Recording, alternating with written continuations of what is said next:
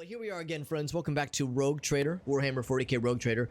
Last time we did a bunch of stuff. Did a bunch of side quests, did some main quest stuff too. We've narrowed our next steps down to a few things. We have this mysterious dark hideout. What's in this dark hideout? I don't know. I legit can't remember. I don't know if we like got a blurb whenever we passed by this place originally. What we do know is that over here, there's this happy little place called the Cultist Lair. There's probably some cultists in there. We're probably going to fight them. Are there bad guys in the dark hideout, or are there good guys hiding here? I don't really know what to expect. So we're going to do this one first, then we'll go to the Cultist Lair, and then we have a warehouse over this way. No idea what's in there. And then also a mysterious place called the Martyr's Endurance, a very large building. In fact, the building is an old void ship that has been kind of attached to this area. It's called Footfall, to this kind of general area we're in. This is the Footfall Shadow Quarters. This is kind of where the less fortunate of those have made their living. So this kind of improvised void ship quarters. I don't know what's there. All we saw is that there was a line out the door, and we heard a clinking of glasses. So maybe it's a mess hall. Hard to say. But anyway, so we have these 4 locations to check out, and then also the quarantine zone, which there's some loot here we've seen but cannot pick up. The quarantine zone here. So there's a lot to do here in the Shadow Quarters, and this is all more or less outside the main quest. So let's see what kind of trouble we can get ourselves into. We got Augustin House. What's up, buddy? Good to see you, my dude. Dark hideout. Like I said, it could be good guys, could be bad guys, could be something in between, or it could be another sewer demon situation where it seems chill at first, and then we check on a seemingly dead body and a demon explodes out of his butthole. And we spent like an hour fighting him because it's a hard fight. That is extremely possible. Extremely possible. So we shall find out. So we got a door to open here. Of course, this is a CRPG, so you know it's good to explore a little bit. Imperium stuff has been spray painted over. I'm going to assume that means people will be none too pleased to see us move on in here. All right, let's go check this door first, because there's a lot of blind corners there where ambushes could very easily happen. Let's see what to expect here. Hope everyone had a good weekend, by the way. Hope everyone had a nice weekend, and I hope folks are looking, well, as much as anybody could look forward to Monday. Hope people are feeling okay about Monday, at least. Me, I'm feeling all right. I'm feeling all right. I was telling the story about how on Thursday, or Friday even, Thursday and Friday, I was feeling triumphant, because work has been kicking my ass for a while, but although it's been kicking my ass, I had a partial peer review with some members of my team on Thursday to show what I've got so far, and everyone was very pleased with what I had to show. I got my team lead to drop the F-bomb, which is to say, fabulous. He said, fabulous work, Alex. And I was like, fuck yeah. So that made me drop an alternate F-bomb. No, not really. But no, it's good. It's good, and I still have a lot of work left, but like, all right, it's a little bit of a relief. We're on the right track, so we're gonna get there. There's a fella down here. He does not have an obvious good or bad indicator, but they are of the Anver crew. Anver is the group that has tried to assassinate us twice since landing here, so they're probably not gonna be happy to see us. That's probably not a banana in their pocket, nor are they happy to see us. It's probably neither of those things. Here we go. Actually, I'll tell one more quick story about the work thing. When we were meeting on Thursday, Thursdays are like in-office day that my team has, because all the teams have like a designated day to go in the office, just because the higher-ups really want us to have like an office presence. They don't want us to all just work from home, even though it's kind of what we all want. They're not going to give it to us, so we like have to go in the office one day a week, which is a fine compromise, honestly. But still, there's some people that have to work at an offsite location, so a lot of times we still set up a screen share thing, and we'd like dial in with the desk phone. However, the room we were using had a fucked up desk phone, because normally when you dial in, it goes beep beep boop beep boop.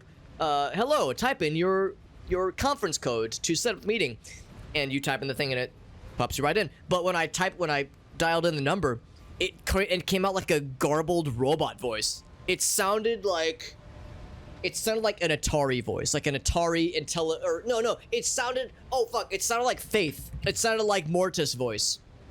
Mortis, a gun with one bullet, like that voice. It was extremely garbled, and I was like, I want to like Like, I want this voice on command. I want to, like, have a thing where I can type in words and this garbly robot voice will say what I want.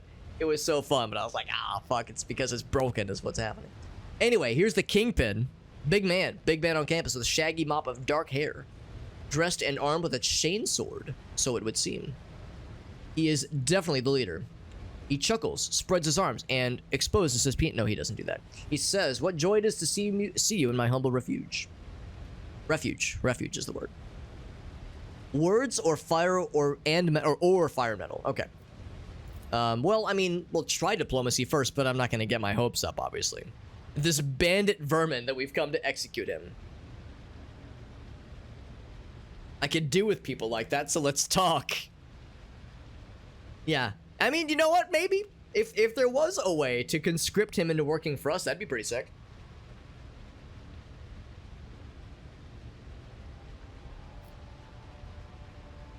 Use human resources rashly rather than charge him with guns blazing. Let's listen to him talk. What do you got to offer? I'm sorry, White Flare. I wasn't trying to damage any electronics in front of you. Sorry, part of the issue here is that Gracie and I have been watching a lot of Jabroni Mike on Twitch. He's a very fun and very entertaining streamer. He's also excessively vulgar, and he says shit like that, and then I watch him and I giggle and I want to emulate him. I don't want to like steal his bit, obviously, but I like want to sprinkle in some jabroniism sometimes, and sometimes it falls flat. Other times it can be fun. He says, "Bow to the likes of you. I'd rather die." I thought for sure we'd maybe get a little something. What does our name even mean? They call us the Anvers. And then he says something in High Gothic. Okay. Simple, not called. So the Maw has closed. Region of space that divides the Cronus Expanse from the rest of the Imperium of Man. So I guess the Imperium of Man is like the main Imperium, main human zone, and the Cronus Expanse is the Wild West, I'm guessing. So he says the Maw has closed and we're all on our own, the new era, yada yada yada. So looks like there was no option for dialogue. Maybe the third option kind of giving him a little something. Oh, is it like noxious fumes or something? Is he like converting them into demons or some shit? See if they have some kind of effect on them. Frenzy, which is not too weird. Sure. Oh wait, no, those are abilities. So no active things happening right now. Yeah, I see like the poison. Oh wait, no, it is poison. It's a toxin. Is it a deadly neurotoxin, like in Portal? Hopefully.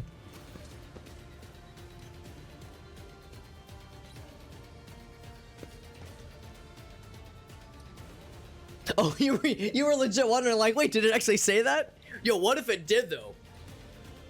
Yeah, no mods. What if the game took a very sudden NSFW turn for the sexier? All right, so a lot of the usual. Here's an instigator with 100 HP.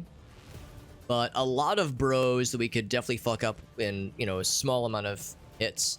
This guy's a little bit scarier. We should make our way, or somebody should make their way to this thing to turn on the ventilation to stop the whole us getting our butts poisoned. They probably have like gas masks or something. In fact, I think that's exactly what they all have. Yeah, they all have like ventilators. So they don't need that bullshit. But we do. We need the bullshit though. So I go first. It's always me and Cassia that are like vying for first, and then of course Abelard. They always roll not as good with their initiative. So this is gonna be tricky. We won't be able to hang back as well as we usually do, because I have a feeling this toxin will only go away once we oh yeah, some people are like took some pretty big damage from the get-go. The toxin will only go away once we open up that ventilation. Horde of thugs. I wonder if that's per turn, because if so, yeah, people like Argento is gonna get really fucked up. Really fucked up real quick. Just keep them in your backpack. Honestly, if in a world like this, you're right. In a game world like this, keeping that shit not on hand at all times is a foolish notion. So, of course, the usual thing is to put people like Abelard out front, obviously. But we're gonna need to move some people around, either to the side. Actually, the side wouldn't do any good, as they all end up. Oh wait, unless there's other ventilation spots, but I think it's just that one console. So yeah, someone's gonna have to go through the middle. And of course, most people are ranged. Some of them are melee. And of course, a lot of people have both. But yeah, most of the guys here are primarily ranged. So if others are distracted, we could potentially have someone sprint through here. Maybe somebody like Pascal, somebody who's fairly tanky. But regardless, Abelard obviously is going up front. He won't go until after the Kingpin goes. The Kingpin's got a chainsword. He's probably... In fact, that's all he has, so far as we can tell. He does have a Healy boy as well. So he'll go first. And then... Yeah, wait, who's... That guy will go... Okay, then. So a couple melee guys, and then Argenta. I'm looking to see when will our melee guy go. Instigator, okay, the thugs, bodyguards. Yeah, all right, so then, okay, a good number of ranged dudes. Okay. Yeah, Abelard and Pascal are nearly the end of the lineup there. So I think what I will do...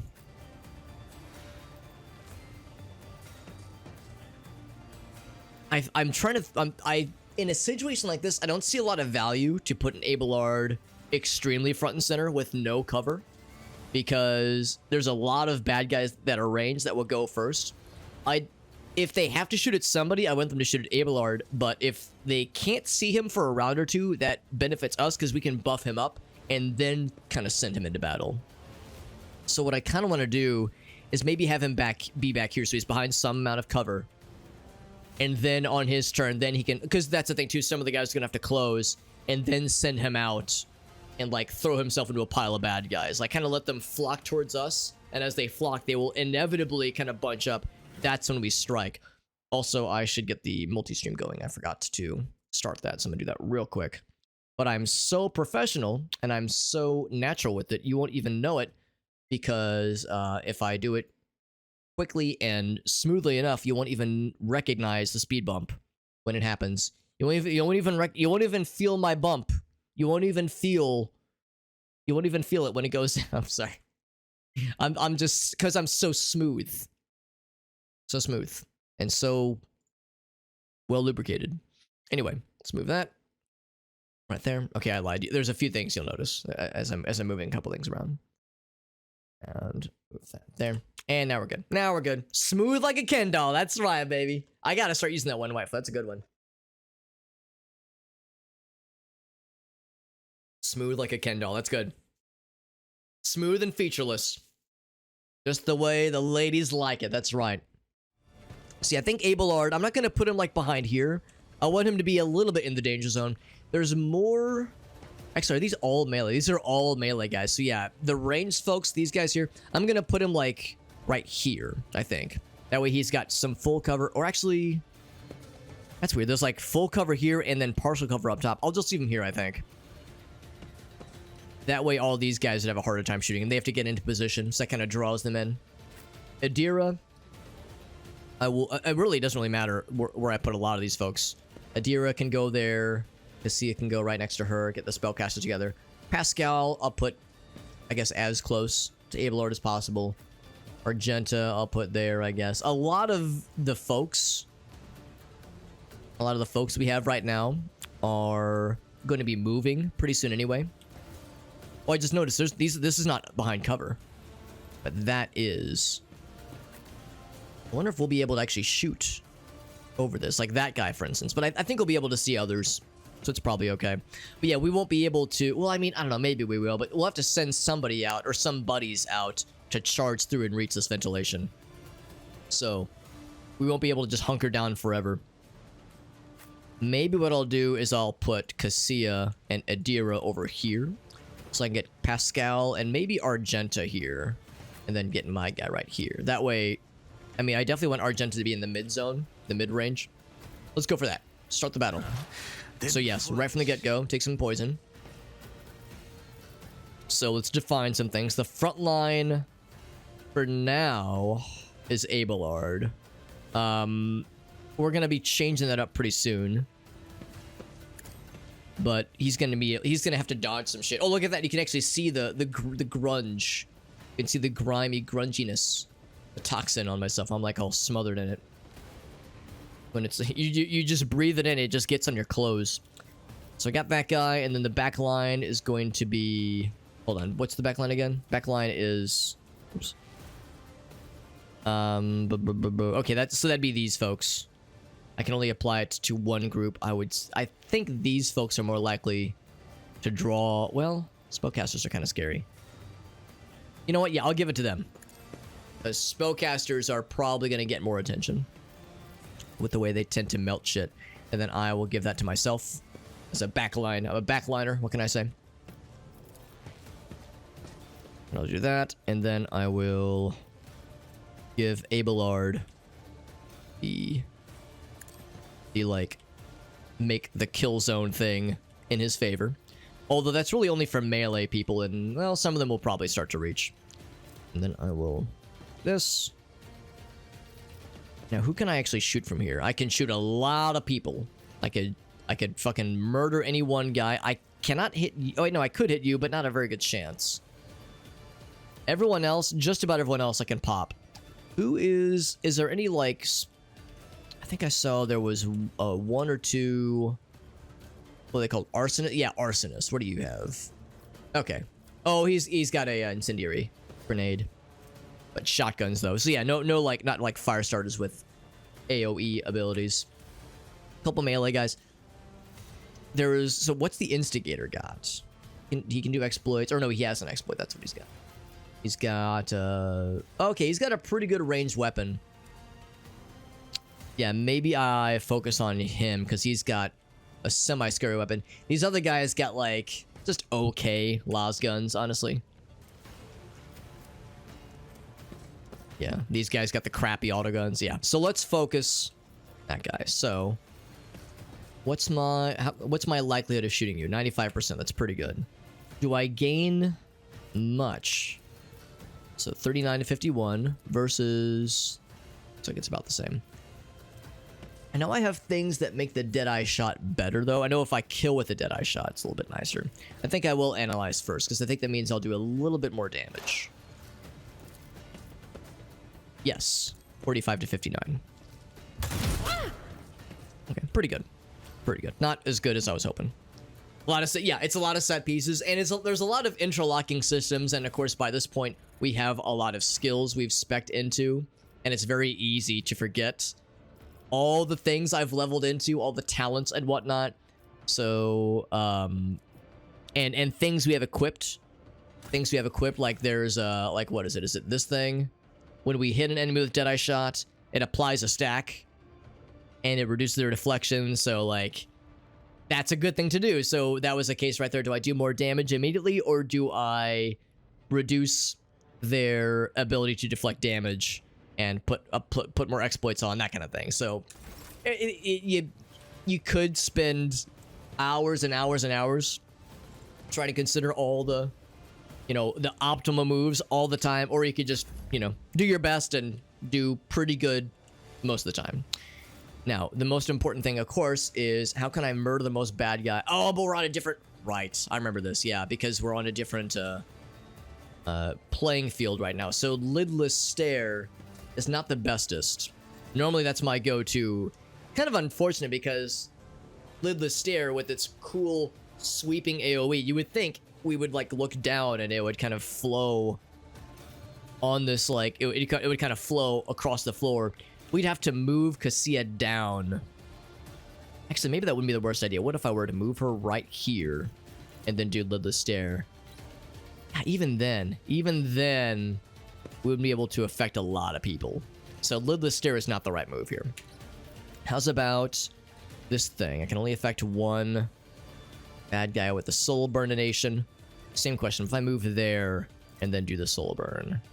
Yeah, so the AoE effects, AoE attacks are not as good with Cassia. We'd have to get her down to that level. And honestly, maybe I should start to move her in that direction.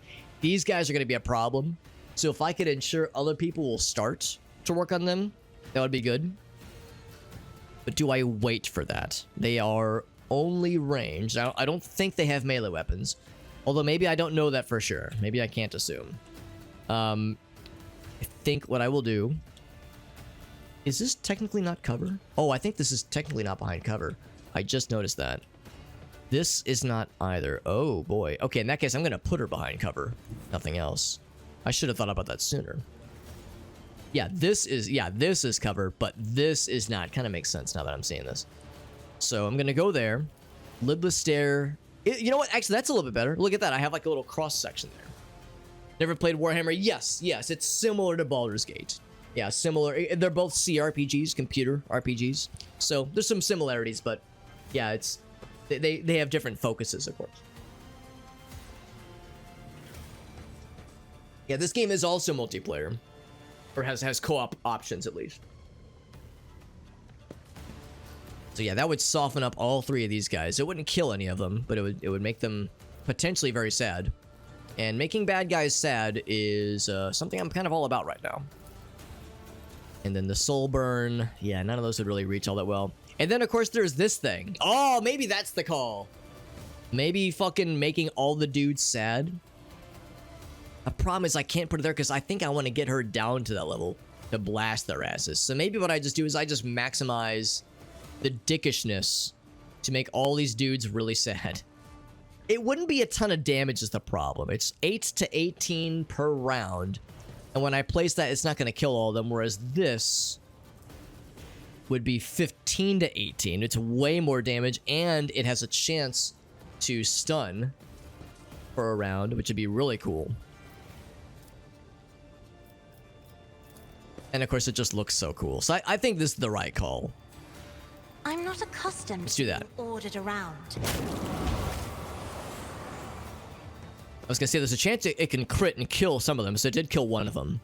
Looks like nobody. Oh no, he got stunned and he got. Well, they both got injuries, so now they're both really weakened. Let it also be known that that did not count as a offensive move, so I could do that again.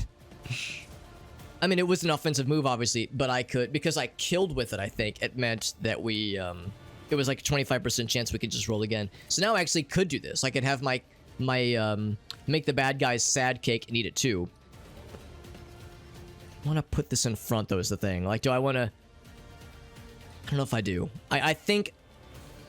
I guess I could put this in front to like dissuade them from coming up this way. But if they come up this way, Idira and for that matter Cassia can fuck them up pretty well. I'm just gonna like maximize being a dick to these guys right here. Maximize dickishness. And it crit. I didn't realize that could crit, but it killed 3 of them. So, look at that. That alone made it worth the price of admission, I would say. So yeah, that was extremely fortuitous. We're gonna have to move Idira eventually, but I don't know where else to put her, so we'll have to wait for that on her turn. So I don't want to move any of these just yet. Oh, it is her turn. Okay, there we go. What's up, Dumble Dandy? Full penis? I'm more of a partial penis man myself, but I respect it. Close that real quick. It's good to see you, Dumble Dandy. I'm really glad we got to kill 3 bad guys with that ability. I didn't even know it could crit, but that's awesome. Less of an attack spell and more of an environmental spell. And it killed the shit out of those guys. That's pretty cool. That's real cool. So we've softened up a bunch of the baddies. Yeah, it's an unfortunate reality. There's not much cover here. Maybe what I do is get Idira as close as I can to here. Get Idira as close as I can to Hera. And then do some chain lightning. A little bit of chain lightning as a treat. I could get like a cool group attack, but there's nobody close enough. The only people that were close enough are all dead over on that side. So I can't get those 2. I can't even reach them if I wanted to. So chain lightning would not be good. Ignite is hilarious, but has no AoE aspect to it. And then of course there's this one where I can just scream at somebody and make their testicles explode. So I could just, maybe that's the plan, honestly, is just to target one person. So 26 to 44, or with my better last gun, 22 to 33 with no, you know what, nah, I'm feeling confident about my spell casting abilities. Yeah, lightning for everybody. Let's do this. Let's choose whomst we are targeting. Cutters. I kind of want to leave the I kind of want to leave the melee guys, so I would probably prioritize the non-melee fellas, and also I don't know. Do I want to just murder one of these guys? I think I want to go for one of the full health guys. So I will do this. I will mark this one. But of course. So he is marked, and then I will scream at his ass. So scream really loud into his butthole, make the vibrations, tickle him just right. And then I'm going to power up Abelard. And only a small amount of veil degradation, which is good. And then for my next trick, I think I will just apply a snack. Not a stack, but a snack of exploits to the Kingpin. Was that you? Or... And there we go. He issues command. He gives himself a medikit. Did he even get injured? I don't think he did. He's going into frenzy mode, so he gets more movement next turn, I think. He closes with Abelard. Oh, he goes past and... oh, he gets an attack of opportunity that fucks him up real good. Oh, it's an extra attack. That's what parry does.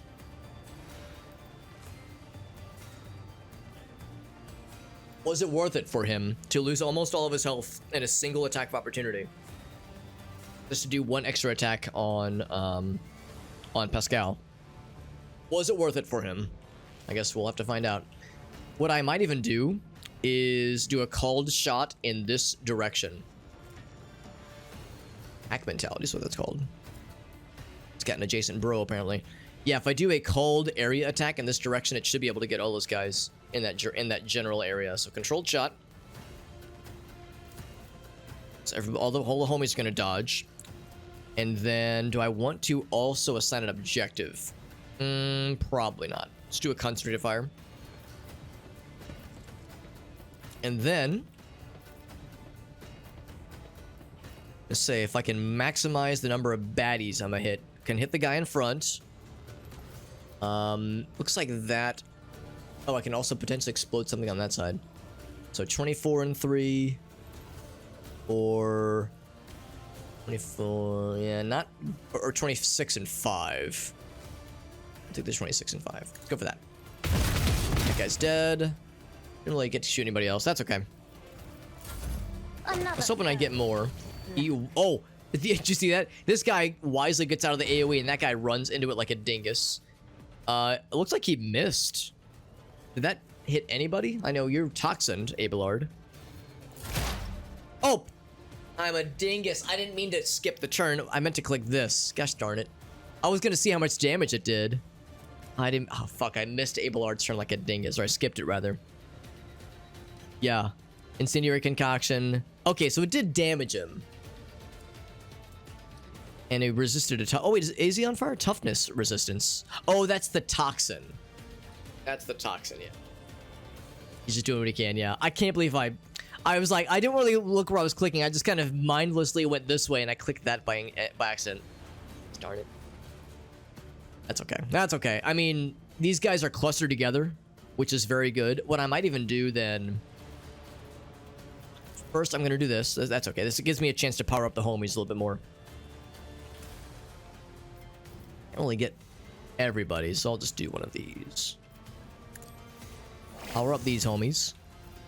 And then I am not behind. No, I am behind cover. Yes, this is behind cover. Yeah, you're right. We're just flexing. We don't even need the full squad. That's right. That's right. We're flexing our confidence in being able to style these motherfuckers. Do I want to mess with aiming for an opening, all that jazz, or do I want to just apply more exploits? I might. I don't know if Machine Spirit Banishment would be all that helpful because this guy's so far away. He can't really do anything directly towards us. So I think what I would rather do is... For the opening would be kind of neat. Who would I want to drop? I'd probably want to just drop the Instigator. What's our hit chance like right now? 42%. Can I increase that hit chance? Better efficiency, better weapon skills. So that makes it just easier to hit. Stacks of exploit. He has 2 on him right now. Trying to think of ways I could up that percentage.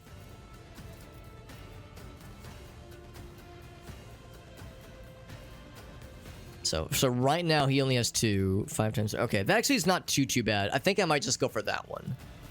Just go for that. Try to drop that guy. Running binary override. Take a shot. 50. It's a 50 chance. Coin flip.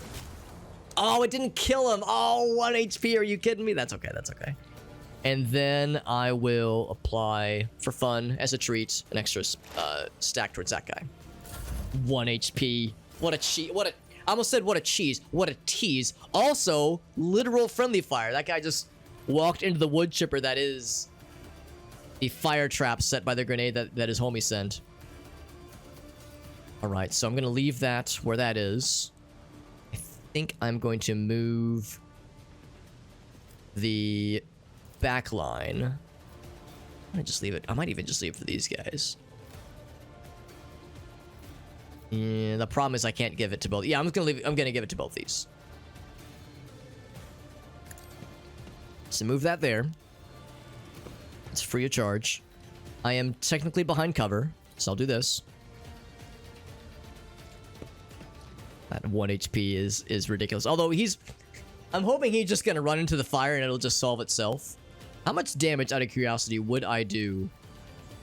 Maybe half. Maybe half. I don't know. I kind of want to at least let Abelard close with melee. Maybe I'll just take out the arsonist. The way he likes to throw grenades around is you know, very much mocking us. So I think I will indeed apply another stack to that guy. Get up to 10, and take a very deliberate shot towards the arsonist. And drop his ass with 40 damage. Okay, and then Cassia, I'm going to continue to move her down, because she's pretty far away from anything scary. Could get her over on this side. I was gonna see if there was like another way to get to that spot, but the answer appears to be not. I'm gonna put her right here. So no cover for her, unfortunately. She can't really reach anything with the fun stare, with lidless stare or soul burnination. No dice there. I could do another funny thing. Abelard doesn't have to do shit, honestly. We're gonna kill everything before he gets to him. Or I could put one there. I kind of want to do another funny thing. Let's go ahead and because that's gonna move that one. Oh, I don't have line of sight though. But I do have line of sight there. I'll take it. So that guy's insta-dead, and that guy's down to 3 HP. Oh my god, this is kind of stupid. I get another one of these. So I could just do Held in My Gaze. And just melt his nutsack. Yeah, I might as well. Literally no downside, just free of charge. Dude, Cassia is my favorite. She really is. And not just because she's our tall purple wife, but because her abilities are second to none. Just extraordinary. I cannot have myself take an extra turn. Actually, I can't have anybody take an extra turn except for Adira. I guess I might as well. Yeah, I might as well give that to Adira. Adira, what do you want to do? I will have her... do I want to have her scream at this guy? She actually can't reach him from there. So what I think I'll instead do with her turn is... blind him. Now, did that reduce his exploits? I don't think it did. Oh yeah, it still has some. I see. And then I will set him on fire. Oh, I can't reach him to set him on fire. I'll just apply another stack. That's fine. Do that. It's a good little bonus turn for Adira. Because he is out of turns. Adira can move in. I'm gonna like kind of hang on this side and hope that he won't go for them. I want him to go for Abelard, who's probably gonna charge the fire. What's up, Joseph? Can I scream at this guy now? I still can't reach him. Light him on fire. Still can't reach him with that either. I know the chance to hit is gonna be pretty not great. I'll just, can I cast Prescience on you? On it. It's got all the buffs. All the buffies. Can I apply an exploit? I can't. Dang, I can't do shit without being able to see him from here. He runs away, and he heals himself. Okay, I guess... Well, again, why was he healing himself? He hadn't been injured. Oh, he was, well, he's still blinded. I don't know what he was doing there. He healed himself for some reason.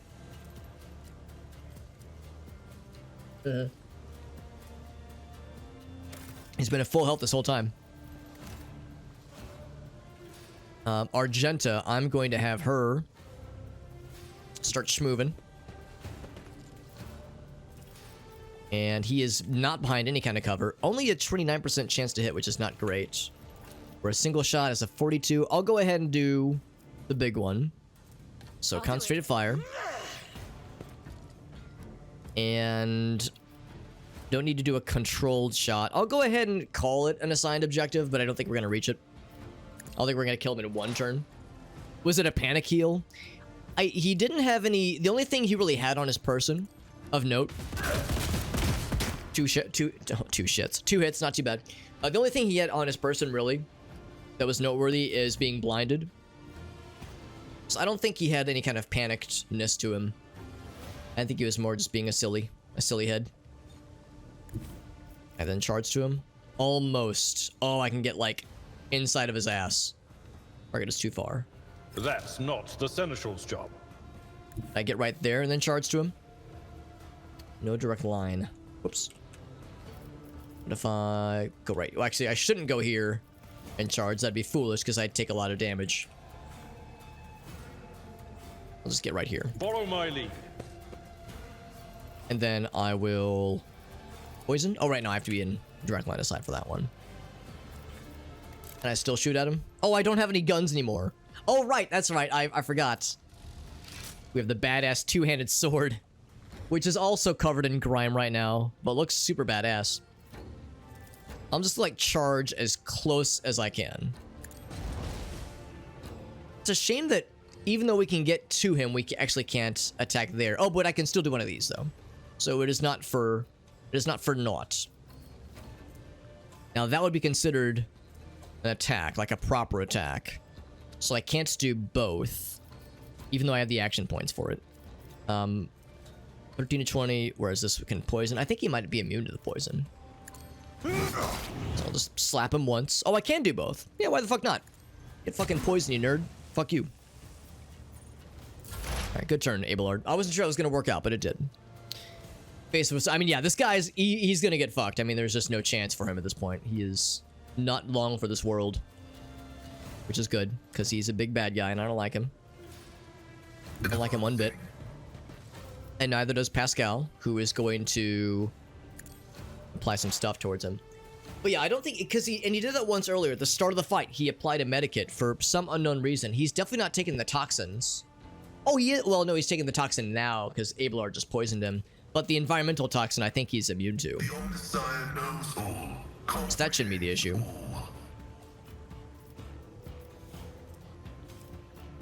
Our chance to hit. 52%. Still not great. Still not great. What's this one do again? Does not count towards the stuff. That's within a 1 cell radius though, right? Right. I think what I'll do is I can do that one, it's too far away. I think I'll do this one. And then I'll take a shot. 95% chance, that's much better. 57, beautiful.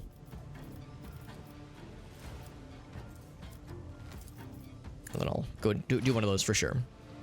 So, yeah, so the answer is, yeah, I have no idea. No idea why that guy was healing.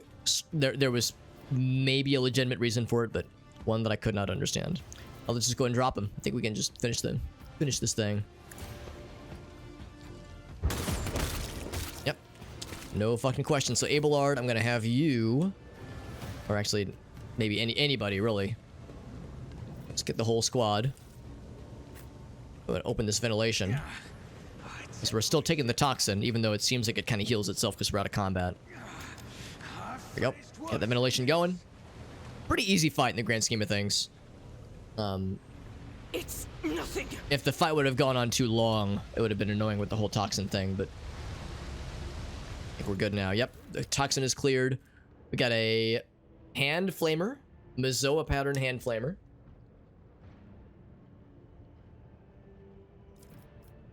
How's that compare to what Argenta has? It appears to be better. And it's one-handed. It is worse range, though. It is worse range, but the damage is a little bit better. I don't know, I kind of really like the two-handed ones. I think I'll stick with the two. I think the better range is maybe the better call here, so I'll still collect it, but I think the better range at the sacrifice of damage is the right call when it comes to flamethrowers. In fact, I keep forgetting she has that. I need to use her flamethrower more often. That's very effective. 20 points to coercion and less awareness because it's an eye patch. Makes sense. Yeah. Yeah, nothing too scary. Really, the majority of the fights so far have not been too bad. The hardest fight by a country mile was at the end of the prologue, when there was that one boss that would eat a fellow bad guy and heal like 30% of his health from it. He would devour a bad guy and heal like 30% of his health. So it was a balance. There were moments where like it wasn't worth shooting at the main boss because you wanted to minimize the amount of targets he could heal from. So you were kind of having to ignore the boss and try to kill the things that he would eat to heal himself from. It was pretty challenging, actually. That was the hardest fight. And of course, he had like 3 to 4 characters by that point in the game, so he didn't have a lot of cannon fodder or people that could damage him. The end boss from Chapter 1 also wasn't too bad. It was a little scary because he was a big Chaos Knight fella. Or Chaos Marine. But yeah, most of the fights have really been pretty not bad. But I've heard that there's a like extremely significant uptick in difficulty around Chapter 3. So I think the idea is that it starts pretty chill and then it gets extremely not chill at the end. I'm going to cargo this chainsword because we already have like 2 of those things. But I like this Anver chainsword. Mesh vest. Yeah, I'll take all that. Take all that. I'm a sucker for the pucker. Yeah, the scary butt puckering moments are something I very much live for. Is it ups the ante when it comes to the tension of the stream when there's those like scary oh shit moments. The sooner we... Yeah, we haven't had as many of those lately. It's been pretty chill. But I have a feeling I'm like I still feel like the game is still introducing things to me, so I have a sneaking suspicion it's gonna get spicy sooner than later. Also, Johnson, she says I'm doing some more Sims action. That's exciting. And then she says, "Oops." As if it wasn't an intentional addiction. An intentional addiction.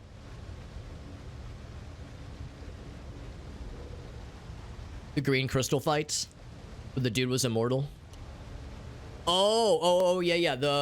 Yeah, was that like where we were fighting? There was like the, what was it? I know there's the one where there was like 6 electric cylinder things, like engine things, or some kind of terminals, and we had to kill the tech priests that were powering them, and then you had the invulnerable person in the middle that we couldn't get around. That was tricky because we didn't understand the round countdown aspect until like halfway through the fight.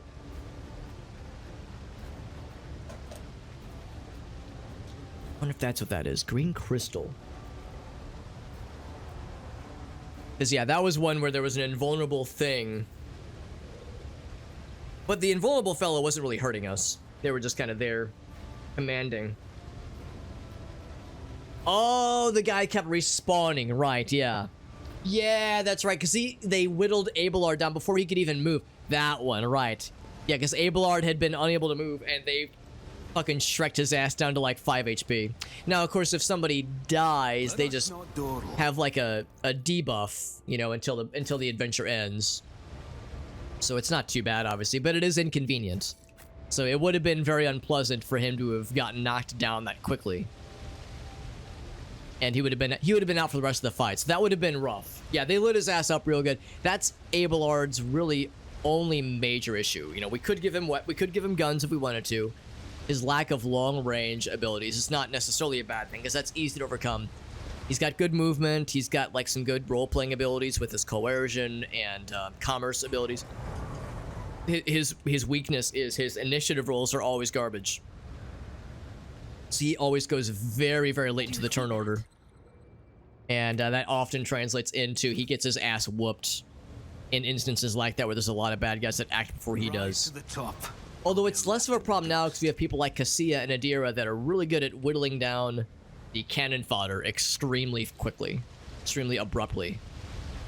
So like in that fight, we didn't have Cassia. I think we did have Adira, but not for very not she didn't have a lot of her cool abilities that she has now. So less crowd control and less kill the bad guys quickly before they become a problem. Go back to the rest of Footfall. So this was this was separate but similar to the cultist lair. This was the Rot quest that we saw come up earlier. Called Rot. Where's it? Find information called Yoj. Errands. Here it is. So that was Rot. Yeah, the Anvers gang, right. The Anvers gang may or may not be dead-zo, like, you know, Dunzo for realsies. Or at least the head of the gang is dead. But for surely there's more where that came from. For surezies.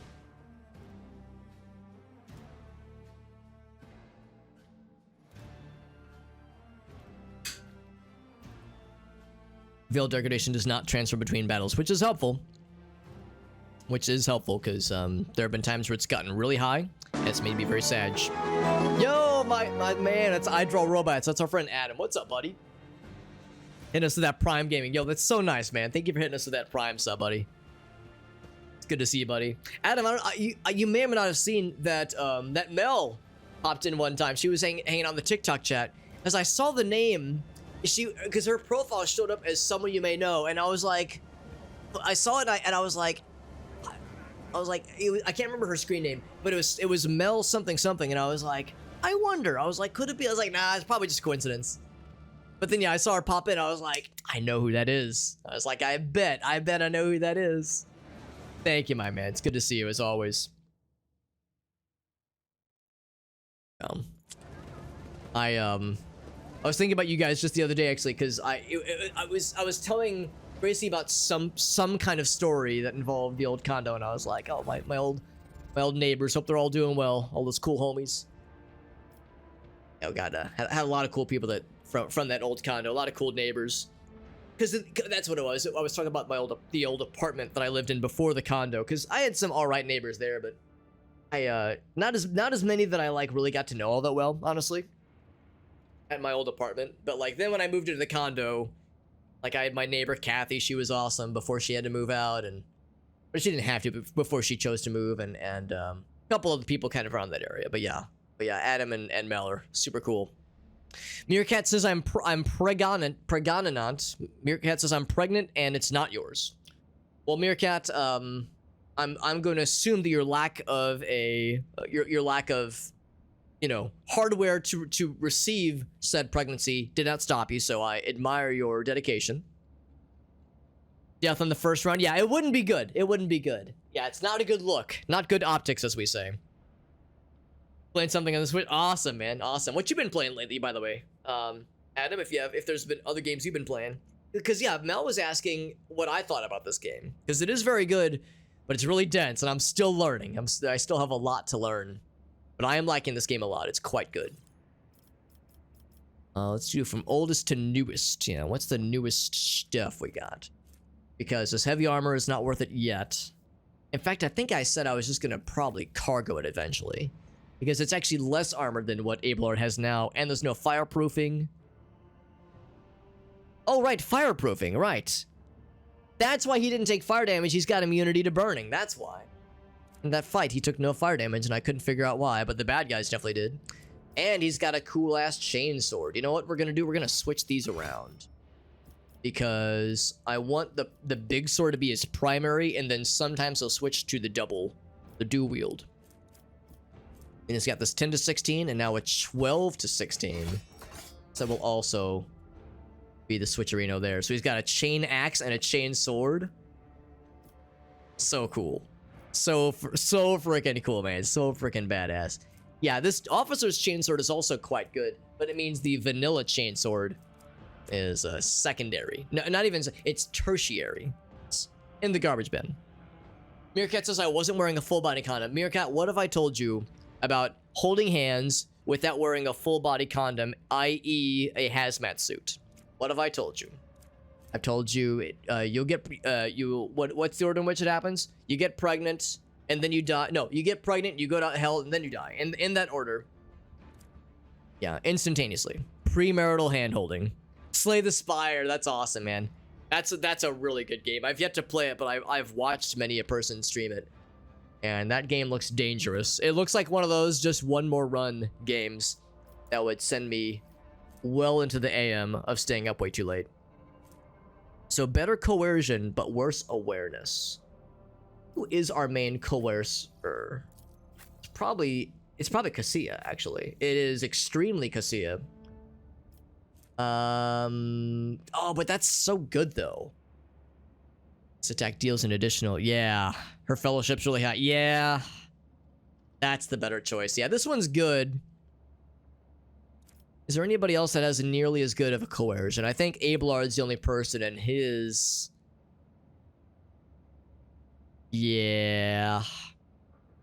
Fellowship equal to icon. That's why his fellowship is going up. Okay, that makes sense.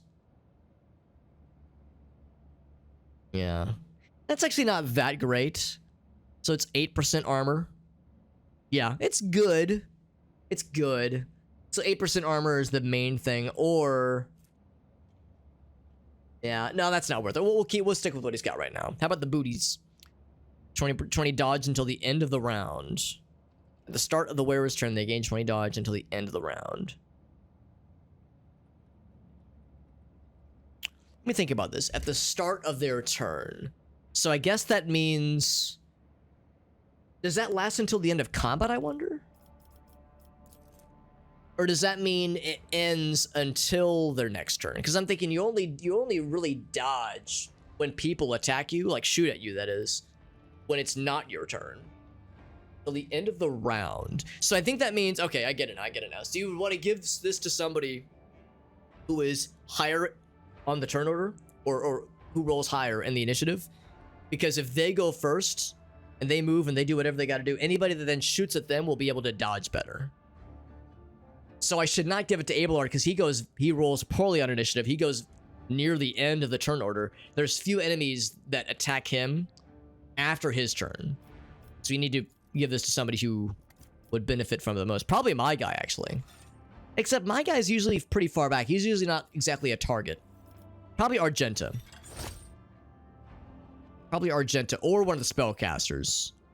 But I would say Argenta because she's getting shot at the most. It gives her a dodge of 95. Actually, no, her dodge is already 95. I wonder if you can have a dodge of higher than 100%. Or if it'll let you get to 100. Because hers is 90 versus 92. Yeah, let's give it to Argenta. She's the one that gets shot the most. Sleep lost the game. Yeah, it looks very addicting. Backpack battles. Yeah, I've seen that one too. That game looks really fun. I've watched. There's a couple streamers I follow that play that, and it looks really freaking cool too. Need to be heretical to use this, so this would be either myself or Adira. For Adira, it would make much less sense because her dodge would go down a lot, so that would be not worth it. And for my guy, it would be less sensible because the armor goes up slightly. Yeah, now what we have right now is much better, so I'm gonna just cargo that one. Okay, so got a few fun things to play with, but nothing amazing, honestly. Still need to figure out what Taunting Scream is. I'm hoping we'll find that out at some point soon. It's probably an ability we don't yet have. Hit Diamond Day 1? Hell yeah, double day. Because yeah, that's like PvP, right? That's what the Diamond aspect means. It's like your PvP rank. Keep your wits about you. These guys are still... This is all the same. These interactions here, nothing new here. Remember last time there was the fellows carrying boxes. They were getting stuck in the crowds because their AI pathfinding was not the bestest. So we cleanse the Dark Hideout. Let's go to the Cultist layer next. And then the Warehouse, and then the Martyr's Endurance, and then the Quarantine area at large. Yeah, I'm feeling the Cultist Lounge, Cultist lair. Here's a box friend. Hello, worker. And yeah, we got 2 box friends, and they're unable to find any paths. So sad. That's okay. They're trying their best. Into the Cultist lair we go, my friends. When in doubt, save. Yeah, good advice. The mystery of Fidelio. The answer, it's two things. So at the end of that quest, at the end of the, or rather when we resolved that quest, we resolved it slightly partially. Well, we didn't resolve every aspect of it, but we figured it out at the end. So we knew at the end of that quest, near the end of that quest, that Fidelio was a woman.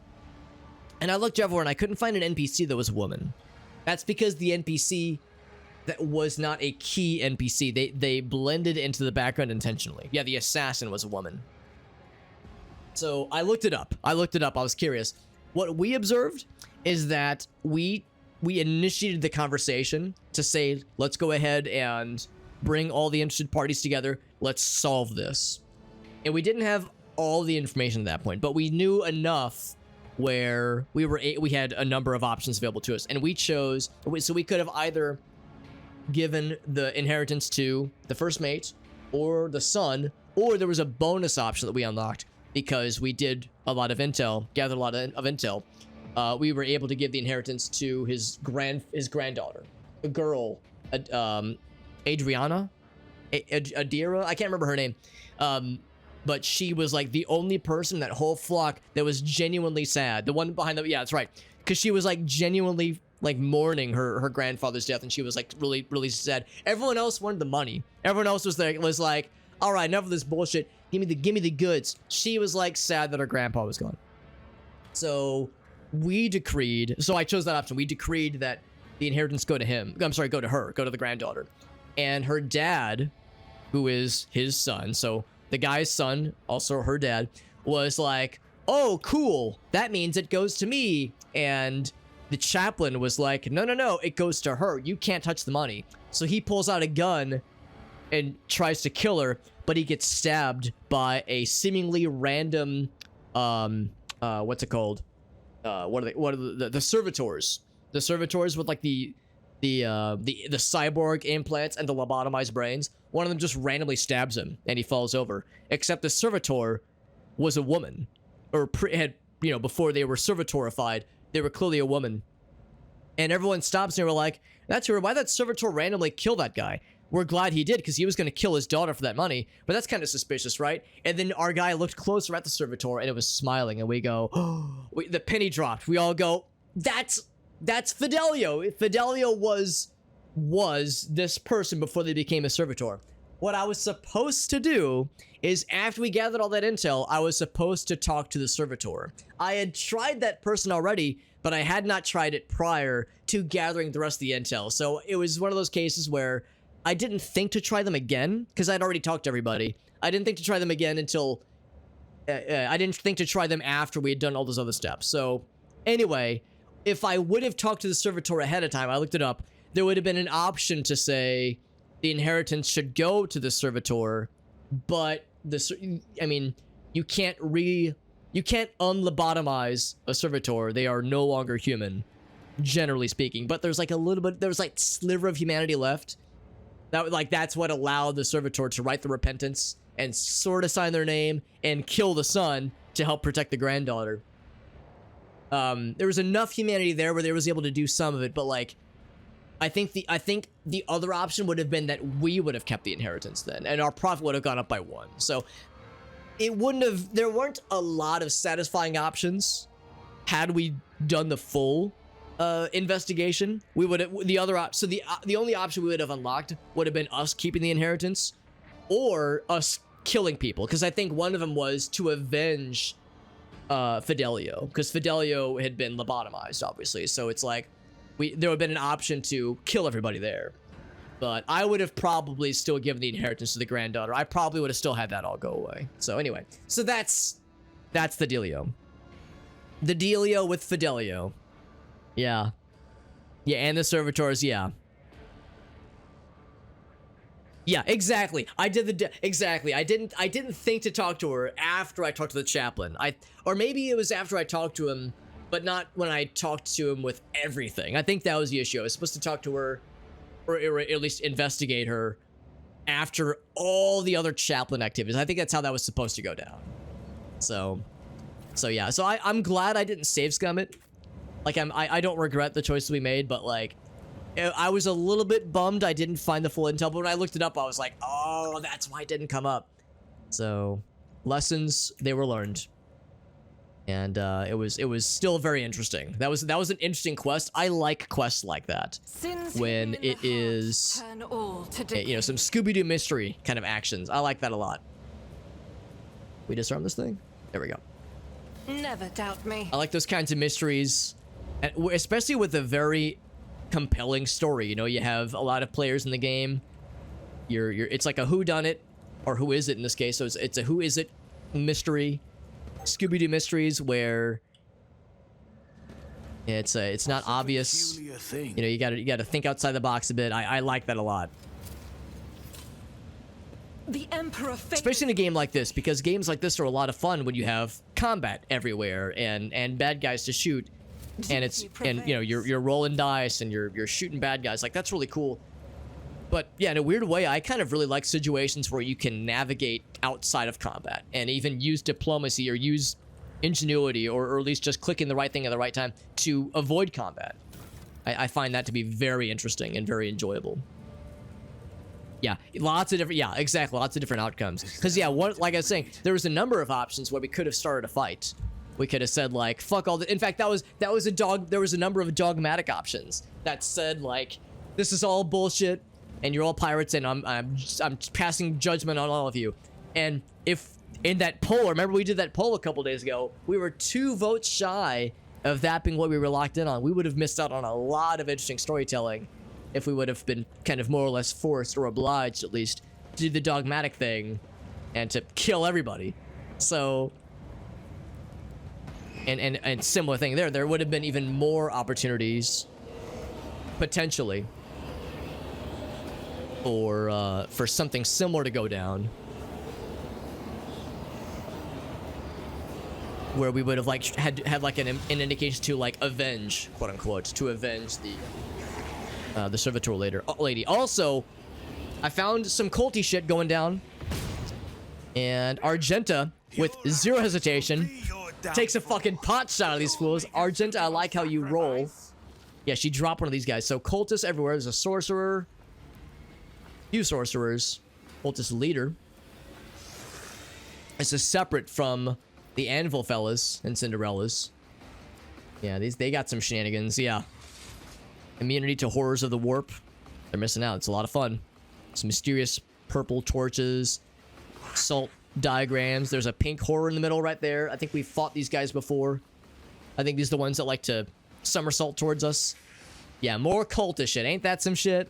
That's how it always goes down. Give me 1 sec, friends. I gotta use the restroom. Give me a quick 69 seconds. Probably a little bit more than that. Probably like 2 minutes at most.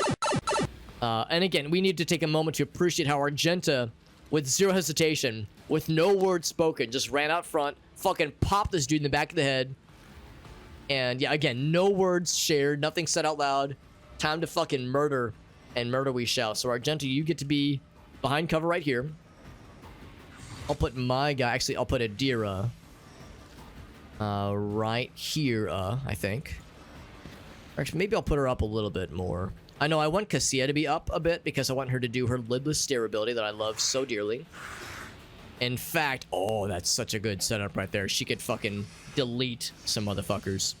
Oh, in fact, yeah, she goes real well, except no, I still want her to be behind cover, so it's really solid.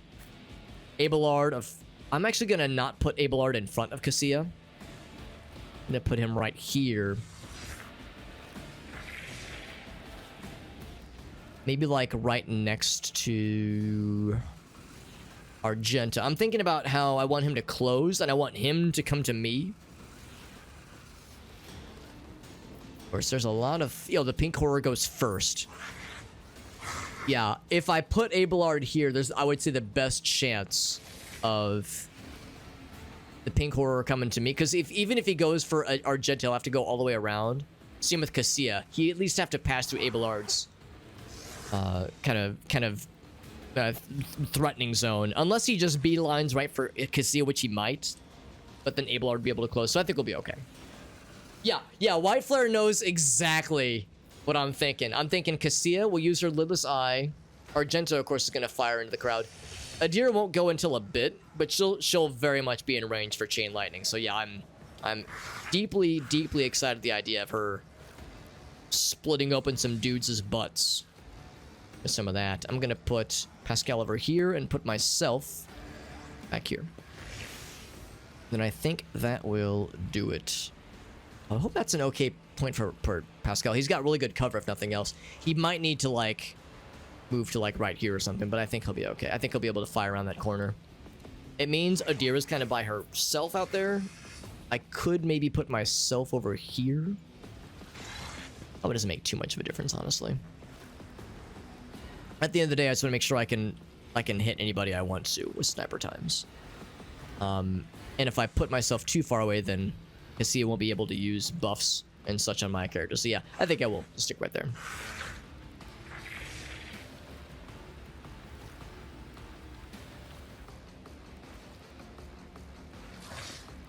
When the takeover happens,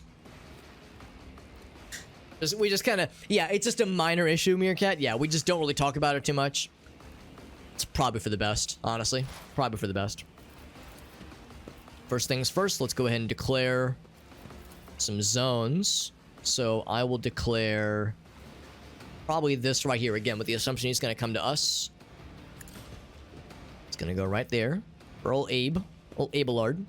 And then the back line, which is the middle zone, is going to be... I want to give it to Argenta. And then give this... Let's see, can I give it to... Can I have this be vertical? Give it to both myself and Cassia? Seems like the answer is no, which is kind of surprising, I guess, because it doesn't want overlap. Because Argenta's the one who's going to get shot at the most. I guess between Argenta and Cassia. I could give it to Cassia and Pascal. Maybe that's the right call. I'm just worried about Argenta being in that line of fire, but shh. Yeah, let's give it to them for now. Oh, unavailable. What? Oh, I guess I don't have line of sight? Really? Huh. That's awfully surprised. I guess because it's a hard corner. Okay, well, that makes it simple then. It's disappointing though. But I can look over. That's where I can give it. I can look over it here. Yeah, there must be like a hard corner that it's kind of punishing me by. That's fine. We'll give it to Argenta. That makes it simpler then. Boop. There you go. And then I give the backline one to myself because my guy's going to be sitting put, doing some shooty pooty absolutely. Minor issue, literally. I didn't even think about that white flare, but you're right.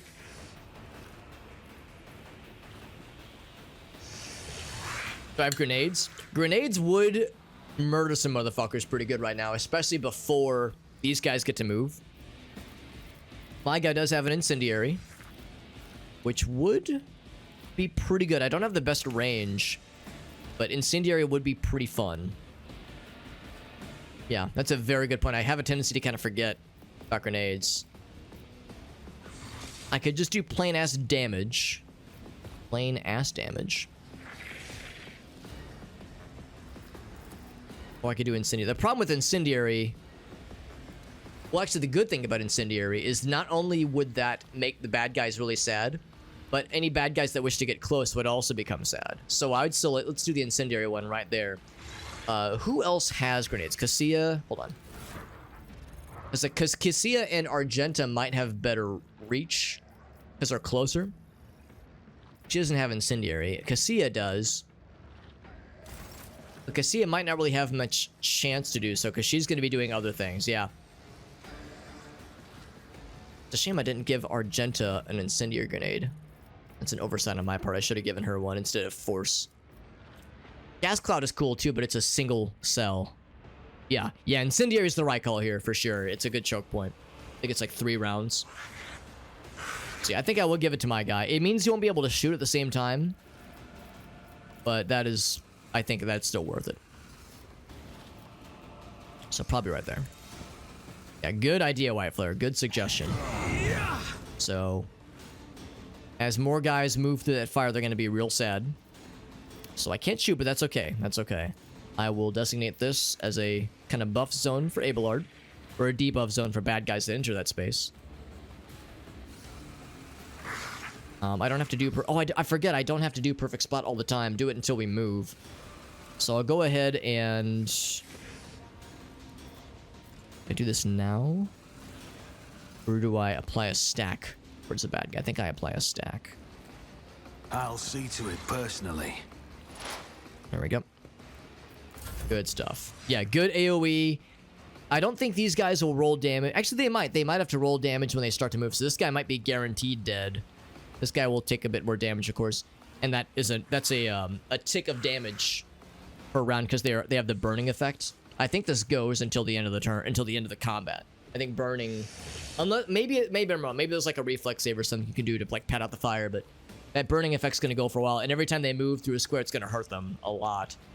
So it's gonna soften up a bunch of bad guys. And again, it lasts for like 2 or 3 rounds. So when these guys move to get into like to hurt Abelard or Cassia, any of these guys, they're gonna get fucked real good, which is very much the point. Speaking of getting fucked real good, and that being very much the point, let's fuck these guys real good with Cassia. And this will probably kill several. Well, it'll kill probably 2 or 3 of them. And it's going to look really badass. Here we go. Face the navigator's That was light. extremely satisfying. I think it killed 3 of them and whittled a bunch of them down. I could do it again because there's a thing she does, or a thing she has. If she kills with a spell, it doesn't count towards the one attack per turn thing. Doesn't like count towards the turn order, or the attack order rather.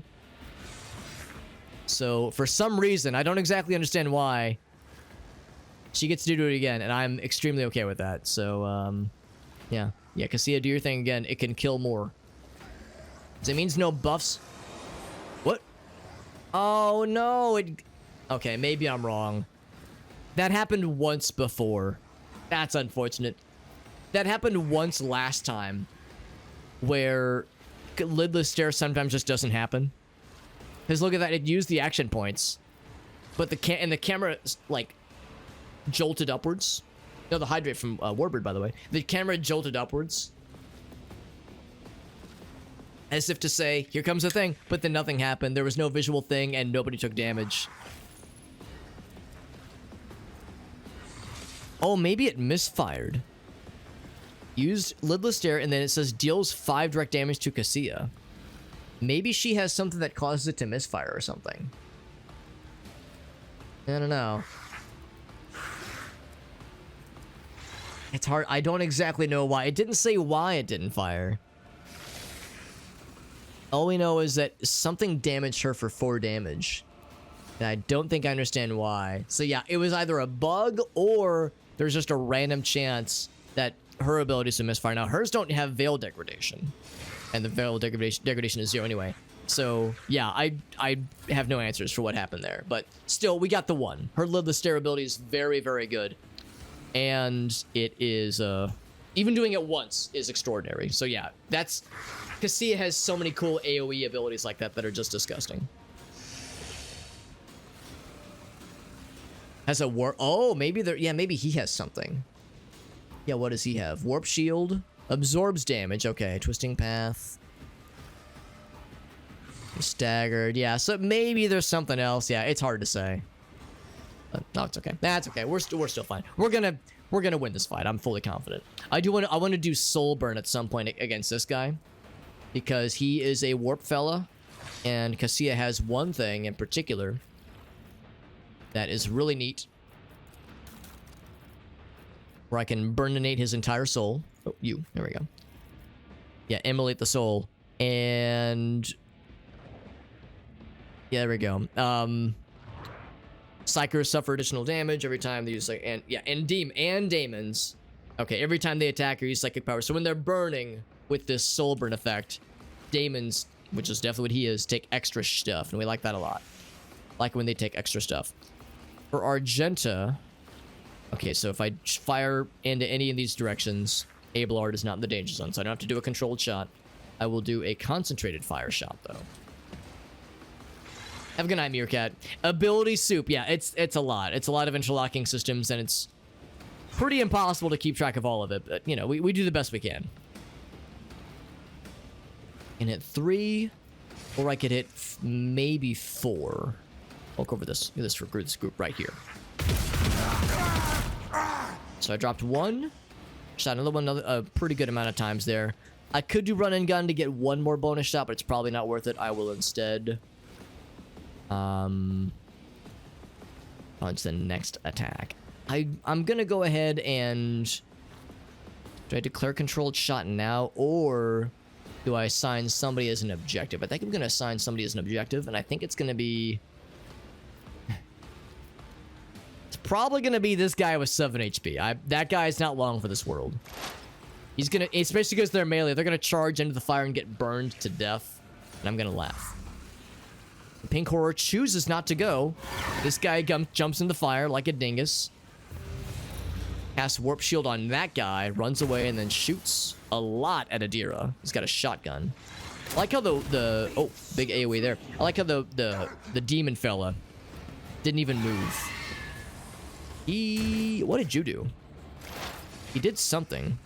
I think he cast some kind of buff on the pink horror. No, it was... They increased veil degradation. Twisted path is what it was. Yeah, with a cone. Reduces resolve. Wait, why did he cast it on you then? Why did you want to... Oh, he's got the warp shield. Yeah, it doesn't say. It looked like it was... Yeah, twisting path. It looked like he cast it here at the pink horror. Yeah, hard to say. Whoops. So Adira did get shot pretty bad by the sorcerer. No surprise there. This guy didn't choose to move. This guy didn't choose to move. They're waiting for the fire to go down. Probably a pretty smart move. So Abelard hasn't had a chance yet. Abelard might actually close to the sorcerer instead. Adira has some options. Would not be wise to use lightning on him, but I could drop both of these guys. He's further away, or not drop both. I could drop him and also hurt this guy. Now, lightning, they tend to resist. Look at that, 2-2 damage. Pretty minimal. But it would be a guarantee, drop that guy and fuck up the rest of them. Or I could scream at this guy. Potentially kill him. It's a guaranteed damage thing. I could potentially kill him too. So I could drop one sorcerer, maybe, if we roll really high. Yo, what's up, Aaron?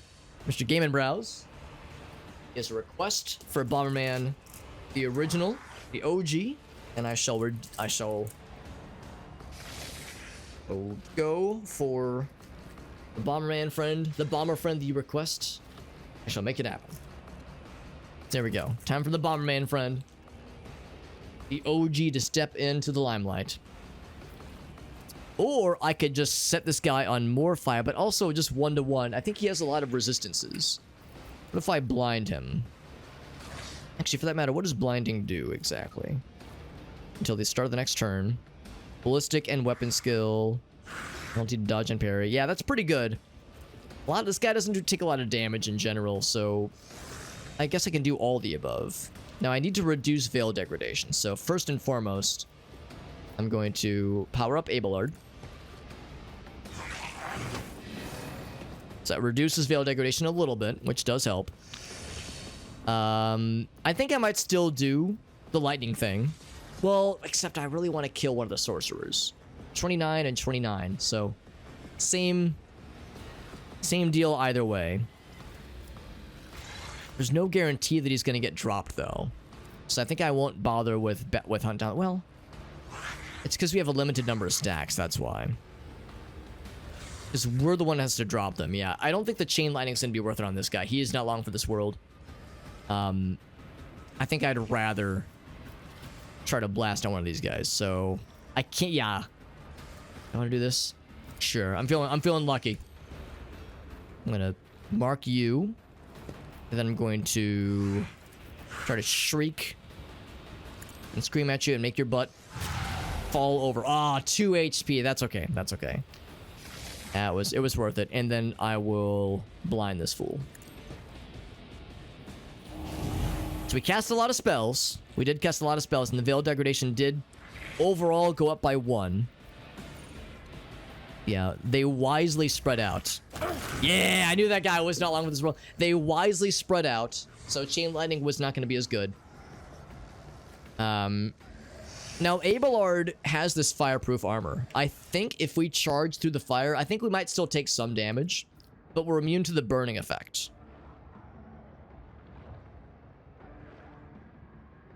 +2 deflection and better armor against fire damage and immune to burning. I think this is okay to do. I don't think there's any downside to this. Oh, well, there's a downside. We'll take a little bit of damage, but I think we'll be okay. Here we go. Got 3 damage, so we can hit him for 7, which is not great. But we're not having to move anymore. So we're in the range to do some dammy dams. I can swing again. Oh, I was supposed to have this sword out. So let's have that out. Can I swing again and then do this? I think the answer is yes. Or should I do the endure thing? Or have a sworn enemy? You know what? Yeah, let's do that. Let's do sworn enemy. You.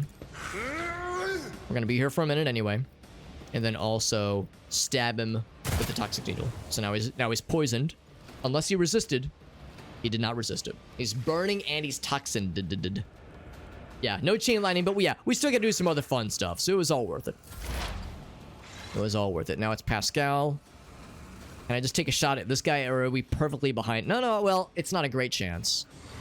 Much better chance to hit him. Or could I just drop his ass? 31%. Not the best. Not the bestest. I think I will do the overall, make as many dudes happy on our side and make as many dudes sad on their side. So I'll do that. That's probably the most optimal choice. So give all of us, the pros and all the bad guys, the anti-pros. I am behind cover, so I'll do perfect spot. Or would it be better to do the machine spirit banishment? How much does that cost? Just 1. Let's do that one. That's good. And then I'll take a pot shot. 33 or 32. It'd be so cool to just fucking drop this fool. If not me, there will be other opportunities. I'll probably do a soul burn on the pink horror next with Cassia. And Argenta doesn't have as good. She has about as good of a shot. I'll just see if I can drop him. Now he is on fire. He might just auto die actually. So I guess I didn't need to do that. I'm gonna still do perfect spot though. That's more for next turn. And then it's me. So I could drop him. Same a chance to shoot or a chance to strike. Not very good there. I'm gonna move up the front line to encapsulate both of these guys. And I'm going to... Do I need to reapply the kill zone thing? I think I might have to, because I think since it moved... Yeah, I have to reapply. That's fine. So now he gets that as a debuff. Yes. Very good.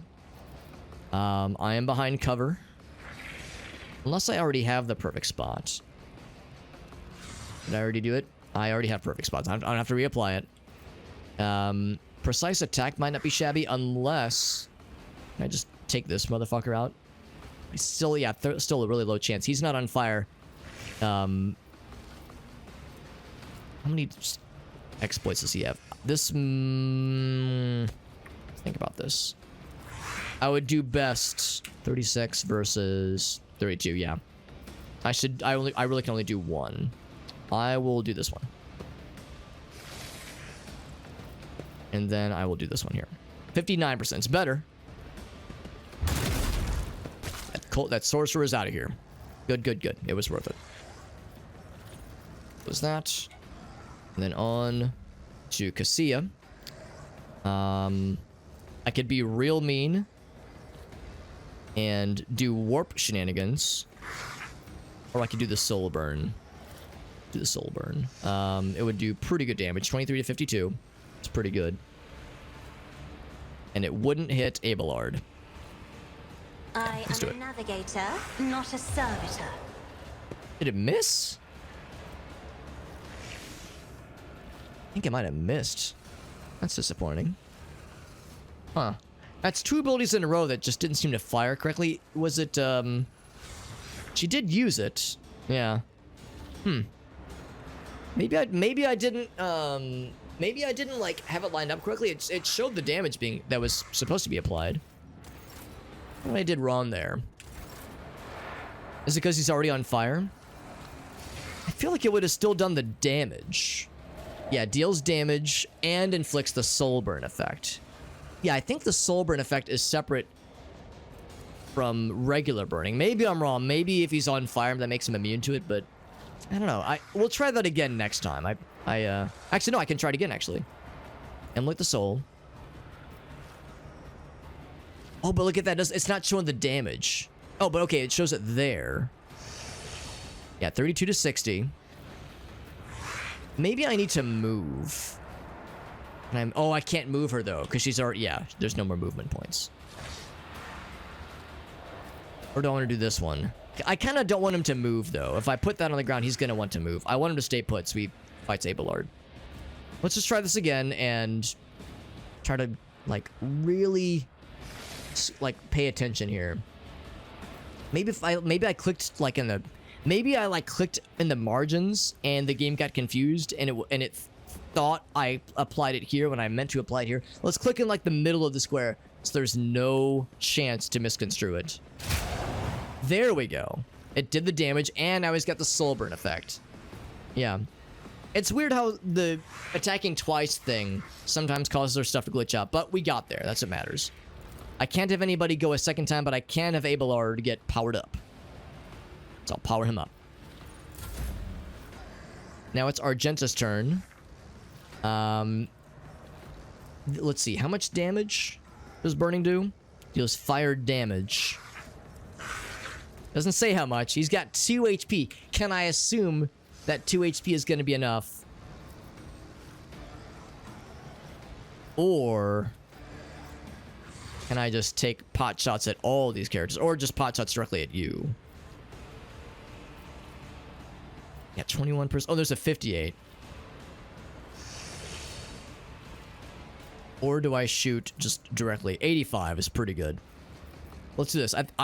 I think the fire's going to take his ass out, so I'm going to do a controlled shot. Doubt is for the weak. And a concentrated fire shot. And then I'm going to roll. Yeah, looks like 58's the best shot. So let's go for that one. The Emperor commands. This is why I was chosen. All of them hit. Not amazing damage, but satisfactory damage. He takes an AoE. He takes some fire damage. He's going for Cassia. Actually, and Pascal hits them both. Oh, and me, for that matter. Good AoE there. So these guys are smart. They're not just sticking to the obvious stuff. So he took some pretty rough damage there, but got messed up in the process. Oh no, it's okay, Wi-Fi now. I'm not too worried about it. I think I just got to be a little bit more careful about, like, where I'm clicking. I think that might be the issue. It's Adira's turn. This guy did indeed die to fire damage, so it's just the leader down here. I'm thinking I might need to apply some attention towards the leader back there. I could set him on fire. 1828. Is he no longer soul burning? He's not regular burning. Soul burning has also gone away. So I could apply some Fire Nation. 1828. Or I could set him on fire. Chain Lightning, of course, would do very little. 28. So I could maybe kill him. That'd be significantly more damage for him. I'm going to say because she's in range to this guy, I think I might target him more specifically. Do I want to blind anybody else? I think this might cause the Veil degradation to go up slightly. I'll take that risk. We didn't kill him. We knocked him prone. I didn't realize that was the thing that could happen. Yeah, prone effect. Very nice. Hold on, can I look at him? Actually, I can't. Oh, because he's out of the turn order temporarily. I think he gets back up. I don't know. I don't know exactly why I can't go for the kill yet. Actually, out of curiosity, could I still target him? Oh, no, I can't. Because that was an attack spell. I wonder why that worked. Oh, it's not because of the Psychic Shriek. It's one of her class abilities, one of her talents. Because he's got full cover. You might be right. That might be what's going on here. Yeah. Can I blind him as well? No, I cannot. I don't have line of sight. I think that's exactly it. I could blind this guy. which might not be a bad idea. That would make the veil degradation go up a little bit, which would make me a little bit concerned. I think I'll apply a stack first. 14 is pretty good. He's not still blinded from earlier, is he? He is not. It's not. All right, there's a bit of a risk here, but I'll take the risk. Got there. He's blind, and now he's really sad about it. Good. Let him be sad. Now, Ablar's going to take some fire damage here. But that's his livelihood. I will do my duty. It's a sacrifice I'm willing to make. And then he slices that guy. Easy peasy. And then I could do the dual. I could... Let's see. Oh, I don't have the AP for this. Yeah. So if I'm going to attack once, it might as well be the big sword. I can't do the dual wield attack because I don't have... Well, yeah. I don't have the AP for it. Because if I check, this would cost 1. And the second one would cost 2. So I'm 1 action point short. So I'll just do a regular attack. Brutal strike. It's an area. Oh, I see. Yeah. It's a really good area attack, but yeah, let's just do a regular attack.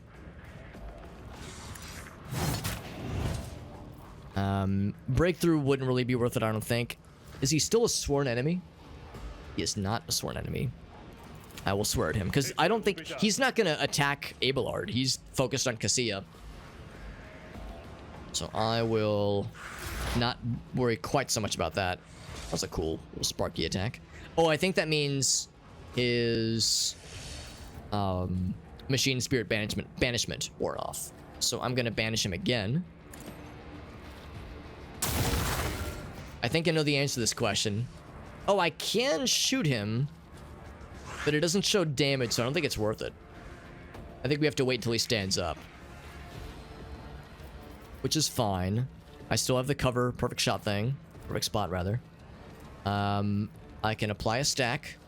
Where's this guy? He's actually pretty close to being donezo. We're probably going to finish in this turn order between myself and Pascal and Cassia and a few others. Do I aim for the opening or do I do... I think we have a pretty good chance to... Ew, 55 is not the best. I'd probably do precise attack then. Because we don't have a great chance to hit right now. 95, that's a lot better. If we crit, we could kill. I venerate you. Oh, look at that. We actually... It over-penetrated. It almost hit Argenta, but she dodged that shit, so she's a boss. So we crit, but it wasn't enough to kill. Still really good, though. I will go ahead and apply another opening, but I don't think Pascal's going to have another chance. I think this guy's going to be dead real soon. Hit me. I'm going to, out of curiosity... Yeah, we can't even hit him. Even with my guy with his extremely good accuracy. So I'll apply another stack. Wait, actually... I think this is unnecessary, but... I'm going to say this is frontline now. And the off chance this becomes an issue, I'm going to say this is frontline. And here's the debuff thing. And then I don't need to do oh wait, I couldn't even do perfect spot if I wanted to. I think my cover got exploded. So perfect spot no longer applies. But I'm not worried about it, we're fine.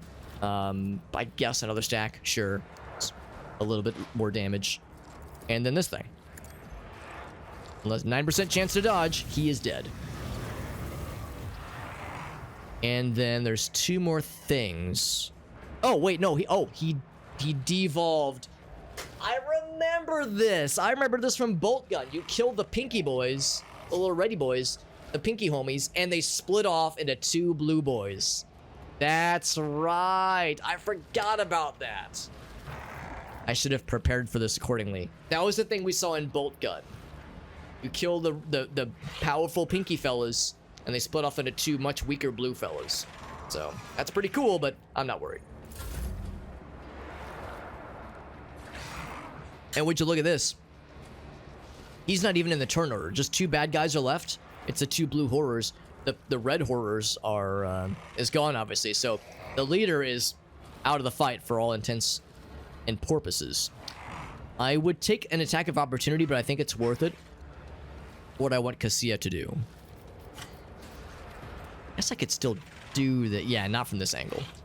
I'll take the AoE. It's fine. The navigator is coming. She dodges it. Easy peasy. Immolate the soul. Perfect line. Really good damage, too. Beautiful. Can she just do it a second time?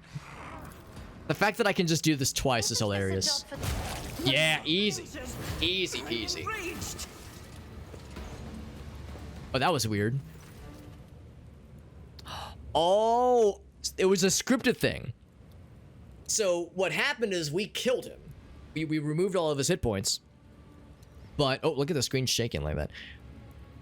I don't know if that's a bug or if the screen is trying to, if that's intentional. So we removed all of his hit points, but he got knocked prone and was like knocked unconscious because in a scripted sense, he was meant to be alive.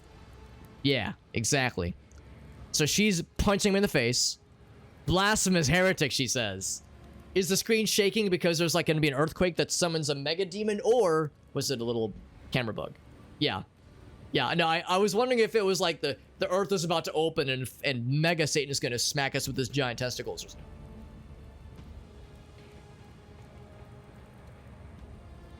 So he starts laughing.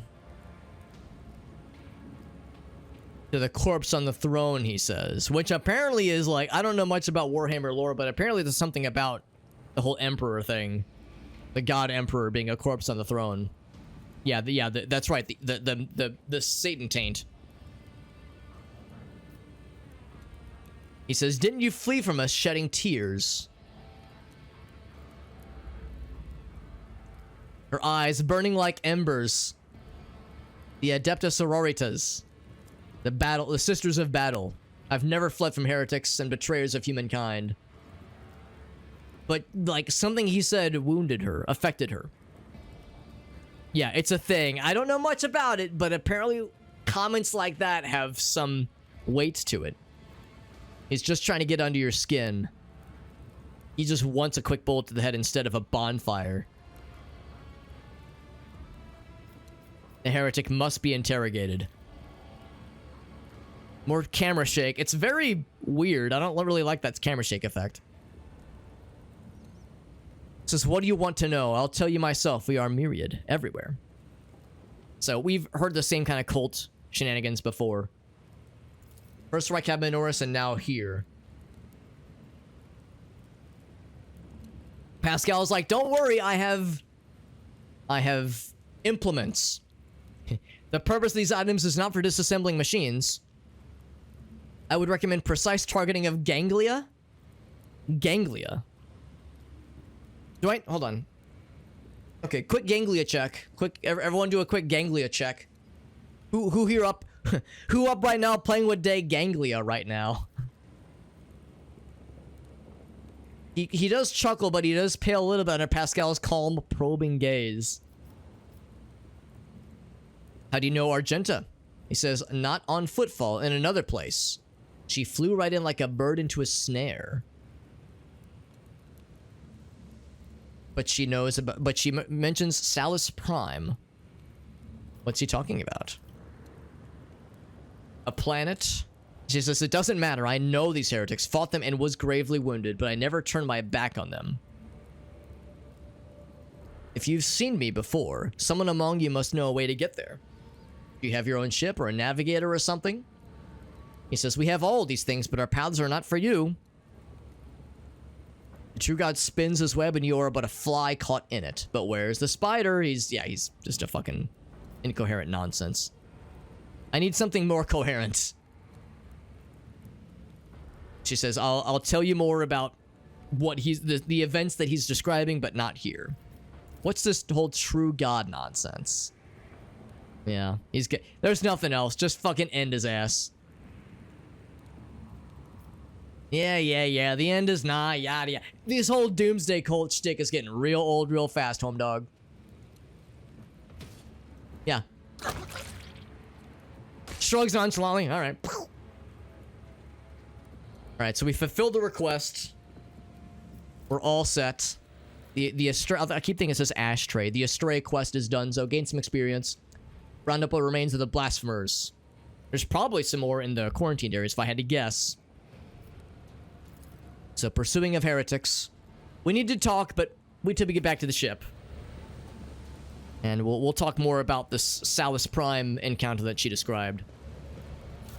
In the meantime, we get another heavy armor leather suit, which I don't know if we'll really do much with, but we have it.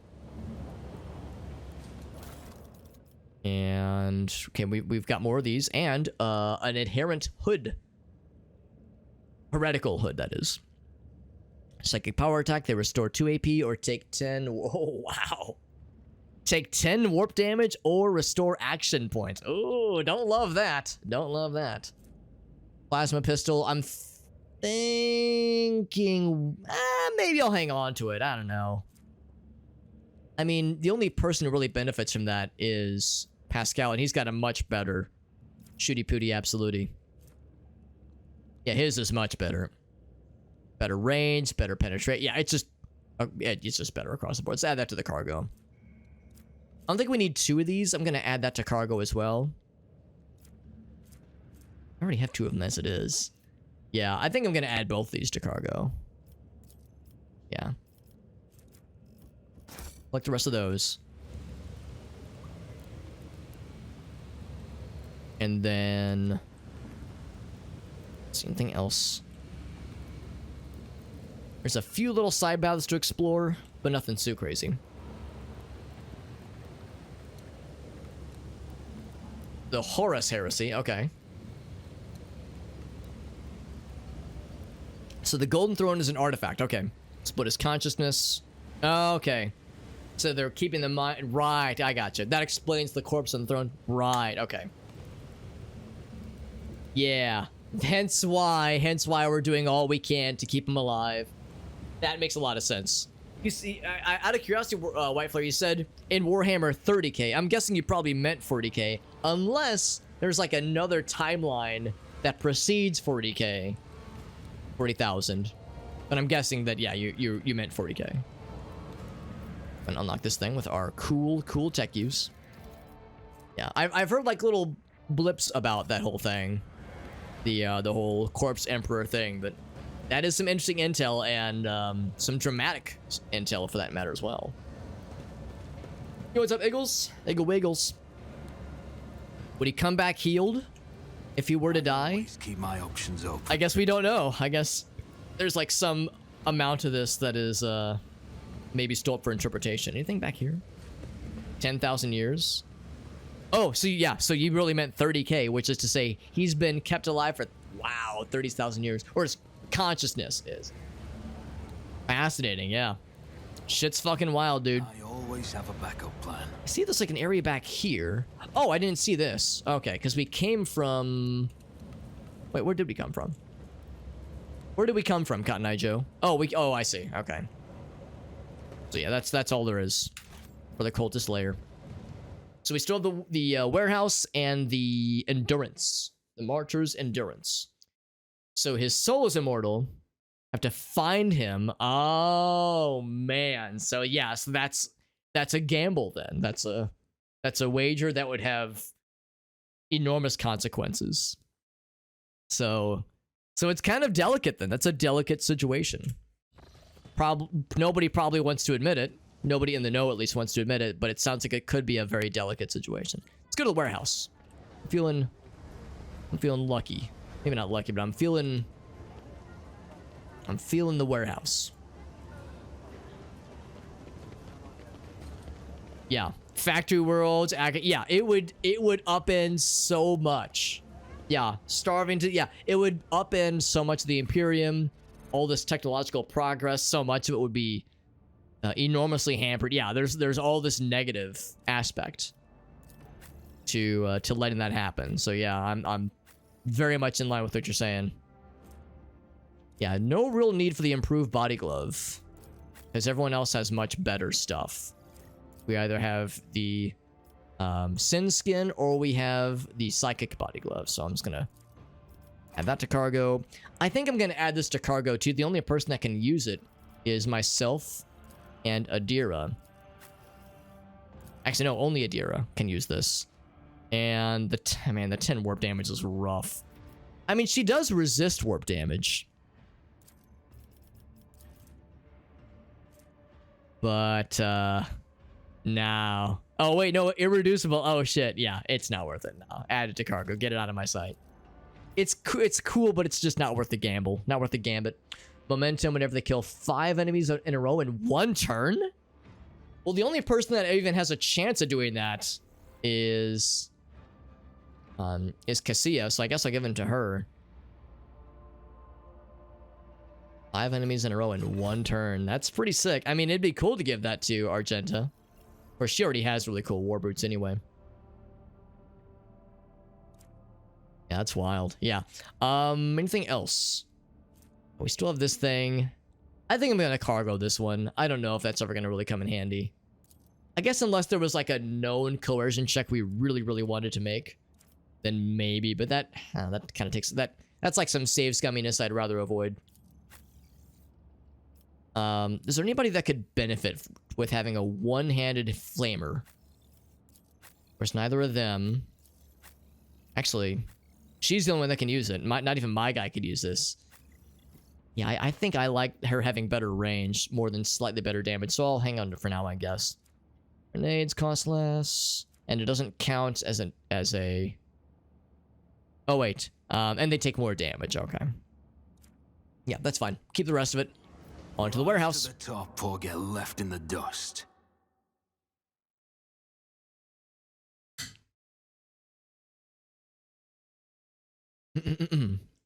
It's a lot of, yeah, it's a lot. It's very dense. And I enjoy learning about it, but it's a lot though. The lore videos, yeah. And that's a good point too. It's, you know, anytime you hear someone else's retelling, it's, yeah, there's going to be details that are either embellished or things may be left out, or someone's biased, misunderstanding. Right, it's an I mean, there's always going to be some degree of an imperfection. That's just how it goes. So yeah, there'll be slight differing across the board.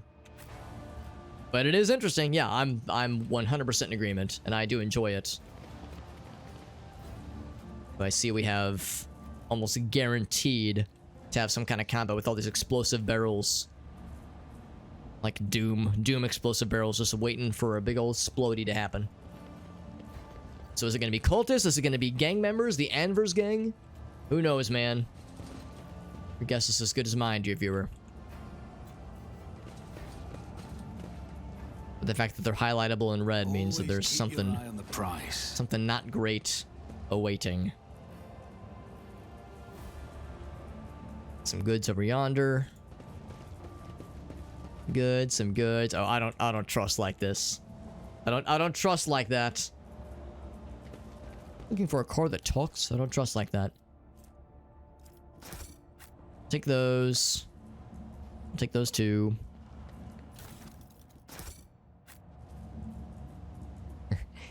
Every time I look at Abelard, I'm like, yo, this guy's fucking decked out. This guy's ready to murder, and I am okay with that. He is ready to go at a moment's notice, and I'm kind of digging it. And I'm really digging. We've decked this man out.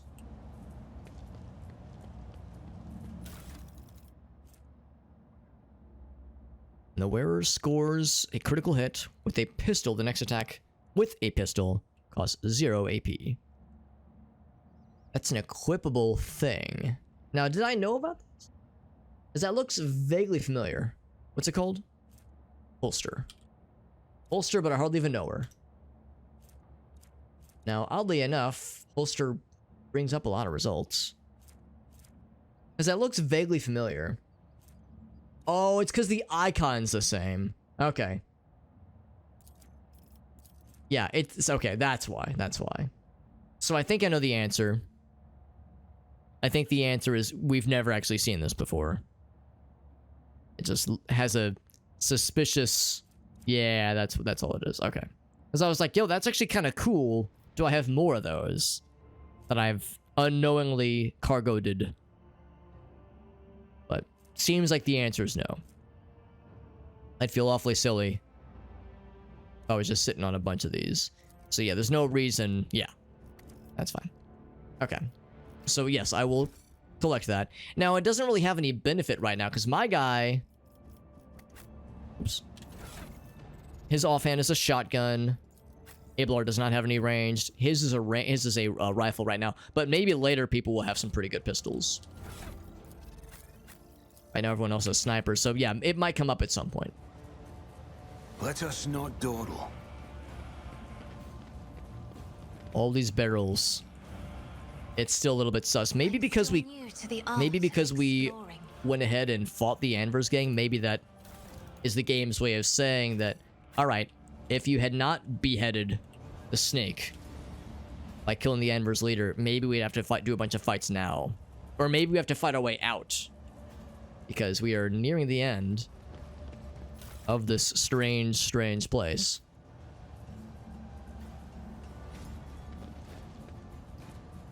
So, unless I missed something, this appears to be the end of the line. This, I think, is where we first entered, yeah. Check the map. So far as I can tell, we're all right. So let's move our way back and be wary of red outlined barrels, because there could be some fellas that pop out and are like, "Nah, you were ensnared in our trap, nah," and then they try to explode our faces.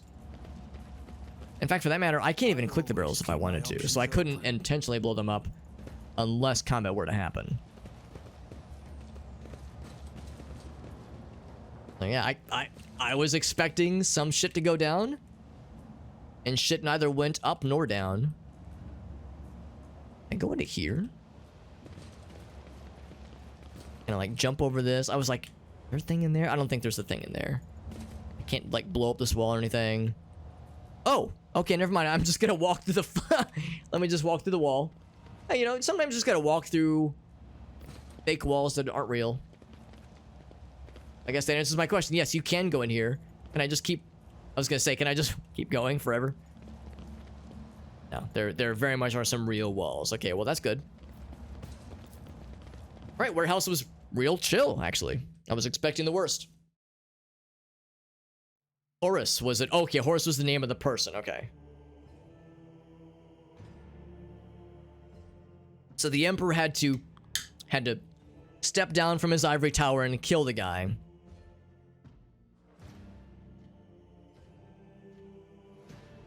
Gotcha, okay. So Malcador is the name of the guy. Take his place on... Oh, interesting, okay. His soul burnt out. Interesting.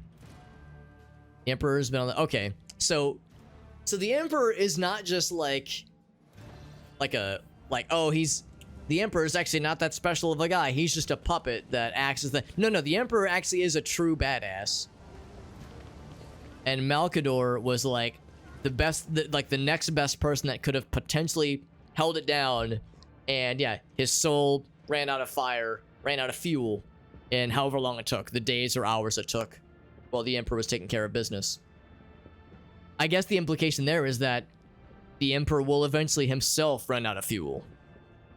And when or if that happens, it's going to be a problem. So we're all just biding our time, waiting for how or when that's going to play out. We're all concerned probably about what awaits. Because yeah, it's just been going for a while. Can a soul be oh, that's a fair point. Yeah, is it truly an immortal soul? I mean, I guess that's a question. What kind of entity is he? Is he truly... Is he like a god? Is he really a deity? Or is he just a super powerful, like, incredibly strong psycaster? Yeah, we really don't, at least I don't know. Hear the clinking of glasses and numerous voices at some kind of party. What awaits us? What awaits us inside this place? And we got X-Arc, Jen. Hope you're doing well, my friend. Warp travel began because of Magnus. Okay. Destroyed his research into the webway. Interesting. Okay, that would have been safe. Gotcha. So he's not like a deity. They call him a god emperor, but he's not actually a deity. So he is... Well, that's right, because his body has been... Maybe that's just it. He's like become deified, sort of, because his body got like withered, I guess. But his soul is being kept alive. Yeah. I guess it really is kind of an odd, hard to define in between kind of situation here. All right, so what is this place? This place called the Martyr's Endurance. Let's find out. I don't think anybody's told us about this mysterious place yet. We see there's some workers, and he's just drunk. They're beating the shit out of him. I'm not sure. There's a guard here. We haven't drunk to His Holiness Hieronymus's health yet, he says. Interesting. What is this mysterious place? Joined the Adeptus Administratum, didn't work out, but I'm a full-fledged member. Excuse me. Tech use. What is this? The machine gun runs me. Remains of the void ship's life support system. Right, we're aboard a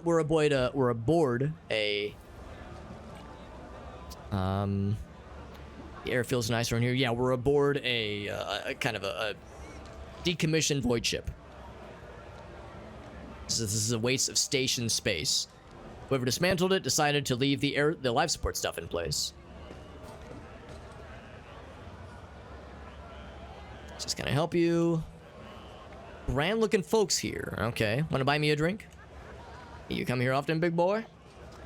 So we can go downstairs. There's some goods to gain. I shall gain the goods. Talk to these guys. Grand looking folks.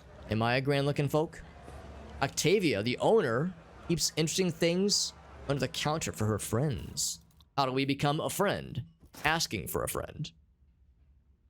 Reincarnationist of Chuck Norris. Gotcha. Collective of souls. Oh, so it's not just one soul. That's interesting. Webway is not safe. The Aldari travel it. Oh, it would have been safe if not for the Aldari then, I guess. So it's a lot to comprehend. I'm enjoying this conversation. Reveals something. We discovered some hidden goods. And these are all neutral, which means they could go not so nice towards us. Let's check what's underneath first, because yeah, this is the party room. What's in the underway? The underway.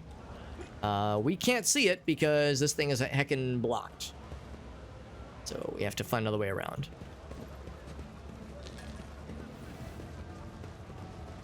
Yeah, maybe. Yeah, that's that's a good point too. Maybe less is better in this case. Like having it be mysterious. Like maybe they have answers, but maybe they won't show the full hand anytime soon.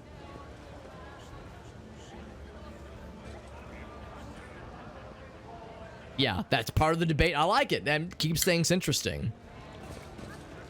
Yeah, keeps things interesting. Yeah. So the webway it's safer, right? Safer than the warp, which is full of chaos and unknowables, and you need navigators and people to provide warp-safe condoms for your ship so that it doesn't get impregnated by cosmic nightmares, which we like to avoid. Hopefully they don't mind that I'm just like going around and stealing people's shit. Here's a suspicious prowler. Can I look at the suspicious prowler? No, I cannot. All I can do is look at the citizen. Eavesdropping.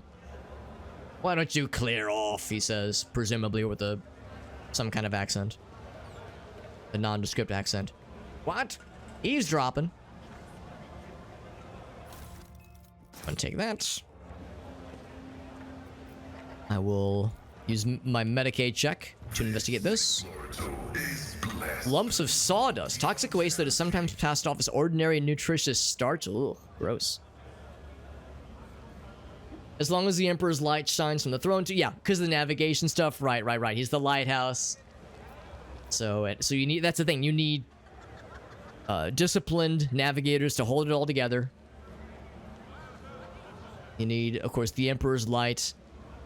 And nothing to obscure the light, because that's what happened in the prologue. Something was obscuring, some kind of heresy was obscuring the light that was preventing safe warp navigation. And it was making things real weird. Things got real weird, all right. She says, I'll be right there.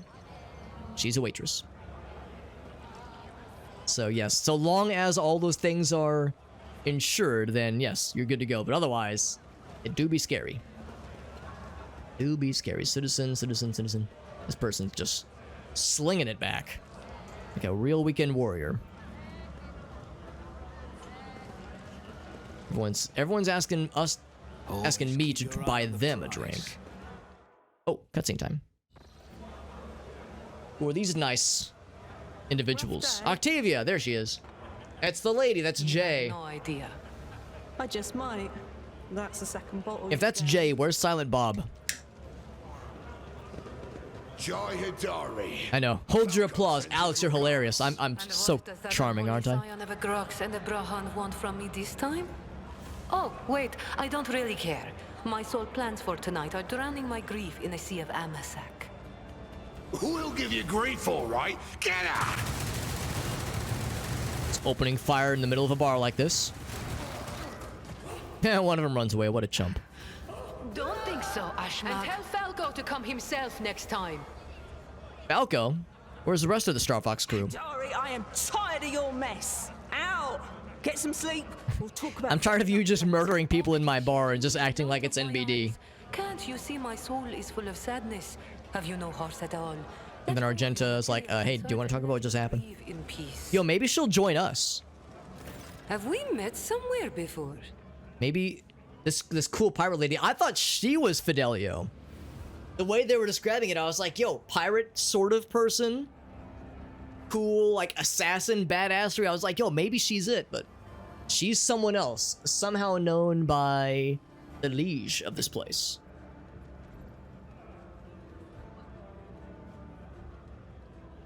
The Aldari direct, right? Yeah, that's like their presence of it is a problem. She's a little bit drunk. 2 empty bottles, right? She's a little bit out of place in this dingy ass smoky bar. Fancy attire, abundance of jewelry, implants with precious metals. Appearance not only screams wealth, but audacity. The sheer audaciousness. Flaunting her wealth in a place like this. Shireen? With whom do I have the honor of speaking? Shireen. That's Ed, right? Ed Shireen. I know, different pronunciation, but you know what I mean. Envoy of House. Yeah, we'll say I'm a trade. Wait, trade envoy? Do I want to show my hand as being like... I don't think this declares us a rogue trader. I think this declares us as part of House Von Valancius. Well then, here's to our meeting. It doesn't take a genius to figure out that you're someone special, since you've been granted an audience with the Liege of Footfall himself. It's always a pleasure to make the acquaintance of someone powerful. And the timing couldn't be better. As you can see, I just killed a few dudes who tried to kill me. Jai Haydari at your It's Jai, that's how you pronounce professional it. trader, shrewd commercial broker, and, may he steal my tongue if I'm lying, the most honest dealer on Footfall. Nonetheless, we all have our problems, and at times even one's many merits aren't enough to solve them. Perhaps it would be no trouble for a person with your kind of power and standing to assist someone with my kind of predicament. I like her accent. Also, you know it's someone cool when they get a dedicated voice actor. I have heard a great deal about how open-minded the members of the Von Valancius dynasty are, and Lady Theodora especially. So maybe she'll join our retinue, maybe not, we'll see. But if nothing else, they are a person who is willing to maybe trade with us. And of course, a lot of the like key characters don't get a ton of voice acted dialogue. There's a lot of dialogue in this game, a lot of it goes unvoiced, but still. You see, Shireen, there's one Shireen. cardinal rule on Footfall. Conflicting lore, yeah, As long yeah. as it doesn't get in the way of business. I'd imagine. I'm someone who's been able to exploit that rule to the fullest. And in recent years, I've hit it so big, I've become a speck of sand in someone's green eye. They used to throw small wrenches into my dealings here and there. Well, now they've decided to really put their backs into it. Some rats stolen my cargo and dragged it off to the seediest part of the Shadow Quarters. A crummy place even for connoisseurs of Footfall's unique atmosphere. I'm gonna laugh if the place, like, if she's gonna direct us to go to a place we've already been, and either there was stuff we couldn't loot earlier, or stuff that I have already looted, and I'm like, oh, I've got it right here, lady. There's a very real chance that's possible. When I asked the Liege for protection, we had a mutual misunderstanding. I believe Vladayam in a most lamentable fashion. Vladayam, that's how you pronounce it. Duties as guardian of the downtrodden and wronged. So I'm in desperate need of a new one.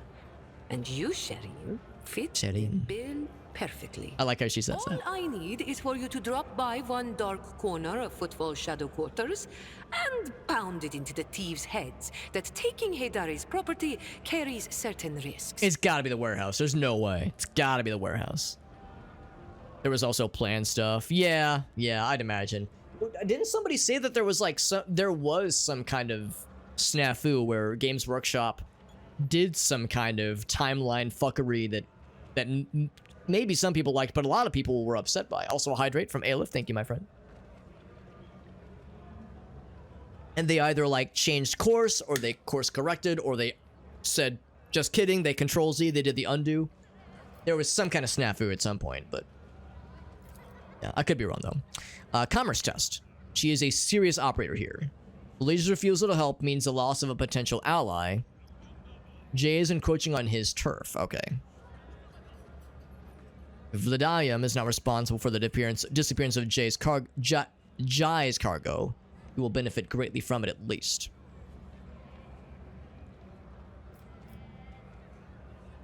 So, do we want to make it like, I'm going to put him in his place, like, make it kind of a personal thing, or do we want to say like, no, we'll just make the focus us. I'll be your patron. I'll be the guy. May the Exalted One bless you and your progeny.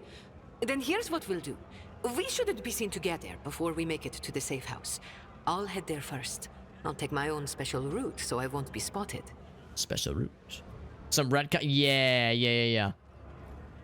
Okay, gotcha, Whiteflip. I'm glad that they were able to kind of course correct, because it sounds like it made some people real upset. Which is how it goes sometimes, because it was like this big overhaul of the lore that was, yeah, poorly considered and poorly received. Yeah, exactly. There's like an inherent bias. It's the George Lucas kind of hand waving. Well, you see, you see, it contradicts the movies because there was an imperfect storytelling from the perspective.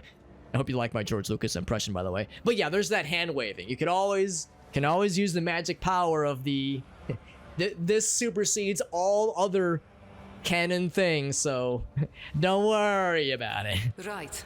Here, that's where those ashmags are keeping the stolen cargo. Out the bar, over the bridge, and to the left. There, in the depths, you'll find a small courtyard, through which you can get to the place. Oh, maybe it's not the warehouse then. You can come when it suits you, but the sooner you do, the better. I'll see you then, Sherin. I'll see you then, Ed Sheeran. Whoa, where'd George Lucas go? He was here just a second ago. oh, really? The yeah, Destiny 1 and 2. Oh, really? That's a shame. Although I guess that would explain some things. Then I've never played Destiny 1 or 2. I have a couple friends that really used to play the shit out of those games, and for one reason or another, I know Destiny 2 is better received generally.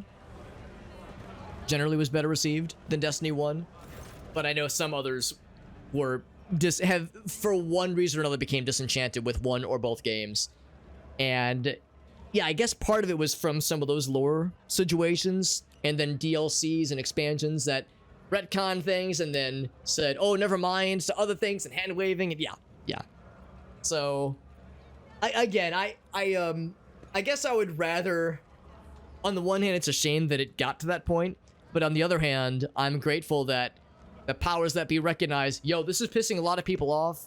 There's some valid criticisms here, and you know what? Maybe they're right. Maybe we did fuck up. I would rather them do a whoopsie my bad versus, like, you know, digging their heels in, because, yeah, presumably, you would think these kinds of major story decisions are made after much scrutiny, but if they realize we done fucked up, versus trying to, like, stay the course and eventually course correct versus saying, you know what, let's just do the old rewind. Yeah, I whatever it takes to minimize the pissed offishness of the community. Yeah. The live service for Destiny. Some people loved it. Some people still love it, obviously. It's still popular, but yeah, I know it's seeded some of the hype and enthusiasm for a while there. And I know they're still doing expansions and like DLC drops and whatnot, so it seems like they're still investing in, like, the developers are still investing into the game. But yeah, I really can't think of any of my friends at all, at least, that play on a remotely regular basis, so I know it has shrunk quite a bit.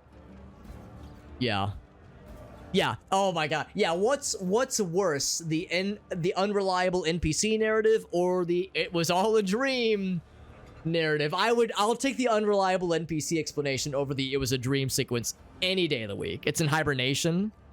Oh, there was a delay. I got you, Eagles. Yeah. Yo, look at her. This is so badass. Look at the badass hair. Look at the jaw implants. Look at she's just fucking hard pour. We call that a hard pour. Hard pouring some kind of Either liquor or jet fuel, or both. Just hope it doesn't melt any steel beams. Some kind of fuel or some kind of beverage. Octavia. A tinkering, some sort of unknown device. Okay. Yeah, so no lower jaw. She's got a metal jaw. What that metal jaw mouth do? Could probably bite your penis off is what I could probably do. Welcome to the Adaptus Mechanicus. Amasek, of course, is the usual stuff. Low, something more ... Winky face, interesting. And then she's like, wait, what? Hold the phone. Argenta. Whomst are you? I know who you are. Had the worst scum of Footfall shaking in their boots. Everyone knows you. She's a celebrity. And she's like, whoa. Listen. I'm not some fancy schmancy person. I seek retribution against transgressors, not glory. I don't want to be some celebrity. But I do catch a glint. I was like, oh, she's vibing this. She's feeling herself, as one should. I want to know more about Argenta's. I want to hear more extolling of her conquests. What is this place? The oldest watering hole. She says, and then she laughs hoarsely. Do you think she's got like a smoker's laugh, maybe? Serve drinks, lend ears, and then quiet the rowdy ones, such as the little minor occasion that happened earlier with Jai, where she murdered it. Well, a couple of guys tried to murder her, and she fucked them up in response. Pleasure or business? I was curious. Give me a splash of a splash of the local hooch. That's a fun phrase. I always remember that's the episodes of Scrubs where you'd get that one guy, Hooch, and they would intentionally, and JD and Turk would go out of the way to refer to alcohol as Hooch. They'd be like, let's get ourselves some Hooch, and then the guy named Hooch would get extremely mad. They'd be like, yo, Hooch is crazy. So every time I see that word, I think, yo, Hooch is fucking crazy, and I love it. Also, Salam Monkey. Salam Monkey. That's a good screen name. What's up, bud? Good to see you. We are working on some, as you just saw, we're working on some unlocking some dares, some extra challenges for this game. Once we complete said dares, we'll get some extra Steam keys as giveaways. At the rate we're going, we're going to unlock an extra Steam key for this game and one for another game by this game's developer, Pathfinder, Wrath of the Righteous. So we'll do both Steam key giveaways at the same time. I would assume probably in a few days at the rate we're going. So, and yeah, the local hooch. Oh, we'll just say we're curious. Oh, thank you, Salamanca. We'll just say it's me normally. It was meant to be me normally, but there was some warp corruption that occurred that elongated my forehead and just fucked things up a little bit. Nothing weird. You know, a mild amount of warp shenaniganry can cause things to get altered slightly. The interest of people other than thugs and boozers. The Amasekis is like a grox, she says. Okay. So anyway. Folks in a talkative mood. I don't see anybody paying me to keep quiet, she says. So I'll share what I've overheard because she knows that us being here brings more business in. Yeah, tell me more about Jai. She says, what, you into her or something? And then she's like, wait, sorry, no, it's inappropriate. It's the big brain. Yeah, that's the Megamind, right? That's the guy. I've actually, there's a bunch of those movies I've not seen, so I only know of Megamind from afar. That's when I enter big brain mode and I start doing some real gamer plays. The Empyrean. That's why they broke my jaw, she says, through her implant. So she's pretty great. Came from nothing and follows unwritten rules. Very nice. Doesn't walk over the weaker folks. Drinks like a boss. Hell yeah.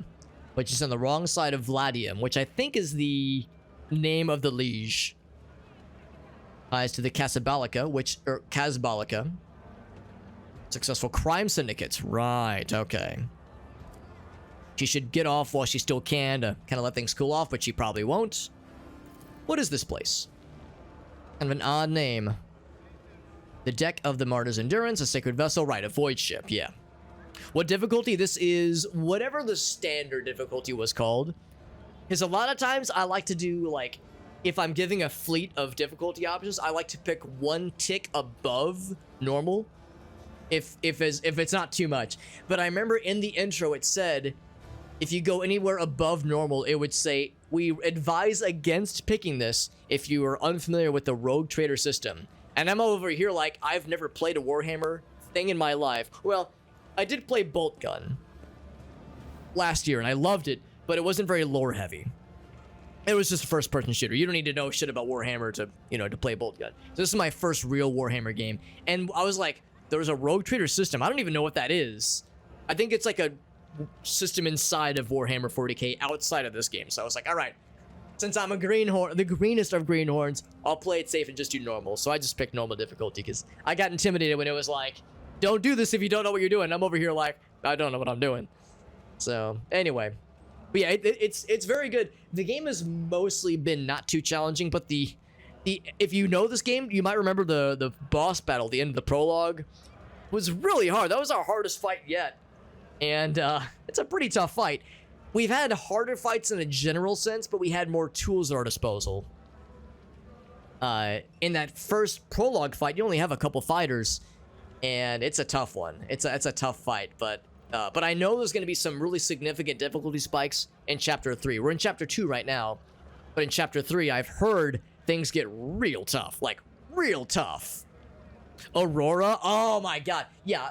On the super high difficulties, yeah, that the Chaos Marine, I think, that fight would have been rough. It wasn't too bad on normal. It was a little spicy, but we handled it pretty well. Yeah, Bolt Gun. Oh my, I love that game. So between that and playing Vermintide 1, of course that's Warhammer Fantasy, not 40k, but those are my only two prior Warhammer exposures. But yeah, you've played through Chapter 1 on unfair difficulty, no less, Salamanca. So yeah, you've handled a lot more than I could have, at least right now. They tried to establish a department, and then they wanted to make everyone here follow a bunch of laws, and they got overhauled in the end. Overhauled is what they call it. It's like a Temple of the Imperium's accountants. So it's slightly preserved. I'll say, well, it fits perfectly. Important visitors, that's right. How are things? Haven't been here in a while, huh? She says, as per usual, never a dull moment. Someone's always getting shot.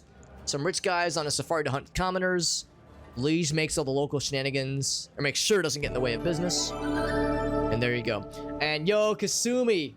Thank you, Kasumi, for that raid. I feel a little bad, Kasumi. You raided me a week or two ago when we were doing VR shenanigans, and I didn't, like, I was away from my PC. I was doing a BRB screen, and when I got back, I was like, oh, no, I missed the party. But thank you, Kasumi.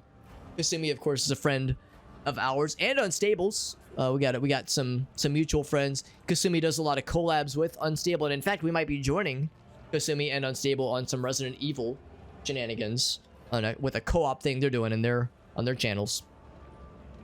Doing heretic stuff, Salamanca. Salamanca, you might have noticed in the list of dares, I'm going to play it one more time real quick, but in the list of dares, you might have noticed we have a dare that says we have to complete Chapter 2 using only heretical choices. So I haven't, right now, I can't show my breakdown for the character right now because we're in a dialogue right now, but the intention was to just kind of, you know, freeball and pick whatever sounds interesting, and a lot of times I habitually go for iconoclast choices. But for all of Chapter 2, we gotta be all heretical, and I have no idea what that's gonna lead to, because there was some wild shit in Chapter 1 that we could have done with heresy. I'm excited and afraid of what this Chapter 2 is gonna have us do. So I'm excited and fearful. Deeply fearful. Dawn of War. Yeah, I've never played Dawn of War 1 or 2, but I've heard they're extremely cool. Yeah, the lore fan. Yeah, I'm enjoying the lore stuff, Salamanca, between what I'm learning in game and what the people, what the nice folks in the chat are sharing with me, because it's fascinating stuff. Oh, Warbird, that's right. Happy birthday, Warbird. It is officially 12:01 a.m. Happy birthday to you, my dude. Happy International Warbird Day to all of us. And Kasumi, again, thank you. Thank you very much for that raid. Kasumi, do you have any clips you want to share? You probably remember, or you might or might not remember. Whenever somebody raids, I always like to ask for clippies. If anyone has any clippies, any clips or any shorts, any like from any recent streams you might have done. Because you've done me a solid by rating me. The least I can do is to give people who were already here a glimpse into your content if you wanted. So no pressure. No pressure if you don't have anything, you know, immediately on hand, but the offer's on the table. If you think of a clip from like a recent clip, even if it was like from a couple months ago, a year ago, it doesn't really matter. Just anything that would be representative of your content. Yeah, love some Warhammer. Yeah, this game's really good. It's dense, but if you already know Warhammer, a lot of the lore drops probably won't be too overwhelming. But for me, as a Warhammer newbie, I have a lot to learn. But also the system is complicated. Like the combat systems, it's a lot to learn. But apparently that's kind of an Owlcats Games thing, because it's the same developer as Pathfinder Kingmaker, Pathfinder Wrath of the Righteous. Apparently those games also have very involved combat systems. The difference there is that I already know Pathfinder pretty well, so this is entirely new to me, but we're learning. We're learning, man. Yeah, happy birthday, Warbird. I appreciate you spending part of your birthday celebrating with us, man. It's very nice. Traditional RTS, it's a squad RTS for the second one. Because, yeah, it looked more traditional RTS. That's kind of surprising. Right, exactly, Salamanca, yeah. They balanced it out. That's nice, Salamanca, yeah. I will most likely, with Chapter 3 and on, probably mostly revert to Iconoclast choices. But, to give you an idea, at the end of Chapter 1, I was able to choose of my own volition. We nuked that planet. We exterminated that planet and blew it up out of orbit. With some hesitation, but like, it was, you know, kill an unknown number to save billions, trillions, we didn't know.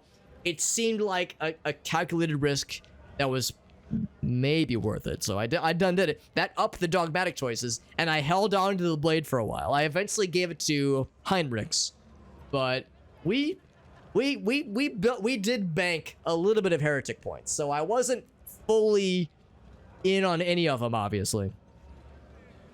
But yeah.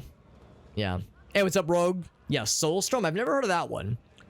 There's a third Dawn of War. Haven't played the third one. I didn't realize there was a third one.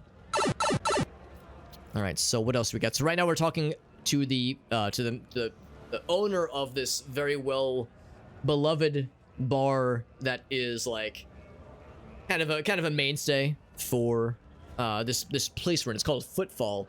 It is a main trading outpost that has a pretty seedy underbelly.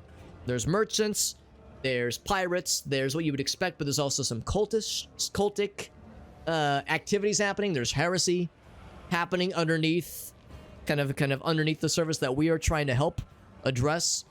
The person that runs the show is running out of food, and people are about to have starvinations happening, about to be starvation. So as a rogue trader, we have the ability to help proctor trade routes and that kind of thing. So there's a lot of moving parts and a lot of things to try to help with. And right now we're talking with this fine lady who knows a lot, because she's been here for a while, and this is a main establishment here at Footfall.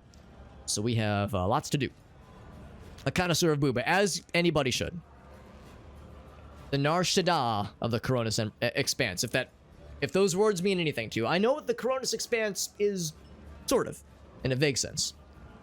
Yeah, of course, thank you again, Kasumi. I do appreciate you, my friend. I do appreciate you.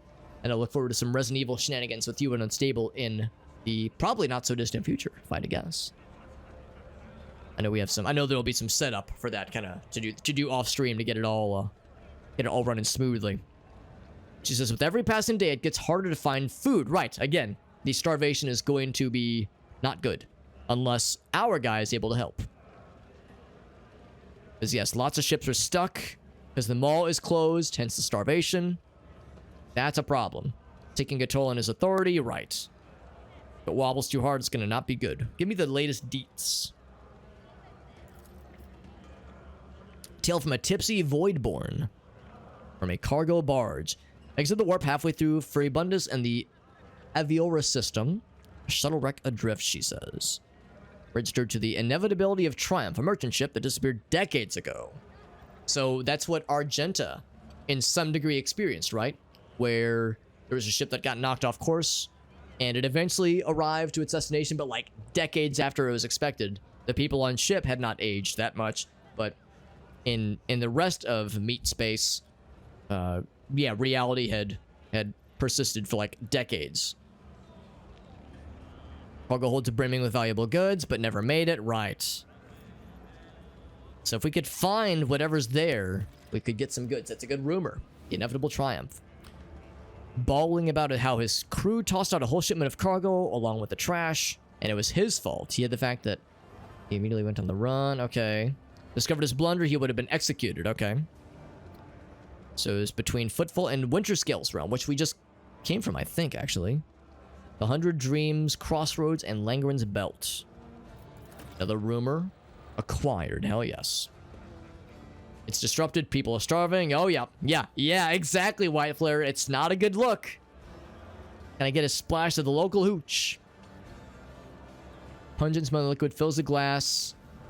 Ooh. Pascal's like, are you sure about this, Alex? Or my guy's name is Super Hobbit, I guess. It is known to me, but never before have I come across such an unusual application. An exquisite path of martyrdom in honor of the Omnissiah. I could learn more about it. I could probably stomach the drink. Ostentatiously dump it on the floor. Let's look at it closely, because we can obviously gain some bonus experience from it. We have a 100% chance to do so. Clearly made from spent promethium. Moonshine, virtually unfiltered, that quickly blows the drinker off their feet and winds up blowing out one of their testicles. It doesn't say that. Turns their liver into a bubbling sponge. Are you trying to poison me? You were the one who asked for the local hooch, homie. It's the best homebrew you can get here. Locally produced, high octane number. No greenhouses or fruit orchards. This is the best that we got. Of course I got. This is a challenge, and I will step up to that challenge. We're gonna fucking do it. Risk it for the biscuit. If it was less than a 100, if it was like a 90% or lower, I'd be a little bit concerned. Burns your tongue. I think we leveled up from that shit, actually. I heard that noise. I heard the ding. It burns everything. Takes your breath away, but after a few seconds, you feel warm, a little lighter. And she likes what she sees. She says, my man. The second time I've seen a noble drink that octane blend without wincing. One thing set aside for such an occasion, she says. Oh, no. A dusty, unopened bottle. Oh, no. What have I gotten myself into, man? He pours a clean glass, pours it into a clean glass. Amber liquid. Adds in a couple of mysterious black pebbles. The soft, spicy aroma tickles the nostrils. Without wincing. The first was Winterscale. Oh, shit. Oh, shit. He's kind of our rival, sort of. Used to come here often. Whenever him and his officers came through the door, the locals would find themselves a hole to hide in. He liked to knock other things back, not just holes. Okay. Or drinks, rather. He'd paint the walls red if someone even looked at him funny. Of course. How could I not take a shot? Oh, it's Amasec. Okay, well, I think that's pretty standard stuff then, right?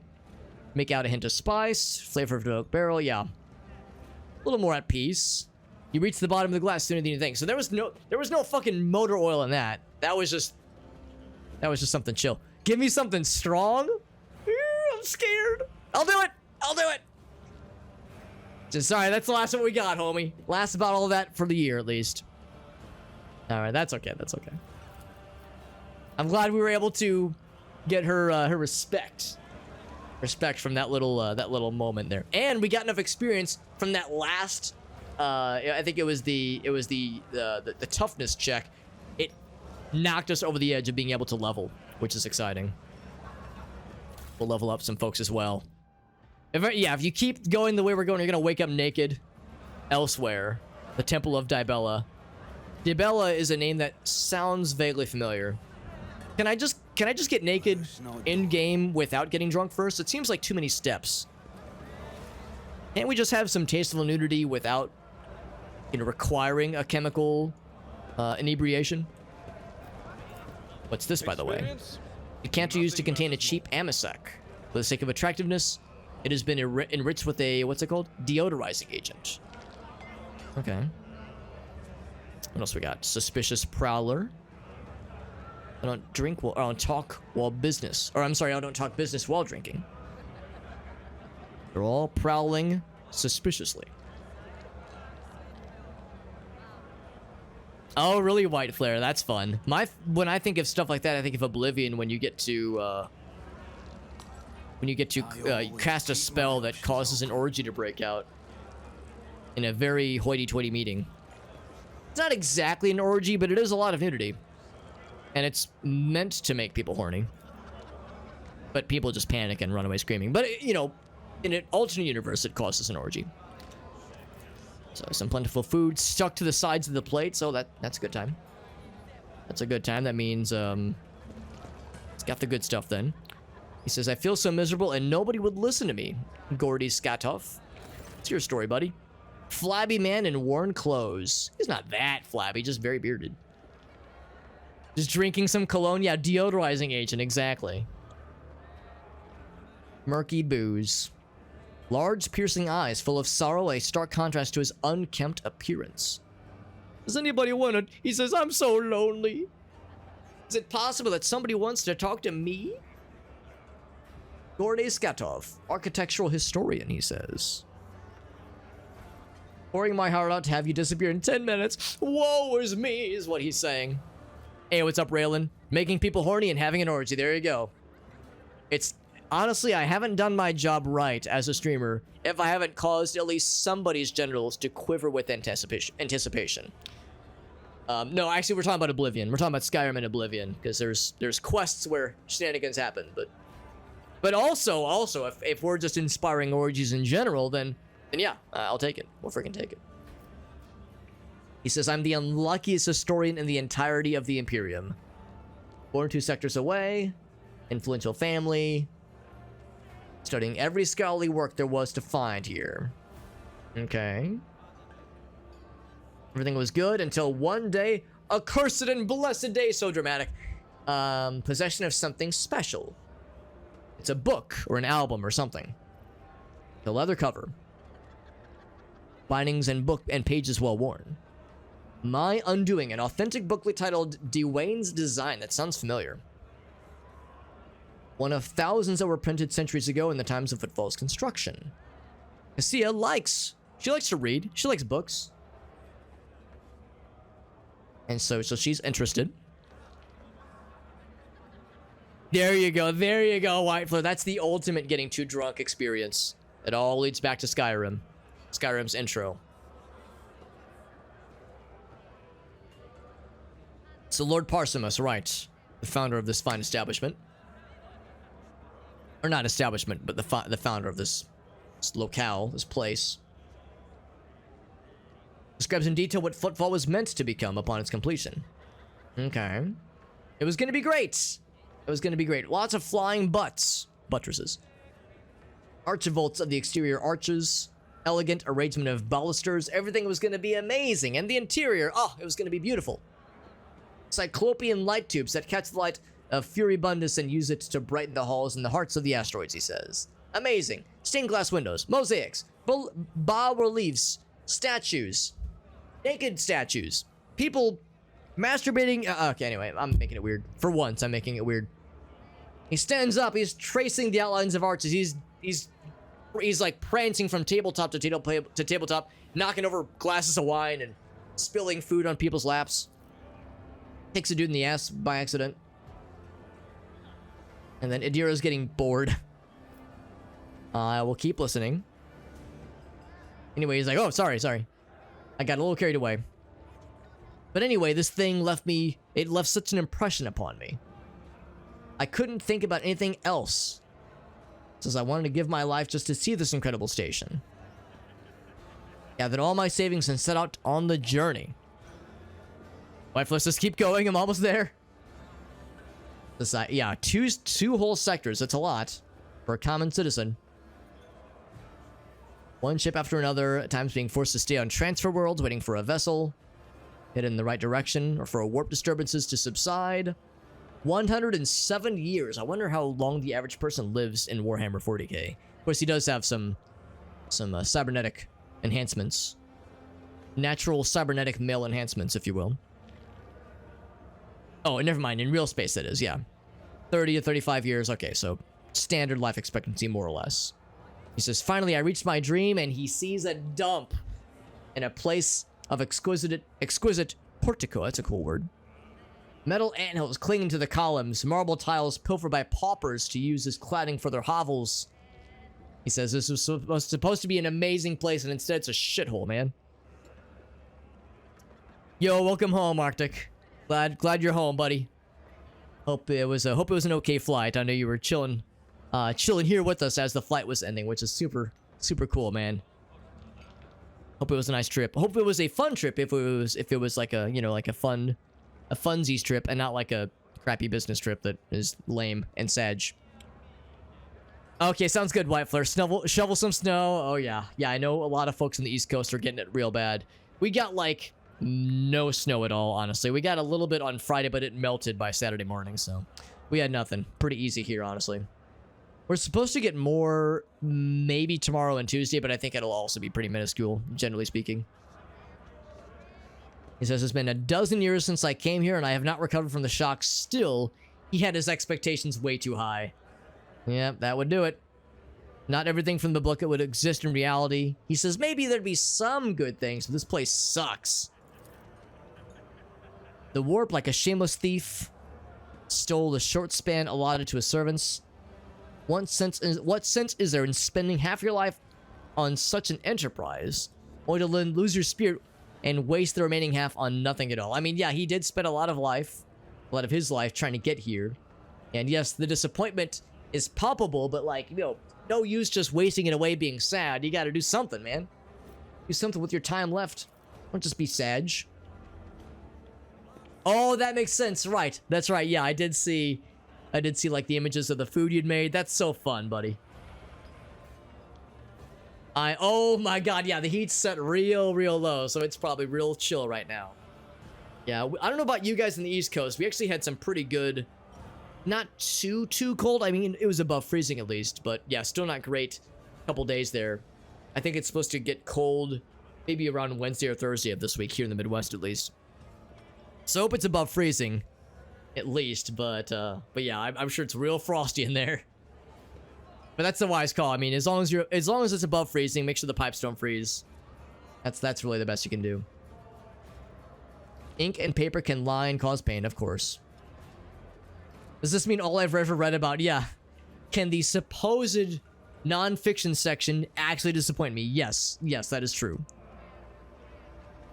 Nice Texas winter. Yeah, that's a harsh realization. Megamind in the... Listen, Arctic. This was originally a normal picture of me. You know how it is, man. You take a picture of somebody holding their hands up in a triumphant pose, and then some psycaster does some shenanigans, a little bit of warp fuckery, a little bit of heresy happens. Your camera glitches out a bit. It happens to the best of us. So, we just say there was a little bit of warp corruption. Nothing weird, though. Nothing out of the ordinary. Standard procedure, I'd say. Is what happened to Footfall not part of the history, at least? A book on the folly of chasing wild fantasies, you could take up a whole chapter. We'll take that approach. It's weird that if he's such a historian, such a intellectual, he wouldn't have thought about this angle before. The Bush Baby pick. We could have given the fucked up Bush Baby. But this one's more appropriate, given the goofiness of Warhammer, of course. Warhammer lore. This is a unique phenomenon indeed. Curious to observe if other places had this happen to them too. Solidifying it with a new style of architecture. Building something anew from the fractured pieces of what was once great. You certainly know how to provide an unexpected perspective on things. Thanks for hearing me out. Over the dozen years I've spent here, not one person has hung around to listen. As poor as a church mouse, I got nothing to offer you except my appreciation. Something interesting, a ciphered message scattered throughout its pages. Form of a riddle, maybe. Certain places of interest in Footfall. A book of the work... a work of the booklet's creators. What if they lead to something? Well, I'll share with you what I've found, at least. And Cassia is like, oh, I'm down for some riddles. Hell yeah. Have you not tried to make sense of it yourself? Because I have, but I'm blind in one eye. I can't really move my legs. I'm not the best for adventuring. I took an arrow to the knee years ago. It's a little bit rough. A bridge that was supposed to go through the center of the district and into the void towards the neighboring asteroid. Only a couple of its spans were built, and even those lie in ruins. Okay. I wonder if that's referring to the bridge that led to here. That wouldn't make sense, though. We've seen a few bridges.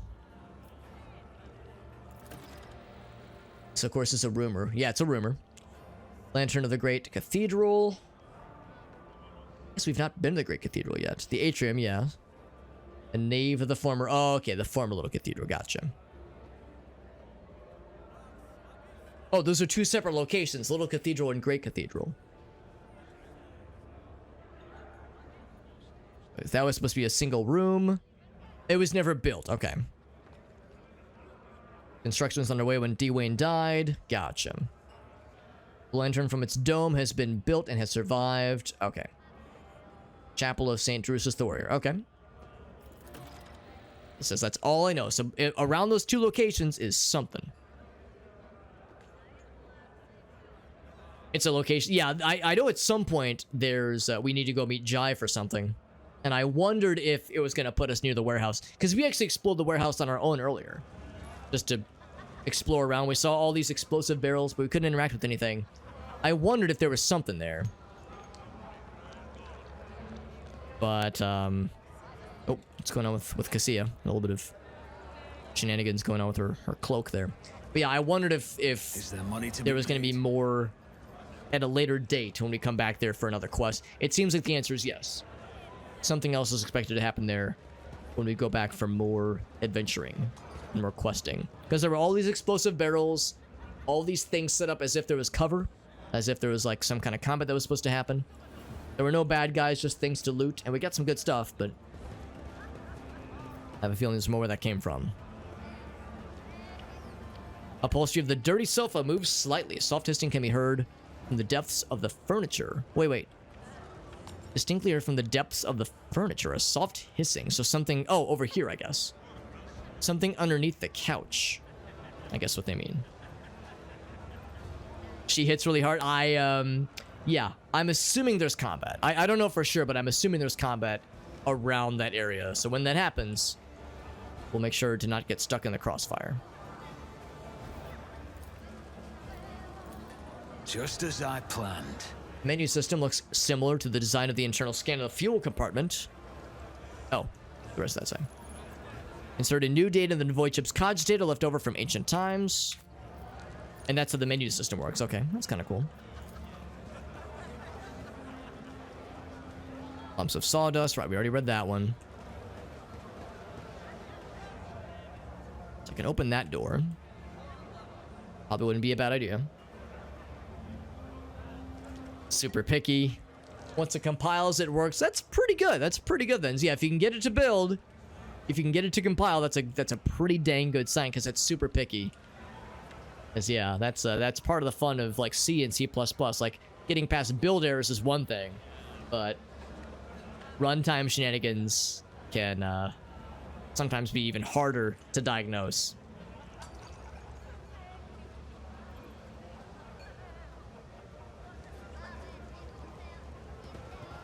And mutex misuse. I'm assuming that's something similar or like a different flavor of regex, I'm guessing. Regular expressions, mutual expressions, maybe. I think I've heard of mutex before. Rise to the top or get left in the dust. So around here is where the couches are hissing. Couches are... Oh, what? Did the guy just fucking blow his own brains out? What the fuck? The poor sap who got his tongue... Oh. The anvers got to him, so he just blew his own ass off. I was thinking more about the hissing couches that are... Yeah, hissing at me like an angry cat. And that Casbelica. So yeah, he was from the crime syndicate, but well, it's not a problem now. Everyone else just shrugs and goes, alright, no. Moving on. So yeah, the couch thing is weird. distinctly heard from the depths of the furniture. What's more weird is this dead guy just blew his own ass off, and there's a mysterious cache of goods next to him with a master-crafted power maul and a couple of other Xeno artifacts and jewelry and Xeno artifacts. Oh, it's one that she'd mentioned. Well, like I said, he's no one's problem now, I guess. And I said we couldn't talk to him, although I guess if his tongue had been cut out, then it wouldn't have been much for conversation anyway. Well, like I said, anyway, everyone else just kind of shrugs. Goes about their day. In BD, I mean, this is Footfall. We've all seen weirder shit here anyway. He was the guy that lost the shipment. Okay, so yeah, we couldn't have heard more about the whole shipment situation. Like, gotten clues about it. Now, are the thugs gonna let me in? Always keep your eye I'll try on it. the They're not prize. saying I can't go in. Hello, thug. Ryza. That name is vaguely familiar.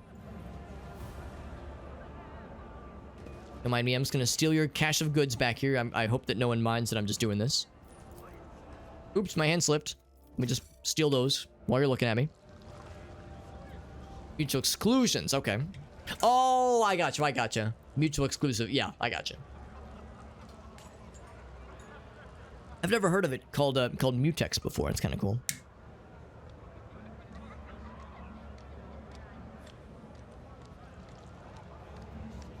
Okay. There's no global variables. Yeah, even I mean, there are times when global variables can be nifty in some languages, but yeah, if that's just not an option for you, then that makes sense. Surveying you with interest. Right eye has her. Right eye only is black against her dusky skin. Left eye has a greenish light filtered through a smudged lens of prosthesis. Tattooed all the way up on her arm, from her shoulders to her knuckles. What a badass. She gets a custom portrait too. Custom portrait, cool green eye, badass arm tattoos, arm tats. She's got the shoulder pauldrons. Hell yeah. What character am I building? I'm not 100% sure yet. I'll just say that the choices I've selected so far.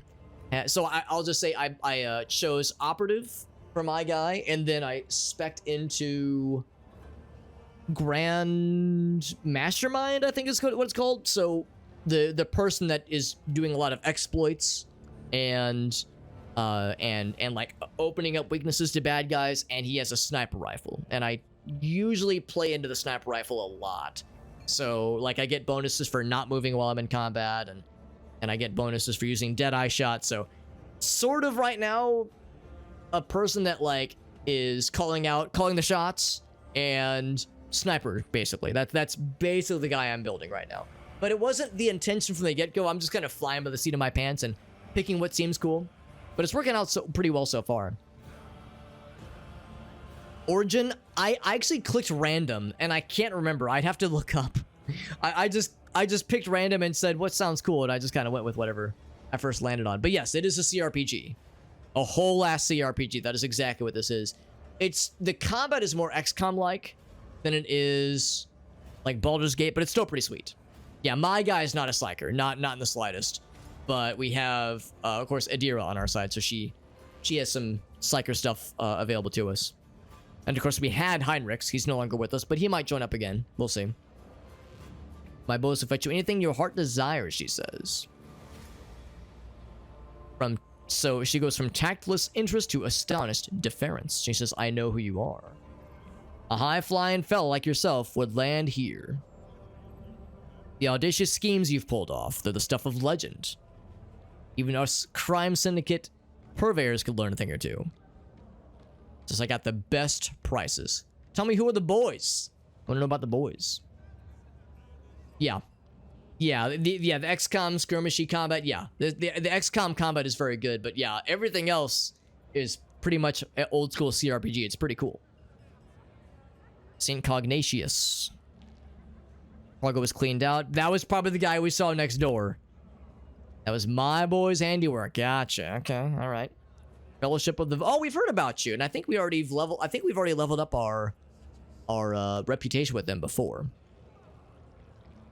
The upstanding citizens of the Imperium rid themselves... Yeah, the Thunderfang boys over in the First Star System.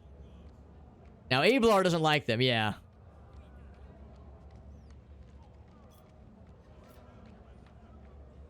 I'll just say, how noble of you. More, whether or not I meant that it earnestly remains to be seen. What kind of goods are you willing to buy? Says tech is best. If it's broke, no worries. We'll fix it and take it up or take it apart. Score something nasty other traders won't touch. We'll take that too. Ask me and the boys to set it right. More Wasteland 3. Gotcha, yeah. Let's take a look at the prices. I am curious. Pascal says, wait a second. Now, Omnissiah stuff. That's our shit. Don't you dare give that to them. That's a Category 8 blasphemy right there. That'll break protocol. Incriminating evidence of profane acts perpetuated by the unit named Old Ryza has been recorded for use in future judicial proceedings. I'll keep a record of this conversation too.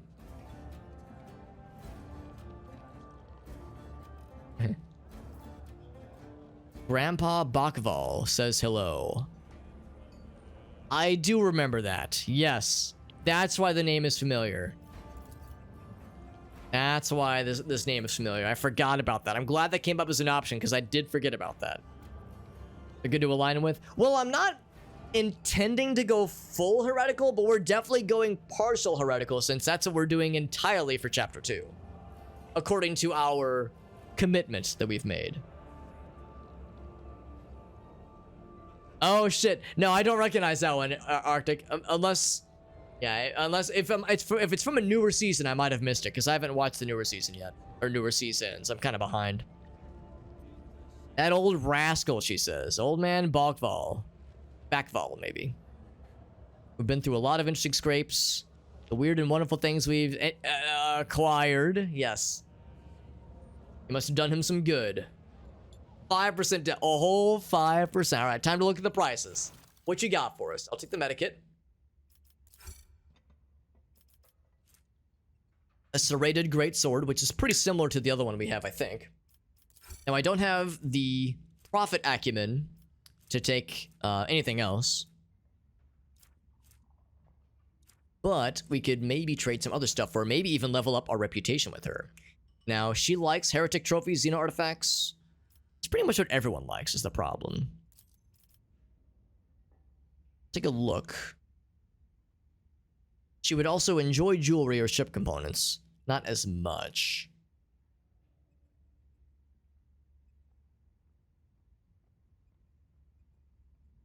Anything at all? There's some jewelry right there. Now, what's the little thingy? Oh, it's new, I guess? I guess that's what the thingy means. Oh, it's from an... Oh, okay, yeah. Oh, okay, I gotcha, yeah. Actually, Salamonkey, maybe you can answer this. Can you guess what I'm doing based on how my inventory is laid out, where I don't have a lot of heretic trophies or Xeno artifacts, but I've got a lot of fuel, a lot of miscellaneous, a lot of weapons, a lot of ranged weapons, melee and ranged weapons, a lot of armor. Can you guess what I'm inadvertently doing here? I'm like saving up, thinking that I'm gonna find somebody who really, really wants melee weaponry and really wants miscellaneous and really wants armor kit. I'm starting to think the answer is nobody's gonna really want these, and then everyone just sort of wants them. So I'm wondering if I should stop hoarding and start making it rain a little bit. Especially if we are in instances like this where we're kind of close to leveling up.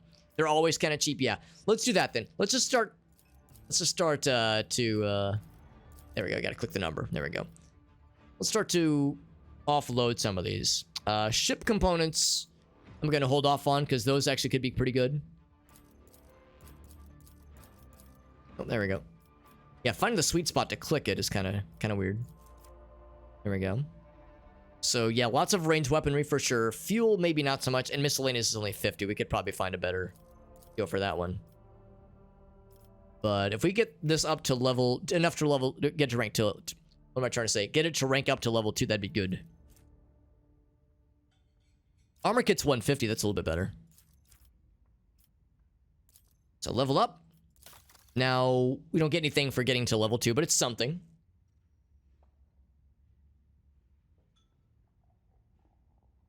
Rewards aren't the same, right? Yeah, exactly. So I was thinking, like, because yeah, I knew that not everybody wants heretic trophies. Some people want holy artifacts. Some people really want some of these other things that we've found, of course.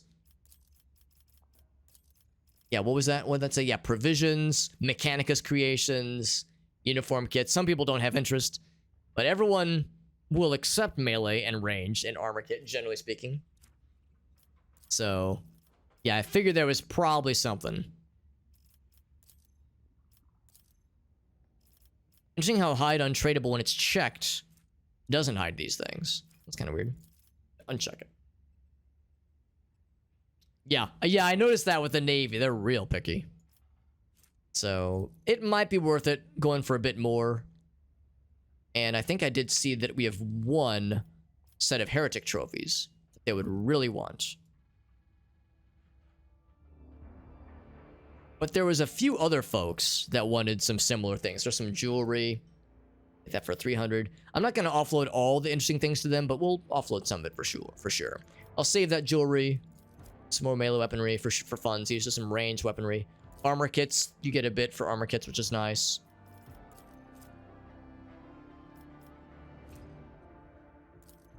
So, I'm going to hold off on the miscellaneous because, again, I think I saw some people wanted more than 50 for miscellaneous, I think. Well, this is up to 3. Now, even if I could get this to level 3, we really can't gain anything from it. So I think I might hold off from there. Because we don't have the profit factor to really get anything from her. But, at 5%, it adds up, right? We still got a cool sword. We got some more med kits. I have so many med kits. We don't need 36 of these things, but we have them. So, that was good. Good talking at you, lady. I better be going. I am curious. We found some pretty cool stuff here. Oh, with this thing, right. But only with pistols, right. So I'm going to hang on to that for now. So this is all you, my dude. Oh, right, leveling up. That's also a thing we need to consider. So you, with the face. You have these two things. These two chain swords that have slightly embiggened maximum, or max damage. He has a skill that gives him 4 more max damage for chain swords, and chain weapons, that is. So, 10 to 17. Oh, when... I don't want to compare that. I want to compare this. Well, I guess I have to kind of manually do this. So, 10 to 7. Yeah, so this would be a step down in a lot of ways. So, I won't do this one.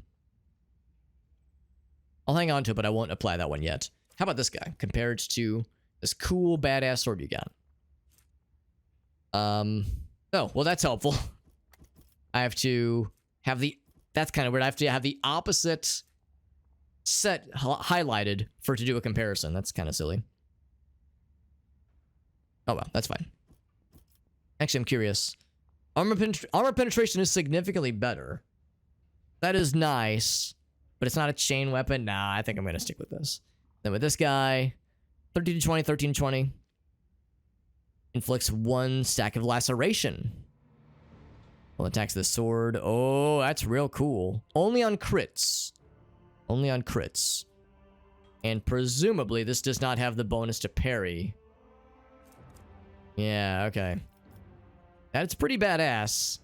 Weapon skill, 10% to parry. His parry's pretty good. In fact, it does not go... Oh, look at that. It doesn't go higher than 95. So you cannot get a 100% chance to parry. Where'd the other one go? Oh, here it is. Great sword versus serrated gray sword. Yeah. We'll try it out. We'll try it out. Yeah. It seems pretty sick. Has some cool interactions. Good to know.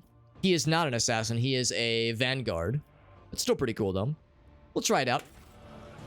We'll try it out and see how it plays when situations call for it. All right, Ryza, good talking at you. It's about you. I think that's it for this area, isn't it? I think we've explored everything. No other side paths to speak of. There's the downstairs that we can't really see. even go to, really, because it's blocked off.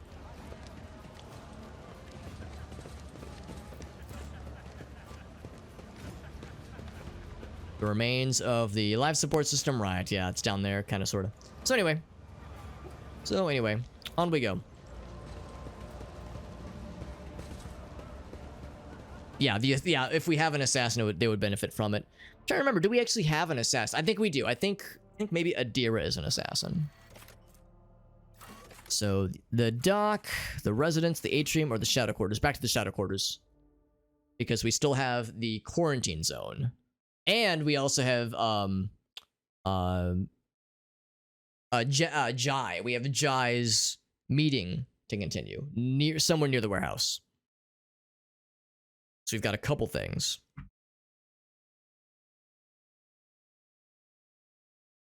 Yeah, lots of side quest action here in Footfall. This place is pretty busy. It's pretty hopping.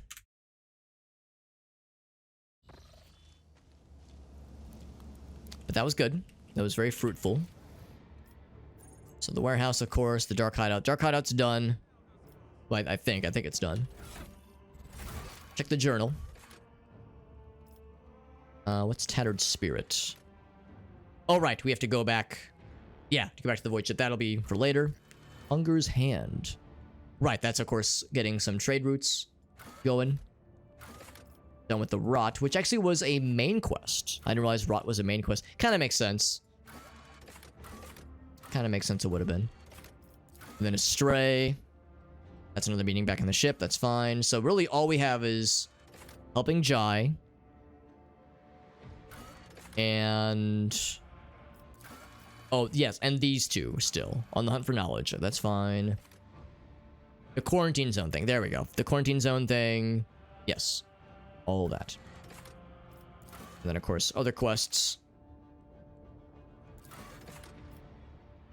Right. And then many rumors. Langren's Belt. Something in the Winter Scale Realm. So that's not helpful. That's mysterious. Wasteland Wayfarer. Somehow the Xenos keep raiding here. Yeah. Angels of the Emperor and the Expanse. Oh, right. That'd be the Space Marines, basically. Yeah. Haven't seen him yet. Inevitable Triumph. There's a lot of just things gone missing to maybe find somewhere. The Bridge of the Shadow Quarters. Right. And then this other thing. So things to keep an eye out for. All right. Lots of stuff. Lots of stuff. And of course, no contracts yet. That's something for the future. Let's go ahead and head towards the quarantine zone area. I think it'd be back this way. Although maybe the warehouse is closer. I'll assume that the warehouse is closer.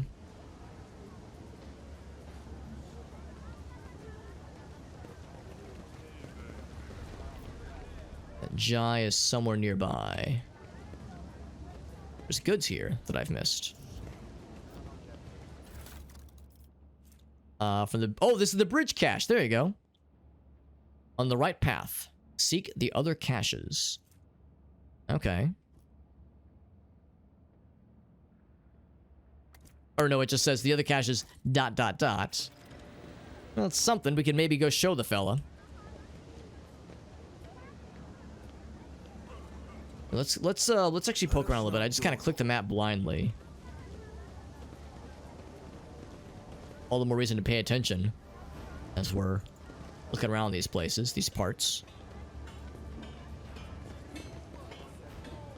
Oh, we were gonna meet Jay outside the warehouse, but maybe I'm going inside directly. That was this one? No. Wanted. The secret warehouse. Oh, okay, we are going to the warehouse. Gotcha. Yeah, she is inside. Yeah, that makes sense. That makes sense. As you can imagine, I'm keeping the tab button held down constantly. Hopefully identify things that catch my eye, my wandering eye, whenever we walk past. Before I do that, let's level up. We already looked at inventory things. Let's go ahead and level up. Of course, we got this thing, but that's nothing for us. Go one by one. Yes, a grand strategist. That's what it's called. Yeah, I've wondered that too. Just binding it to another more convenient option. All right, so of course, here's the problem. Previously, when we were leveling up into familiar archetypes with a bunch of skills we had already starred. This is an unfamiliar archetype. Well, all of them are unfamiliar. The only commonality we share is that both myself and Cassia are both grand strategists. So nothing is starred right now. There's a lot to read and a lot left to learn. So this will take a bit. Increased by... Here was not moved for 2 rounds. That's pretty good. Int plus fell, so that would be my int, which is 5, and Cassia's fellowship, which I think is 6? 7. That's awesome. So that's good, but then it's divided by 2 as a percentage. It's not moves. That's not amazing. Yeah, it's not that great. I don't know if I'm gonna start that one. I mean, I could see it getting better, but that division by 2 is a bummer. Stratagem on a rear area makes the allies in that area the lowest priority for just 1 round. I mean, usually the rear doesn't get a lot of priority anyways. That's probably okay. Allies in the area get... Here we go. This looks a lot nicer. 10 plus 2 times my int and Cassia's fellowship bonus. That's much better. Against other... Oh, wait. Against other allies' attacks. Oh! Less crossfire. I mean, if I'm doing... I guess if I'm doing my job right, that's not usually an issue. I'm gonna hold off on that one for now. Combat tactics area grants allies in the area deflection against the next melee hit. That's good. The next one they suffer. What is a stratagem? Okay, it's a category of those things. I'll tag that one. That one could be good for a lot of people, obviously. Activated stratagem. All allies in that area gain 1 more movement point the following turn. It does stack. That's nice. It's okay, I guess. I could see that being good for when we need to like have Abelard charge into combat or something, or move and then charge. Yeah, it is tough. I'm liking it so far, but you know what I did? I like read the basic synopsis and saw the first ability and read nothing else and made my selections. I kind of, it was a hasty choice perhaps, but I wanted to try to keep things moving as well as I could. So for better or for worse, I did not read really all the options before I committed to them. So I'm just going in pretty dang blind, all things considered. There are more enemies than allies in the frontline area. All allies in the area gain parry and dodge chances. Okay. If there's more allies in areas in the front line. Oh, more allies and enemies. And the allies gain more damage. Ooh, I like that. That's a pretty good one too. So some frontline specific things, which is usually the most exciting.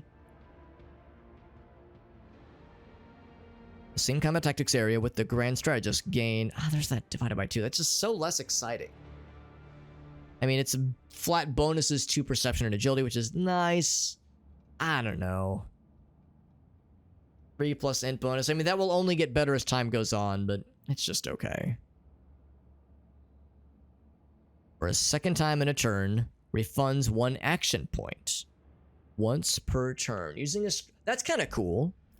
It's kind of really cool. That could be really nice, actually. Yeah. Yeah, exactly. Because Psychers get all kinds of great stuff.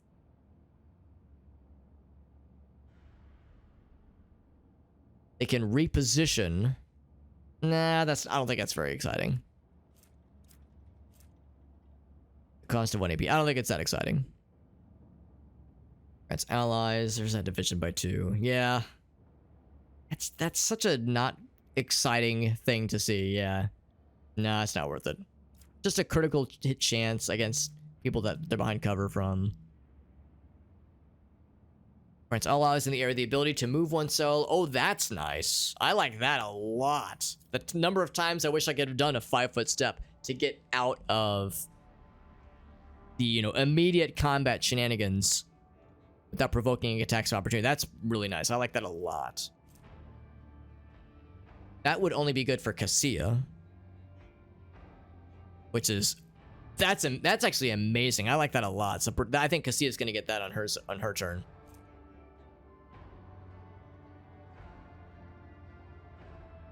She has the officer ability. Or not ability, but archetype.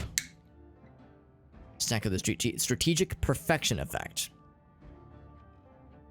Benefits all stratagems. I don't know. That one's just okay. Maybe it gets better later. Shooting through the allies. It is, yeah. Yeah. And you know what? Like maybe that's where the crossfire zone, maybe it's not very good right now, but maybe there will be moments where it gets better. Because right now it's not very exciting. One random unknown stratagem and can use it until the end of combat. That's pretty cool. Star that one. Sniping zone. That's what my guy does. Oh, there's that divided by 2. It's so unsexy. Yeah, 3 plus 5 plus effectively 7. But then divided by 2. So that's... So what was that? So 15 divided by 2. So 7 or 6%. Or I guess, 7 or 8%. Critical chance if there's no enemies in a 5-star already. That's just so unsexy. There's much better stuff we could use. And division by 2 is rough. Some fights don't let you. Yeah, we've seen it. It does scale. I mean, it does eventually, but it's just the division by 2 is. I feel like there's better things to invest into. Maybe I'm wrong. Maybe I'll see the light eventually. The backline area first. Oh, that's nice. If I do my job right, there shouldn't be enemies in the backline area. So that's pretty sick, actually. It clicks later on. Yeah, maybe like if we invest in a bunch of them, maybe they start to add up is kind of what it comes down to. So maybe eventually I'll start to invest into those, but there's others that are catching my eye, my wandering eye. Increases all bonuses. Every enemy killed in the frontline area increases all bonuses at combat tactic. Bonuses at combat tactic. That's pretty cool. I could see that also getting good. Healed by are healed by medikits. Okay, they get more. Okay, they get more healing. That's nice. Kill zone stratagem, which we have.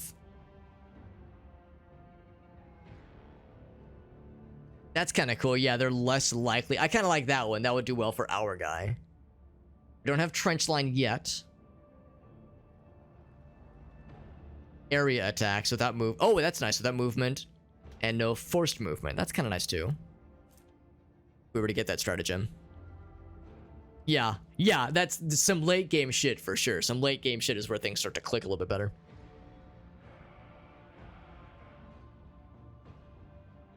That actually looks pretty nice. Yeah, I'm good. I'll start that one too. Use a second time for 0 AP and a single turn. I don't know if there's really much reason to do so, at least not yet. Maybe that'll become a lot better later on.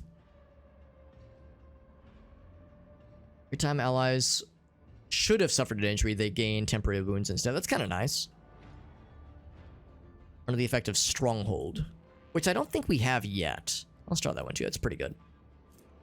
Combat Locus.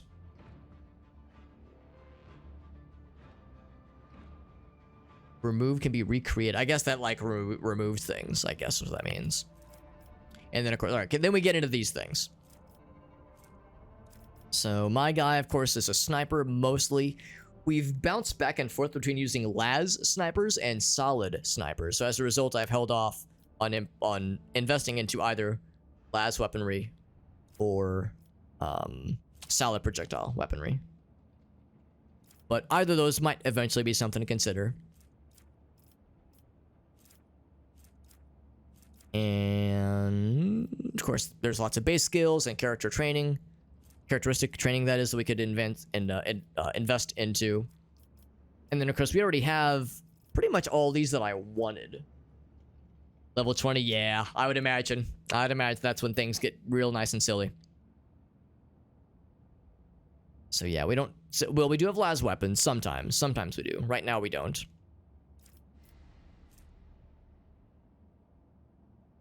Trauma count. Yeah, see, if I do my job right, we're not going to get traumas or injuries with this character.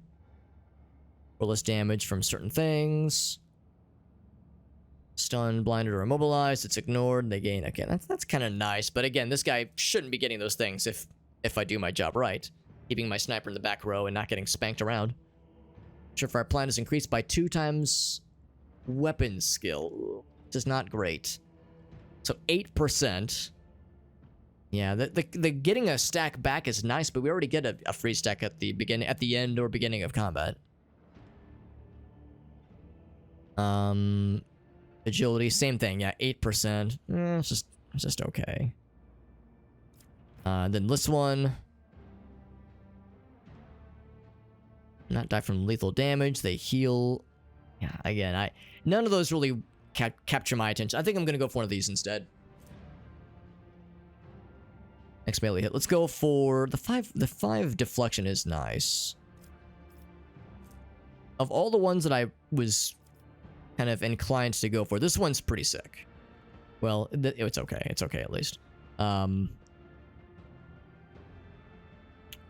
Yeah, I kind of like that one. Strong point might just be it. Either that or mobility zone. Using a stratagem on a combat tactics area. That's a problem. We don't have a lot of stratagems. I think that'll get better later. And in fact, we'll be getting some... Oh yeah, there's the AP increase. I wonder if we're gonna be getting more stratagems soon, because I think we just have the one right now. Yeah, I think that happens later on. So, for the time being then, this would be better more immediately.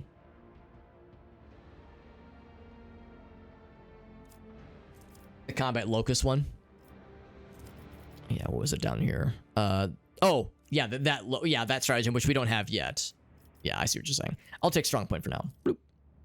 Apply. Whole lot to read, but we're starring them for making future levels easier. It's a pain in the ass, but it's worth it. Oh, we're an assassin. Right. Okay, yeah. Pascal is the assassin. I forgot. Critical hit from one of our allies. A new opening is created. Closest to the assassin. That's really nice. I like that. Yeah, navigator talents. Yeah, I've gone almost entirely on navigator talents. Although I do use the things that officers get that buff their homies, and I've gotten a few of those starred as well. But yeah, her most exciting things are navigator skills because she's the fucking coolest. She is a tactical nuke that I'm happy to deploy constantly. Aim for the opening. The same target reduces their dodge and dodge reduction. And it does stack. I like that. Full of wounds. Gains more dodge and dodge reduction, which is neat. That is neat. He does not have the best at dodging. Pascal is good at parrying, but not great at dodging. So that is not bad. Although he doesn't really go very... He isn't usually going first in the turn order. He's usually kind of middle of the row. So I don't know if that's going to be a good idea for him, at least. An assassin ability costs every turn. That's kind of nice. He could do a lot of cool stuff then. Yeah, the officer talents are pretty cool.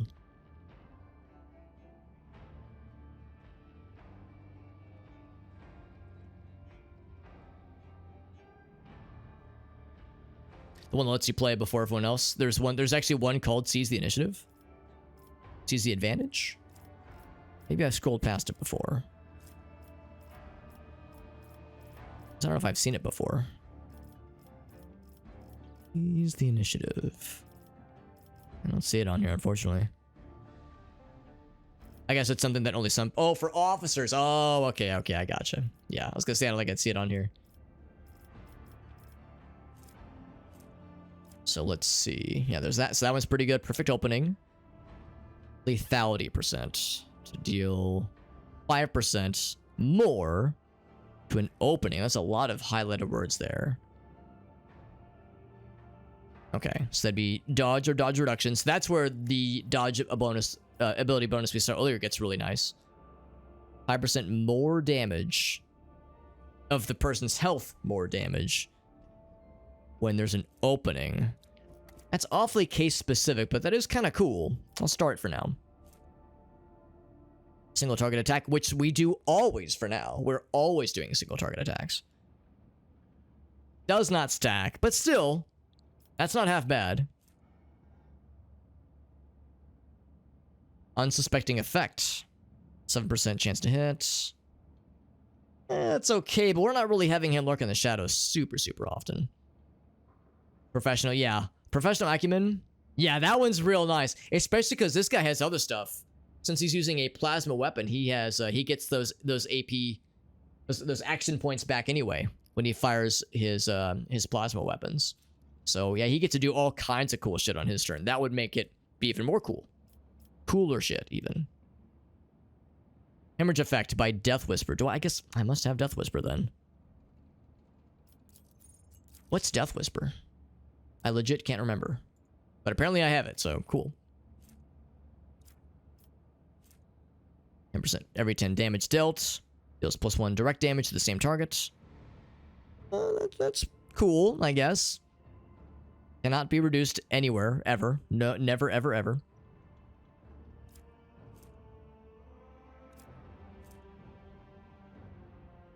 It bleeds them. You mean yeah, for the you mean this right here, the direct damage thing, yeah. It's every time we do 10 damage or more, it gets an extra one that can't be removed ever. That's neat. Poised to strike. Just the target's dodge. His agility is not very good. That's probably not worth it. Oh, here we go. The vulnerable effect. Right. Ooh, suddenly that gets more interesting.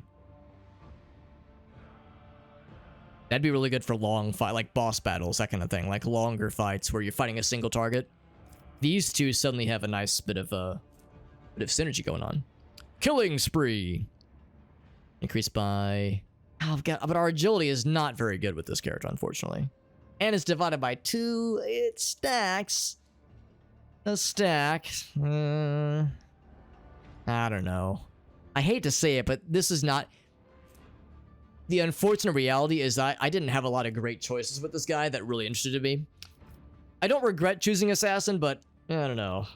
He's not the best character for being an Assassin. So, I don't know. I guess I'll start for now, but right now it's really not a good idea, I don't think. Enemy last damage by... Okay, you can see it with the witness effect. If they lose line of sight, they suffer... Number of lethality stacks divided by 3%. Good. A single attack. That would take a lot to do. We'd have to find more direct damage things. Yeah, exactly. And I don't know. The way we've kind of been playing this guy, I'm not sure agility would really get us a lot, honestly. Maybe I would, but that's the thing. Maybe I'd have to stop making him be a melee, a range guy, and make him be a melee guy. He's got a really good weapon skill. We haven't touched weapon skill, and it's I think because of the staff he's wielding.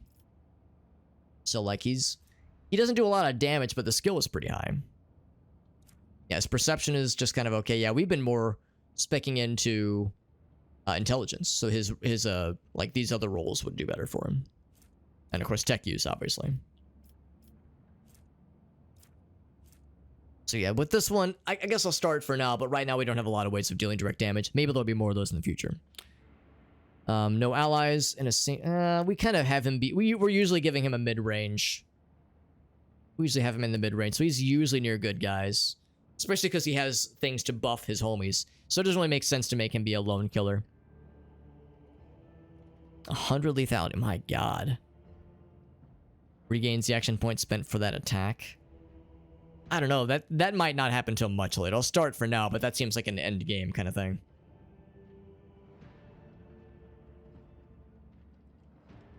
Bounty Hunter. Or just don't focus on agility stuff. That's what I'm thinking right now. Slowed, immobilize, or hemorrhage. That's pretty good. Cannot exceed 45. Still, it's pretty solid. It's pretty cool. That's just okay.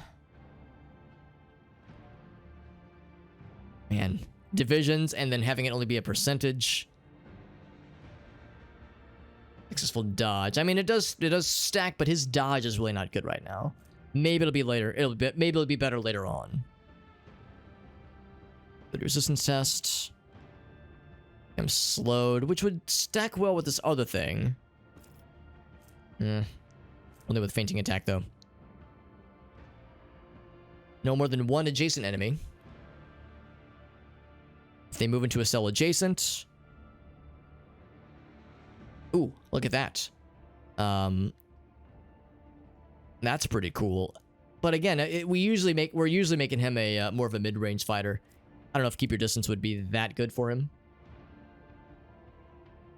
Hemorrhage and Last Read are different. Gotcha. Okay. Yeah, Deadly Whisper. I don't know if we have Deadly Whisper. I don't recognize it. Redirect damage. Yeah, so, all right. So there's things to consider. There's Plasma Weapon Expert. So we already have that one. This guy's pretty much all in on plasma stuff.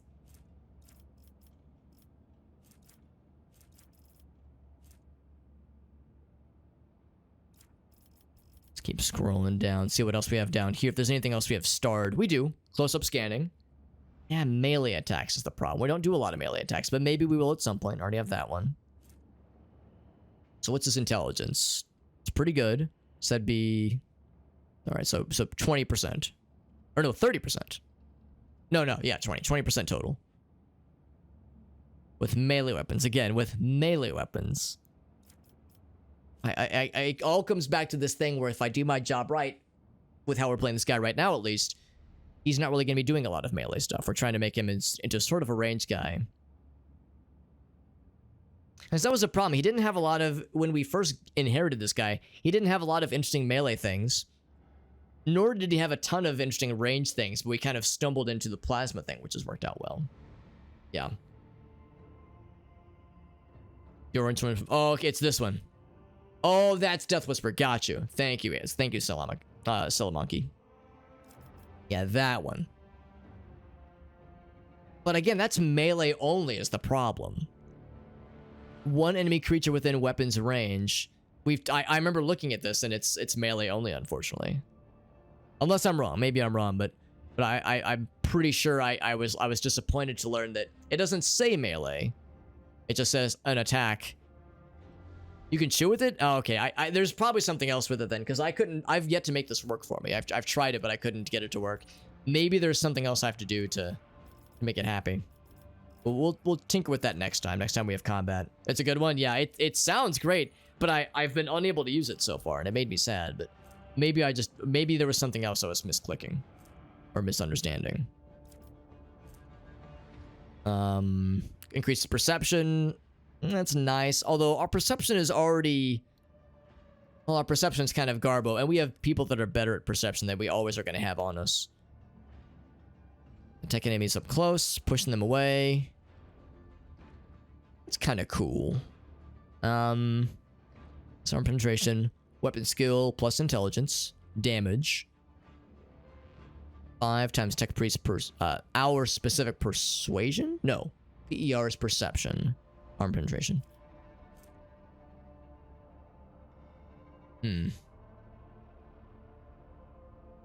Holding the axe in the main hand. Maybe that's the issue. Maybe we need to maybe we'd have to reconsider like the armor, the weapon equipment, like what's equipped in what slot. Yeah. No, we're kind of at this point where I don't have a lot that really I love about this character, as far as things I can grab for this character. I think I'll go for one of these instead.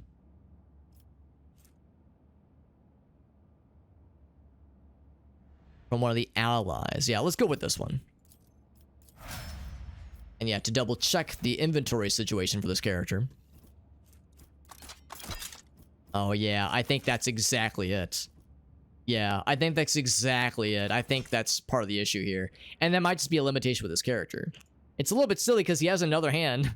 Like, hey man, can you just have something there? But that's the trade-off, because this is actually a two-handed weapon. And they let us use it on his Mechandrite arm. So, you know, it's a trade-off, I suppose. So really what it comes down to is I probably just shouldn't have made him an assassin.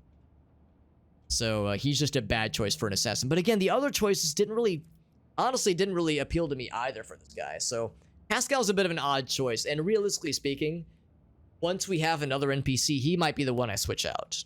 Once we have, you know, a 7th NPC to switch from. We did have Heinrichs for a bit there, but he jumped ship. Maybe he'll be back someday. Maybe. We'll see.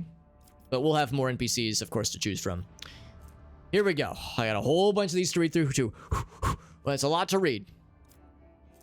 Yeah, that's the thing. I like his character, and there are things that make him extremely valuable. But everybody else, right now at least, is even more valuable. More invaluable. Harder to get rid of. Attack of opportunity. They become priority target. That is good. That is good, because if something is being hit by an attack of opportunity, it probably means we were already in a threatened space and we want to keep them as the threatened space. So that would keep them looking at us, you know, as opposed to running for our back line. If they fail at willpower resistance test, of course. Toughness is pretty good. Toughness is very good. So that'd be 12. So 17% parry against enemies. Okay. Now his parry is already very good, but that's only for this level. For this chapter, that is. Relentless Beacon, yeah. You can respect the characters, but I know it costs profit, so that is a finite resource. So yeah. And of course I'd want to do all that off stream just because that would be very long in the tooth to get through. But yeah, that is an option, and I might consider that at some point in the future, but we'll see. Armor and parry, which is good. Uso radius around us. 5 plus fellowship, which is not great. 3, so 8% penalty to dodge. From all attacks except the vanguards. Huh. That's interesting. Okay, that's good to know. That's good to know. Something to keep an eye on. There's Resilient Bacon. So 15 plus. Oh, that's real good. Yeah, that's real good. If we want to make this guy a tank, that's real tanky. Get that bacon nice and resilient and crispy. At least 1 health, they gain better parry and armor. Well, yes, he should always have at least 1 health. Oh, temporary wounds. Oh, I see. Still, more to parry and armor is good. I mean, the armor more especially. The parry is already very good. It's already very good, but it will not always be that good. Min-maxing some stuff. I mean, realistically speaking, I am in no position to min-max because I don't know shit about this game. If I was like doing like a 2nd or 3rd playthrough, maybe I'd give a shit, but yeah, I min-maxing is far from my goal. If I was wanting to min-max, I'd be like watching YouTube tutorials and poring over, you know, subreddits and Excel spreadsheets and reading up on spoilers. I'd be moneyballing this thing, and I have no interest in doing so. Too much time and energy to take to do that. So his fellowship again is not that great. A little bit more armor though, does not stack. It's nice, I guess. Resilient Beacon is great though. To me, that and Taunting Opportunity are both pretty solid. And some 3 wounds, once per round for each ally, which is nice. Only for people that are pretty close by. 2 cell radius is a pretty close radius.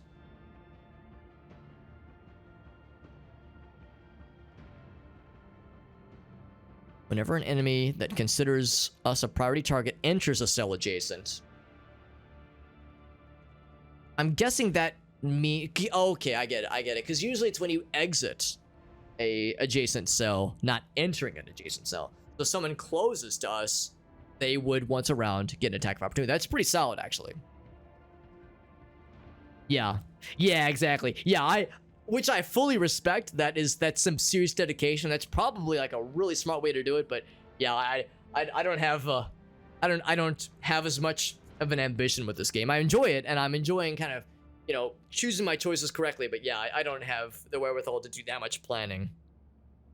So I don't have defensive stance, but it's pretty good.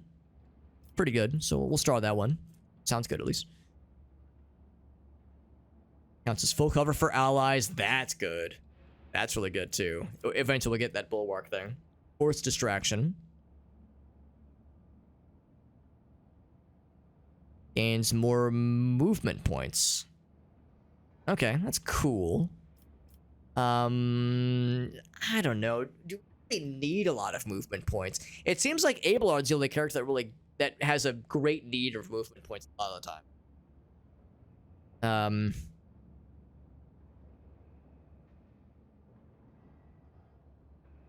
Made by an ally under forced distraction. I don't know if I remember what that is. Forced distraction. Is it this thing? It's that thing. Okay. Yeah, that's only for 3-star rating. No, I don't know if I love that necessarily. It's okay.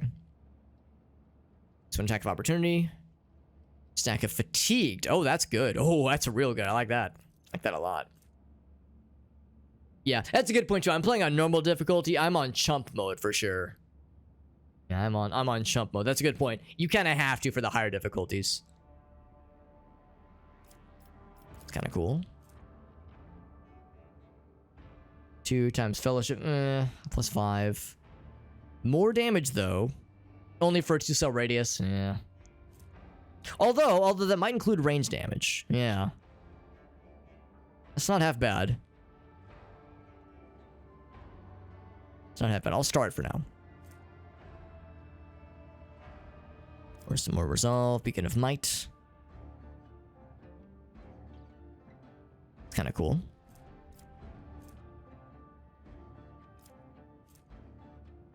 Actually, I'll go ahead and start that one. It's not half bad. An attack made by an ally hits me for the first time. It deals no damage. It applies to successive hits from the burst. So that could be nice when it comes to Crossfire. We were just talking about that earlier. Hey, what's up, Fuggy?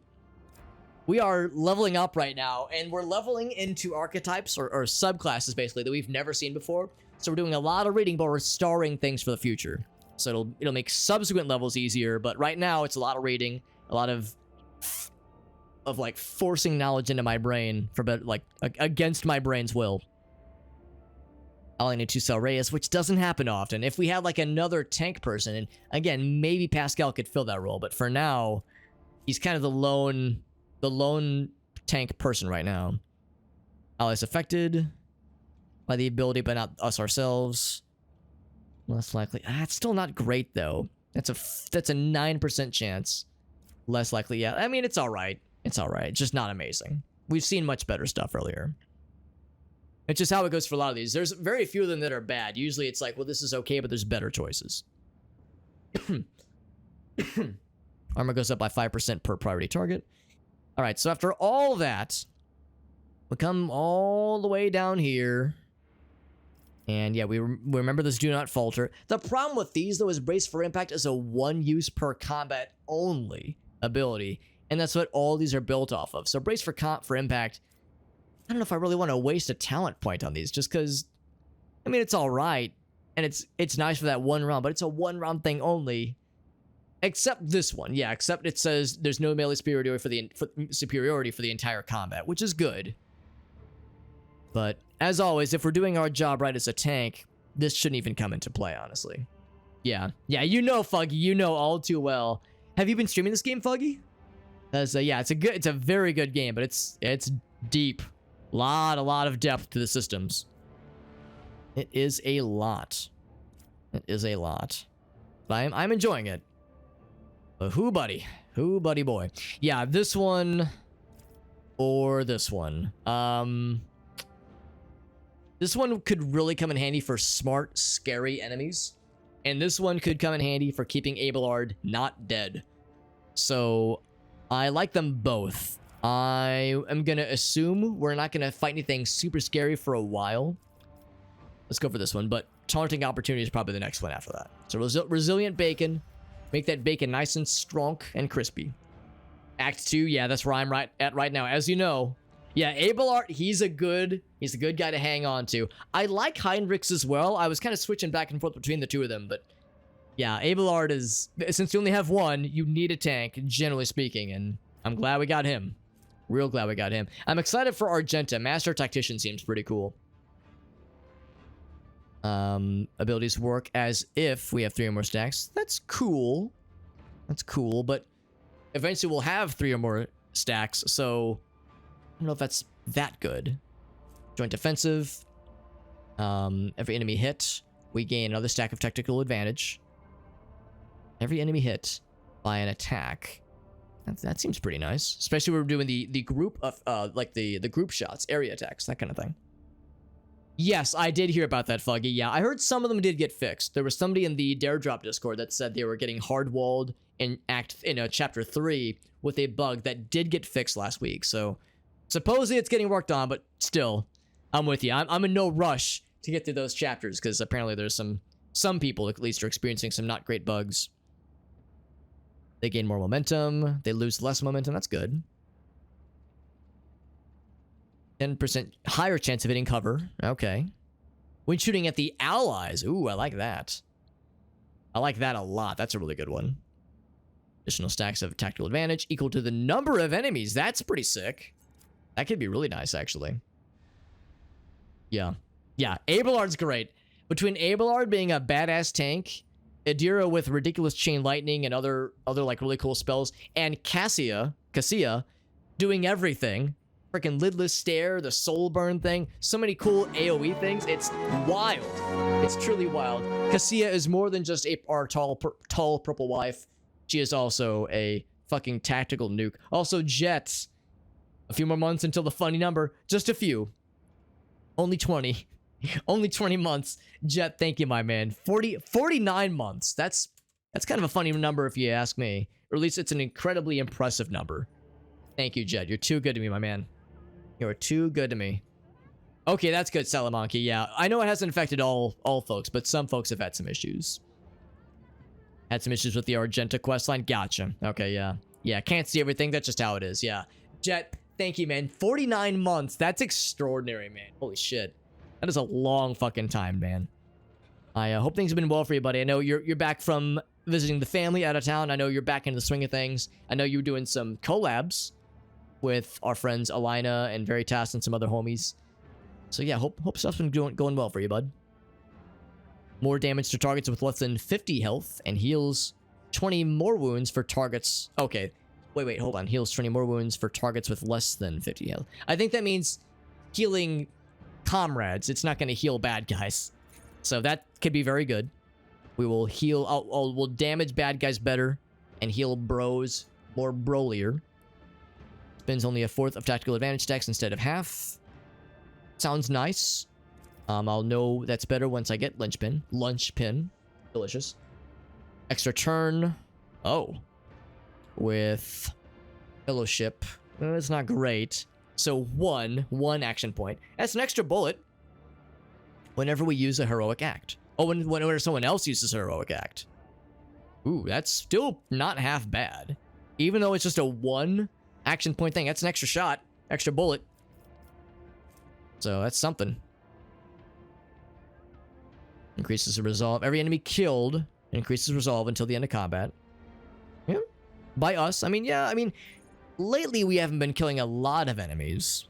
Everyone else has been doing cool AoE stuff, but that's still worthwhile. Been busy.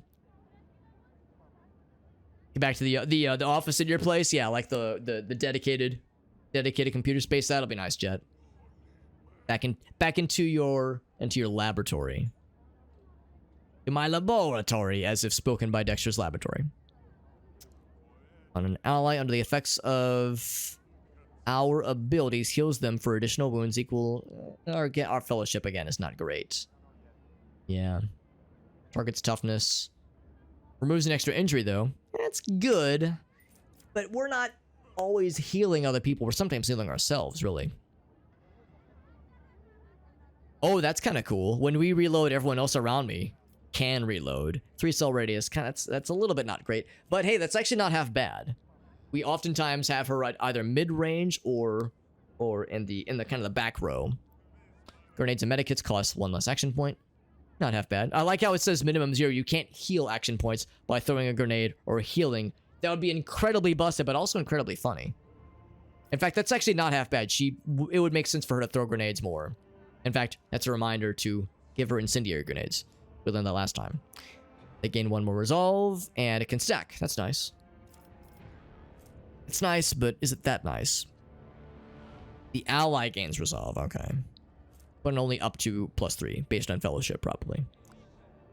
Higher than 125. The first... Oh! Oh, that's extremely cool. Because we use burst fire constantly. Or area attack path, basically. I think... Yeah, at the beginning of the turn. That's awesome. That is awesome. I love that. Momentum is what I'm thinking of. Yeah. Man, I might just snag that. That's extremely cool. The number of times I've been just one action point short of doing something cool with Argenta. That's dope. 20% chance. Oh, against attacks made by allies. Oh, that's nice too. So just, yeah, just less friendly fire in general. Man, Argenta's she gets some good shit here, man. Holy shit. Ignores cover and dodge. I think that's this thing. Yeah. Which is pretty cool. After the first heroic act will cost no action points. Damn, that's sick. Man, it's hard to choose, but support the advance. That might just be enough for me, man. That's pretty sick. Any consumable item or reloads the weapon. We gain tactical advantage. Uses a consumable item or reloads a weapon, which doesn't happen a lot, but maybe that'll get good in the late game when we're slinging grenades and healing constantly. The ally... Wait, hold on. When the ally does something that causes us to gain a stack of tactical advantage. That's interesting. That could get good later, maybe. When we spend one on abilities, the crit damage dealt increases by 1% for every stack. Spent. Okay. Same thing. That could get good later. But crit grants some momentum equal to... Okay. Works up to 3 times per turn. That's still pretty nice. Maybe as the momentum or the resolve goes up, maybe that gets better. I'll start for now. Additional damage for every 10 stacks. Start for now. We don't really know what that ability is, but it could get good. Assign objective. We know about that one. Right. Makes the target suffer more damage from any source. Hey, that's not half bad. I'll take that. Half the amount of temporary wounds. The ally closest to the target. That's kind of cool. Finish the job. Gains hit chance. Yo, I like that. And then back to these things. We already have Bolt Weapon Expert, obviously. She's the Bolter Extraordinaire. She's already Flame Weapon Expert as well. After all that, is there stuff down here? Oh, I already have this one. Alright, well, pretty much everything I want. I mean, there's some really cool stuff here. Joint Offensive sounds really cool. Or actually, no, that one just sounded kind of okay. What was the other one that caught my eye?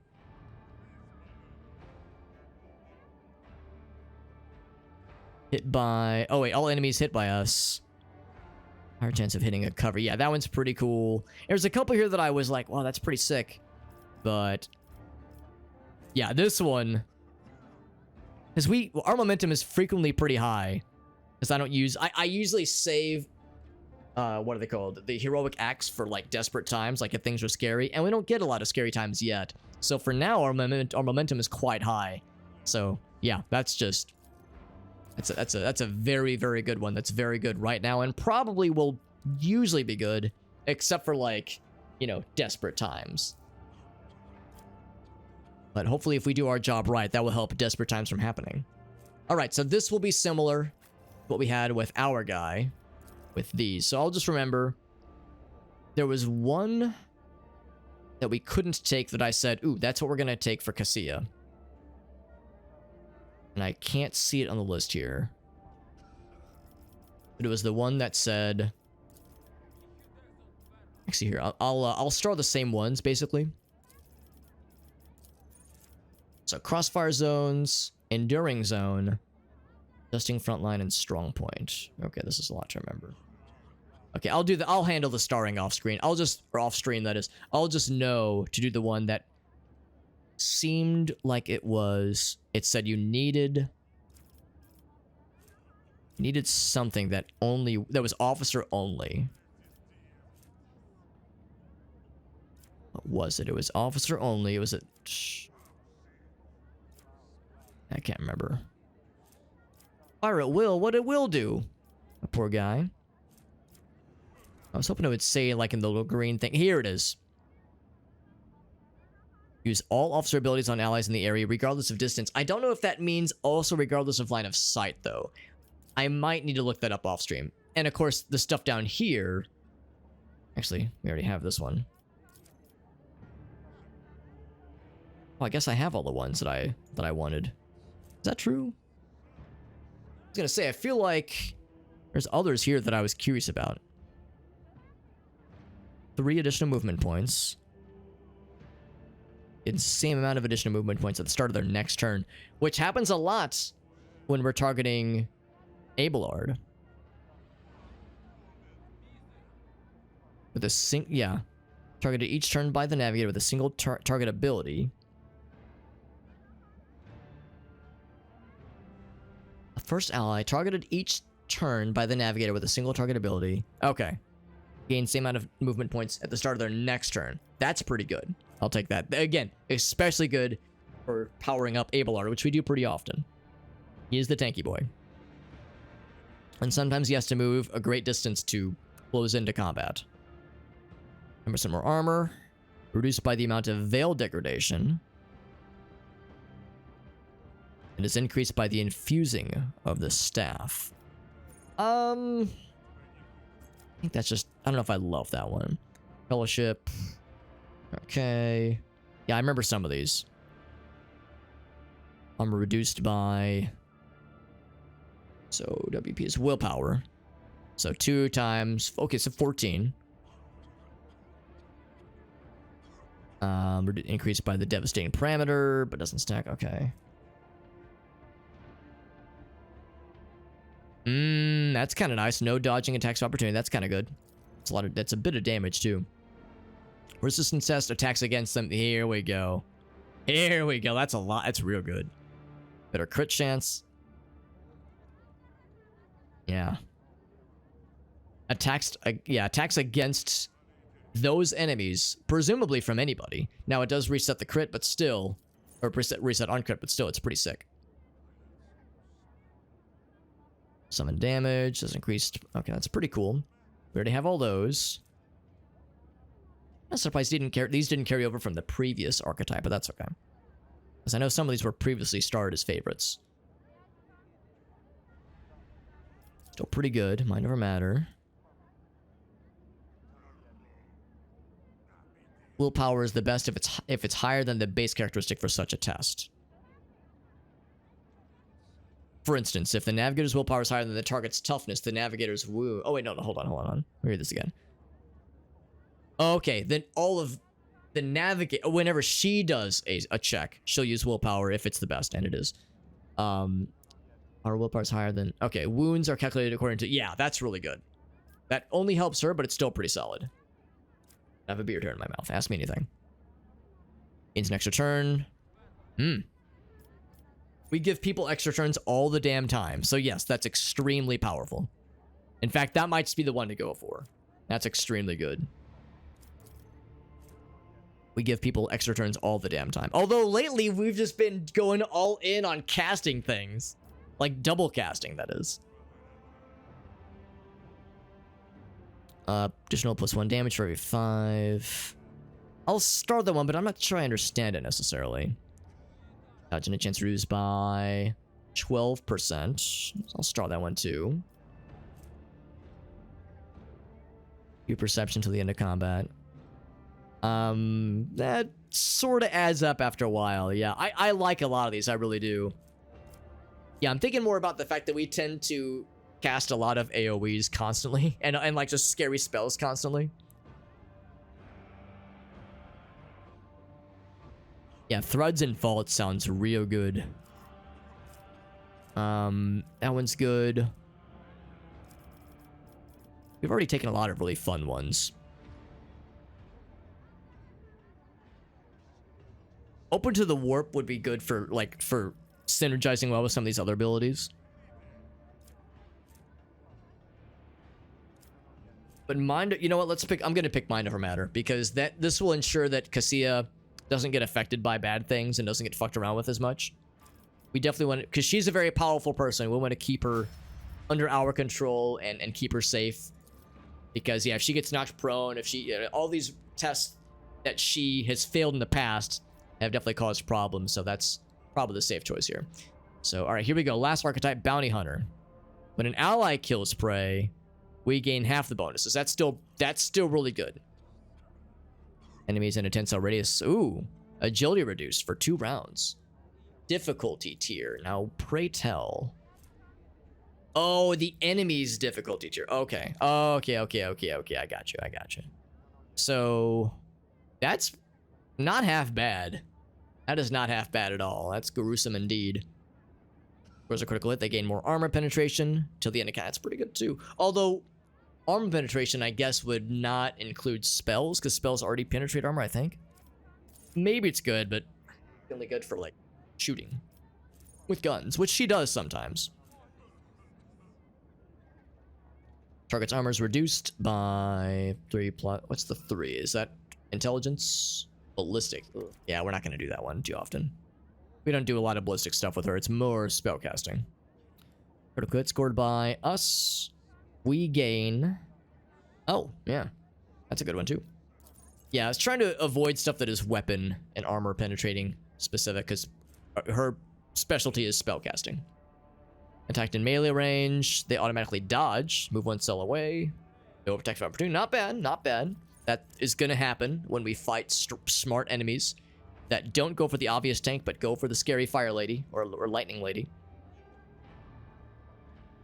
Now, this is only going to be good for later on, but that will be good for a lot later on. I don't know if we fought a tier 4 enemy yet. Maybe we have, maybe we haven't, but eventually we will fight more of them. And she'll be the one to do it. Yeah, that's a good one for later. To gain that many movement points. So we could... Okay, I see what that means. That means we could crit, you know, attack, apply a crit, get the movement points, and then move afterwards. That's interesting. I'll start for now. Allies adjacent to the prey. That's just okay. First critical hit grants their allies a stacking and my perception, which is pretty good. By the way, 3 though. Ugh, bonus to armor.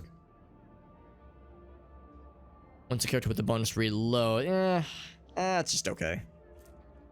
When we deal damage, oh, and a prey deals damage to an ally, we gain their difficulty tier and percentage damage for 2 rounds. Ooh, it does stack. I like that. I like that it stacks. Removes difficulty tier deflection. Ooh boy, a lot of arithmetic here. -2 times. Okay, that many willpower and that many toughness from the target. That's good. I guess I'll start. I mean, that's good, but I don't know what Cold the Bold is necessarily, so we'll see. 50% damage, sure. Helping allies, that's something we like to do.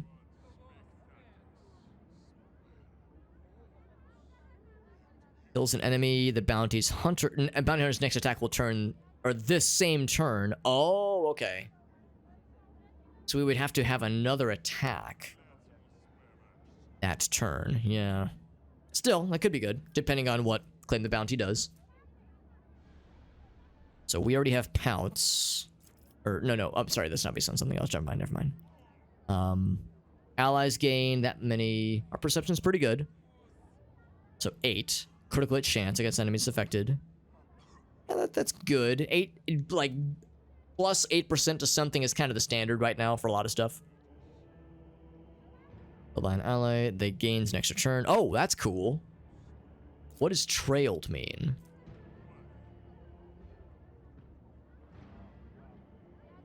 Huh.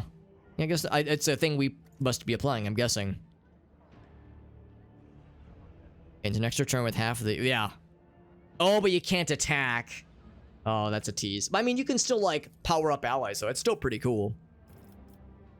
That's still helpful, maybe. It's armor reduced. We don't have piercing shot, though.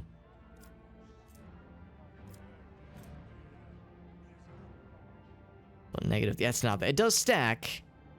Yeah. Nah, let's see what else we got. Limited range. Reduces the target's armor. It's just that's good. That usual 8%. Inflict the catch effect. Okay. So they have less armor and dodge. Once they move or suffer. Okay, suffer the damage or suffer some kind of damage. Yeah. That's good. It's good, but is it amazing? Not really. All allies in a 7-cell radius around the target gain that much percentage of a critical hit chance until the end of combat. It does stack. It's only when we kill with an enemy crit, with an enemy with a crit, but that's still pretty cool. A lot of these, my god. Single shot attack on an immobilizer stun target. Refunds its cost and does not. Oh, that's nice. Does not count for the attack. That's really nice. Oh my god, I might just take that. My god, that's really good. Difficulty tier is 4 or higher. Immediately reloads. Well, we're not really reloading though. Attacks the closest enemy in their line of sight. 5%, 50% over penetration. That's interesting. That's real interesting. So a lot of interesting things. And then down here, I can't take side rating 2 yet, but soon. Soon. A lot of these are still starred. Yeah, for obvious reason. Oops. Armor's reduced by 3%. And their deflection gets reduced, which is cool. Damage over time. Do we have a lot of DOTs? Not right now, I don't think. Also, I just looked up and noticed that this is still... The forewarning is still in place. It's just not going away ever, which I'm okay with. I'm okay with. It's weird that that is yet to leave. DOT... So right now, that's just a 10%. But of course, eventually, that'll become extremely good as we get to side rating 2, 3, and beyond. It's better crit chance. Increased by all bonuses to crit chance. That's pretty cool. Start that one. It will probably get good later on. That's pretty cool too. Adjacent to the Psyker. When we use any kind of psychic power.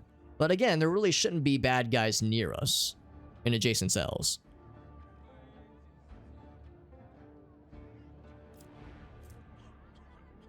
And the Psyker is burning. Now, why would we intentionally let our person get on fire? Sighting is increased. That's pretty cool. Damage from fire no longer reduces the Psyker's momentum. We should... I mean, ideally, we're not on fire, though. Against fire damage, half this amount of damage. Okay, so those two would scale really well. I guess there must be things that have a chance to set our person on fire. And a hydrate. Oh, I'm actually out of water. I'll have to refund that hydrate. I have no water in the tank right now. Tank is empty right now.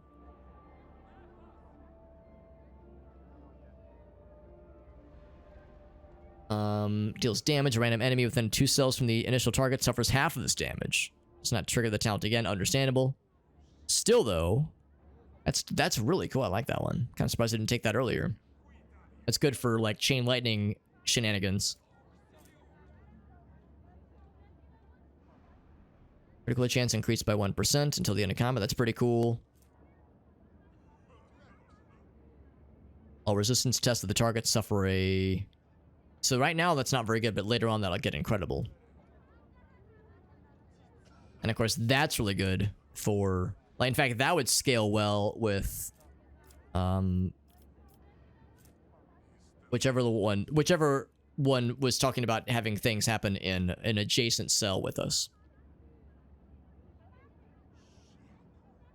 Additional 3 damage, and that's based on ballistic skill? Yeah, it's kind of disappointing. Force weapons, we have no force weapons right now. Less action points.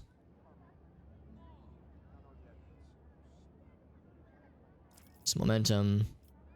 Okay, so we've seen it all. We've seen it all. There's a lot of cool ones. Man, I feel like I still want to go for Psyker abilities, honestly. There were some up here that were pretty neat, though. Like, that's pretty cool. That's pretty cool.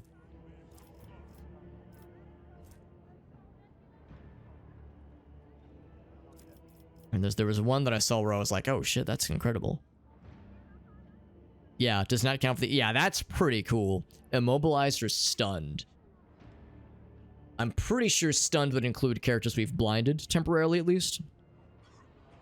Single shot attack is the thing. Would that include chain lightning and that kind of thing? I don't know if it does.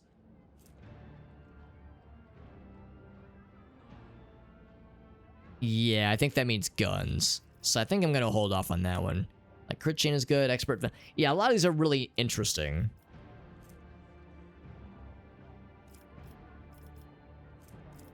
But so much of her specialty is with spellcasting.